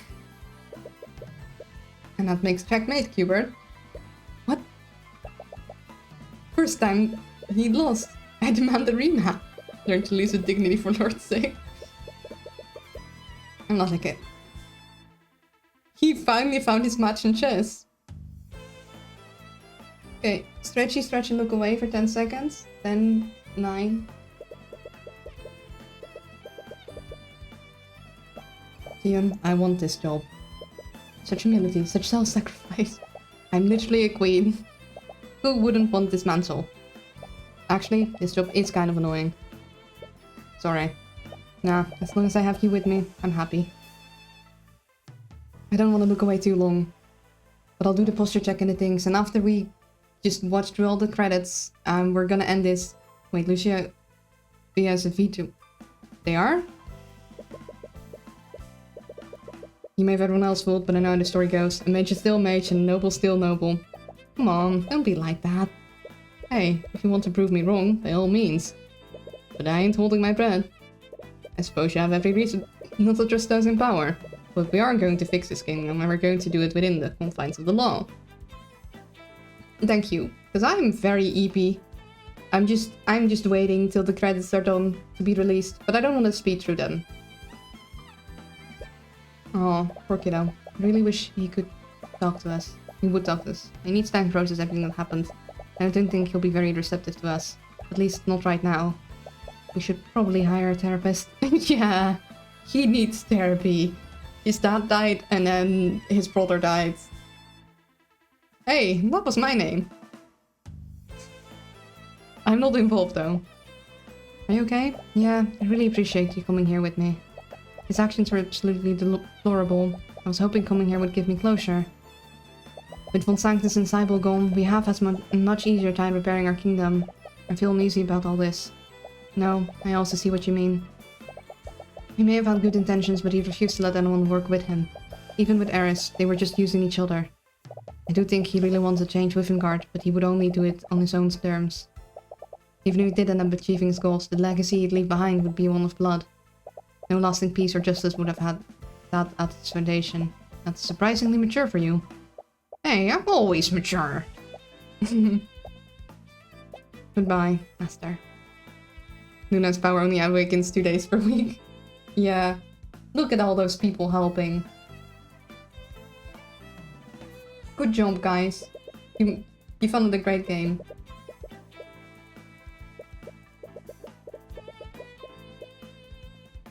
Yeah, I suppose you have a point. Anyways, you're just often strange in fiction.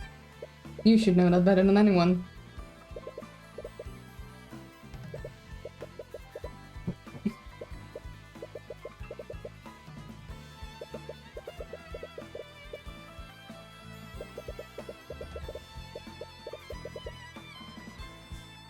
I like how all the things.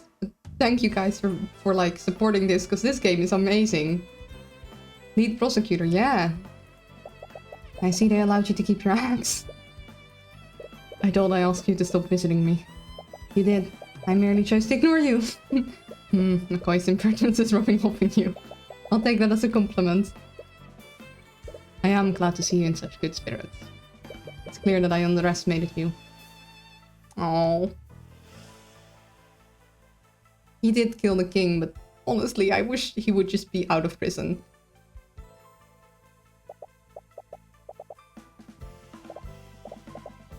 And thank you for streaming it. This game has been enjoyable and your voice acting has been oh gosh dang.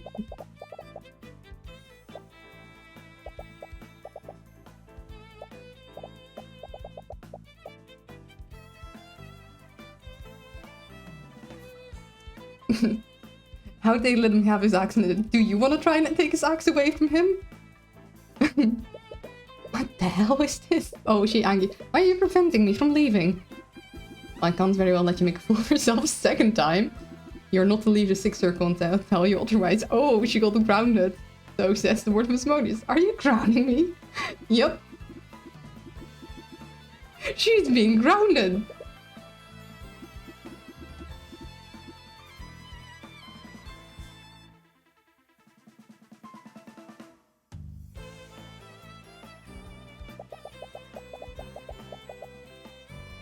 No, I've grown attached to this place.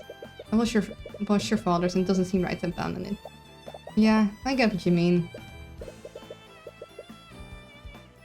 Mom, stop dragging your feet.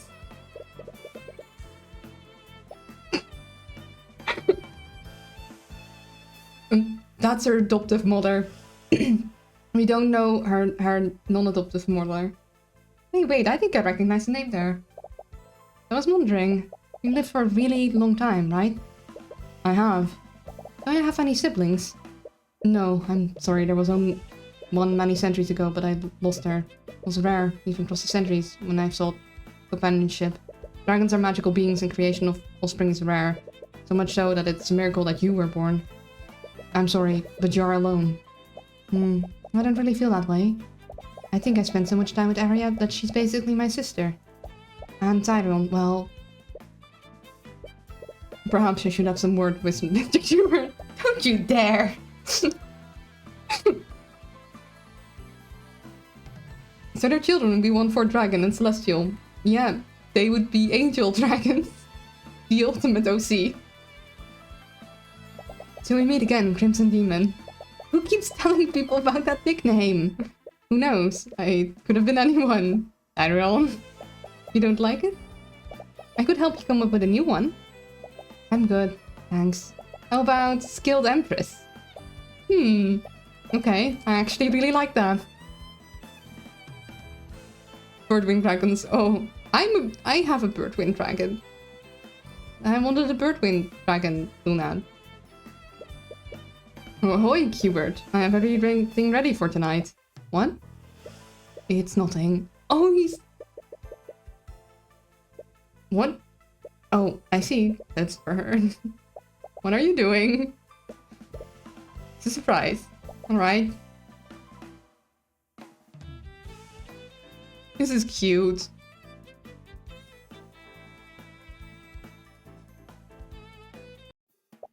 Hey, why'd you bring me out here? Is he proposing? He might be proposing. You're not usually this secretive. Come on, it's a surprise.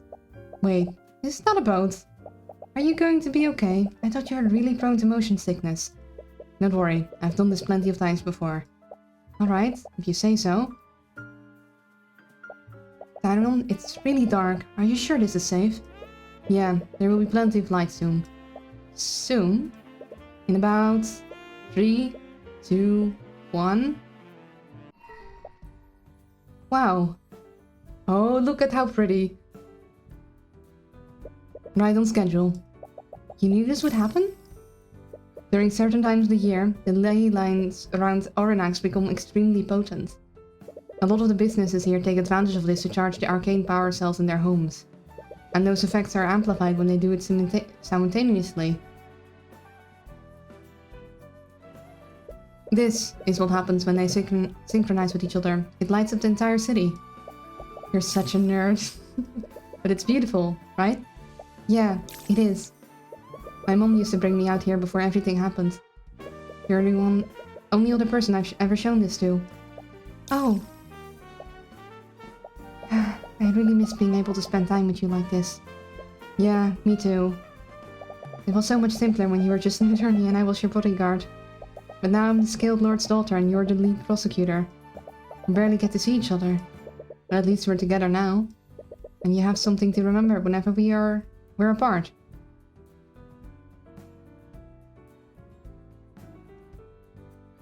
Yeah, sorry I might have been skipping over some messages. I wanted to also keep an eye on the thing, and I'm not gonna go read back and read them all. It's just I've been occasionally glancing over. This is so sweet. I love him so— oh! Yeah. What? Your thoughts are leaking slut. Tyrell! What do you... No, it's fine. This moment is so glad. It's been so long I forgot to. Is something wrong? Look at how cute they are!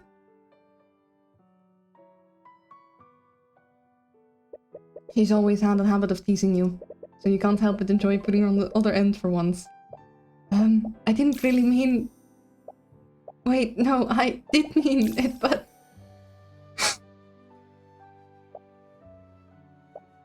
I know this is a really rude thing to say, but I kind of hate that I have her sometimes. I love you too, Celeste. Oh, okay. You try to inch close to her, but she's trying her hardest to avoid eye contact with you. But there's one way to make her meet your gaze.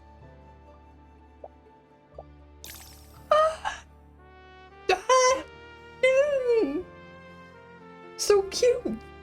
Look at how pretty. I was expecting... Shoo, guys, let them have a romantic moment.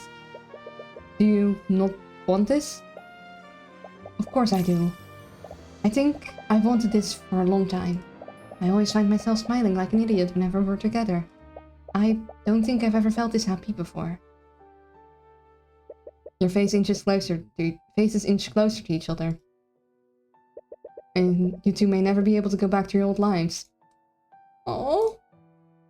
But moments like this make everything worth it. You'll always keep your promise, right?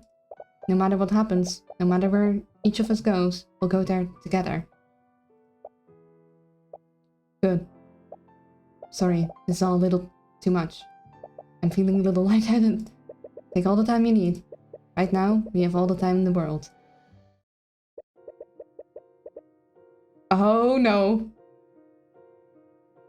You can't just follow this up with something else. Have you heard about what happened in Wivengard? Is that why you've called me here? This could have been an email. This could have been an email, Arc Sentinel. This is serious. How did we not know about this Tyron Hubert?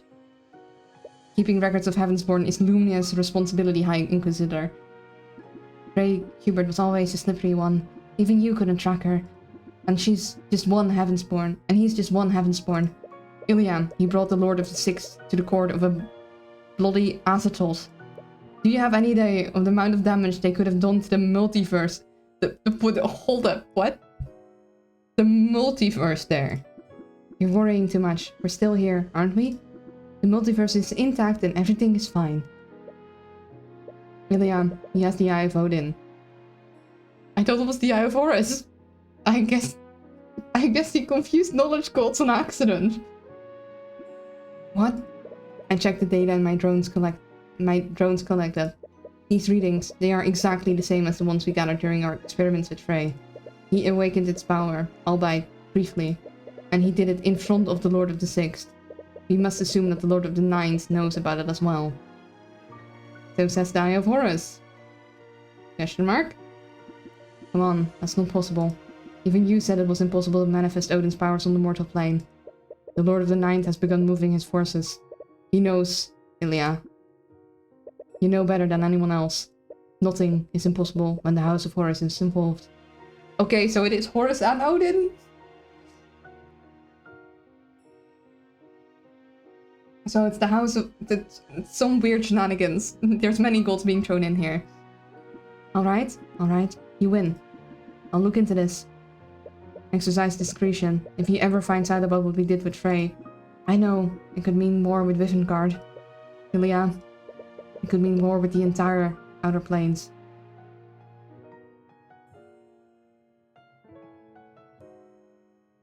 The House of Horus is the bloodline and Eye of Odin's the power.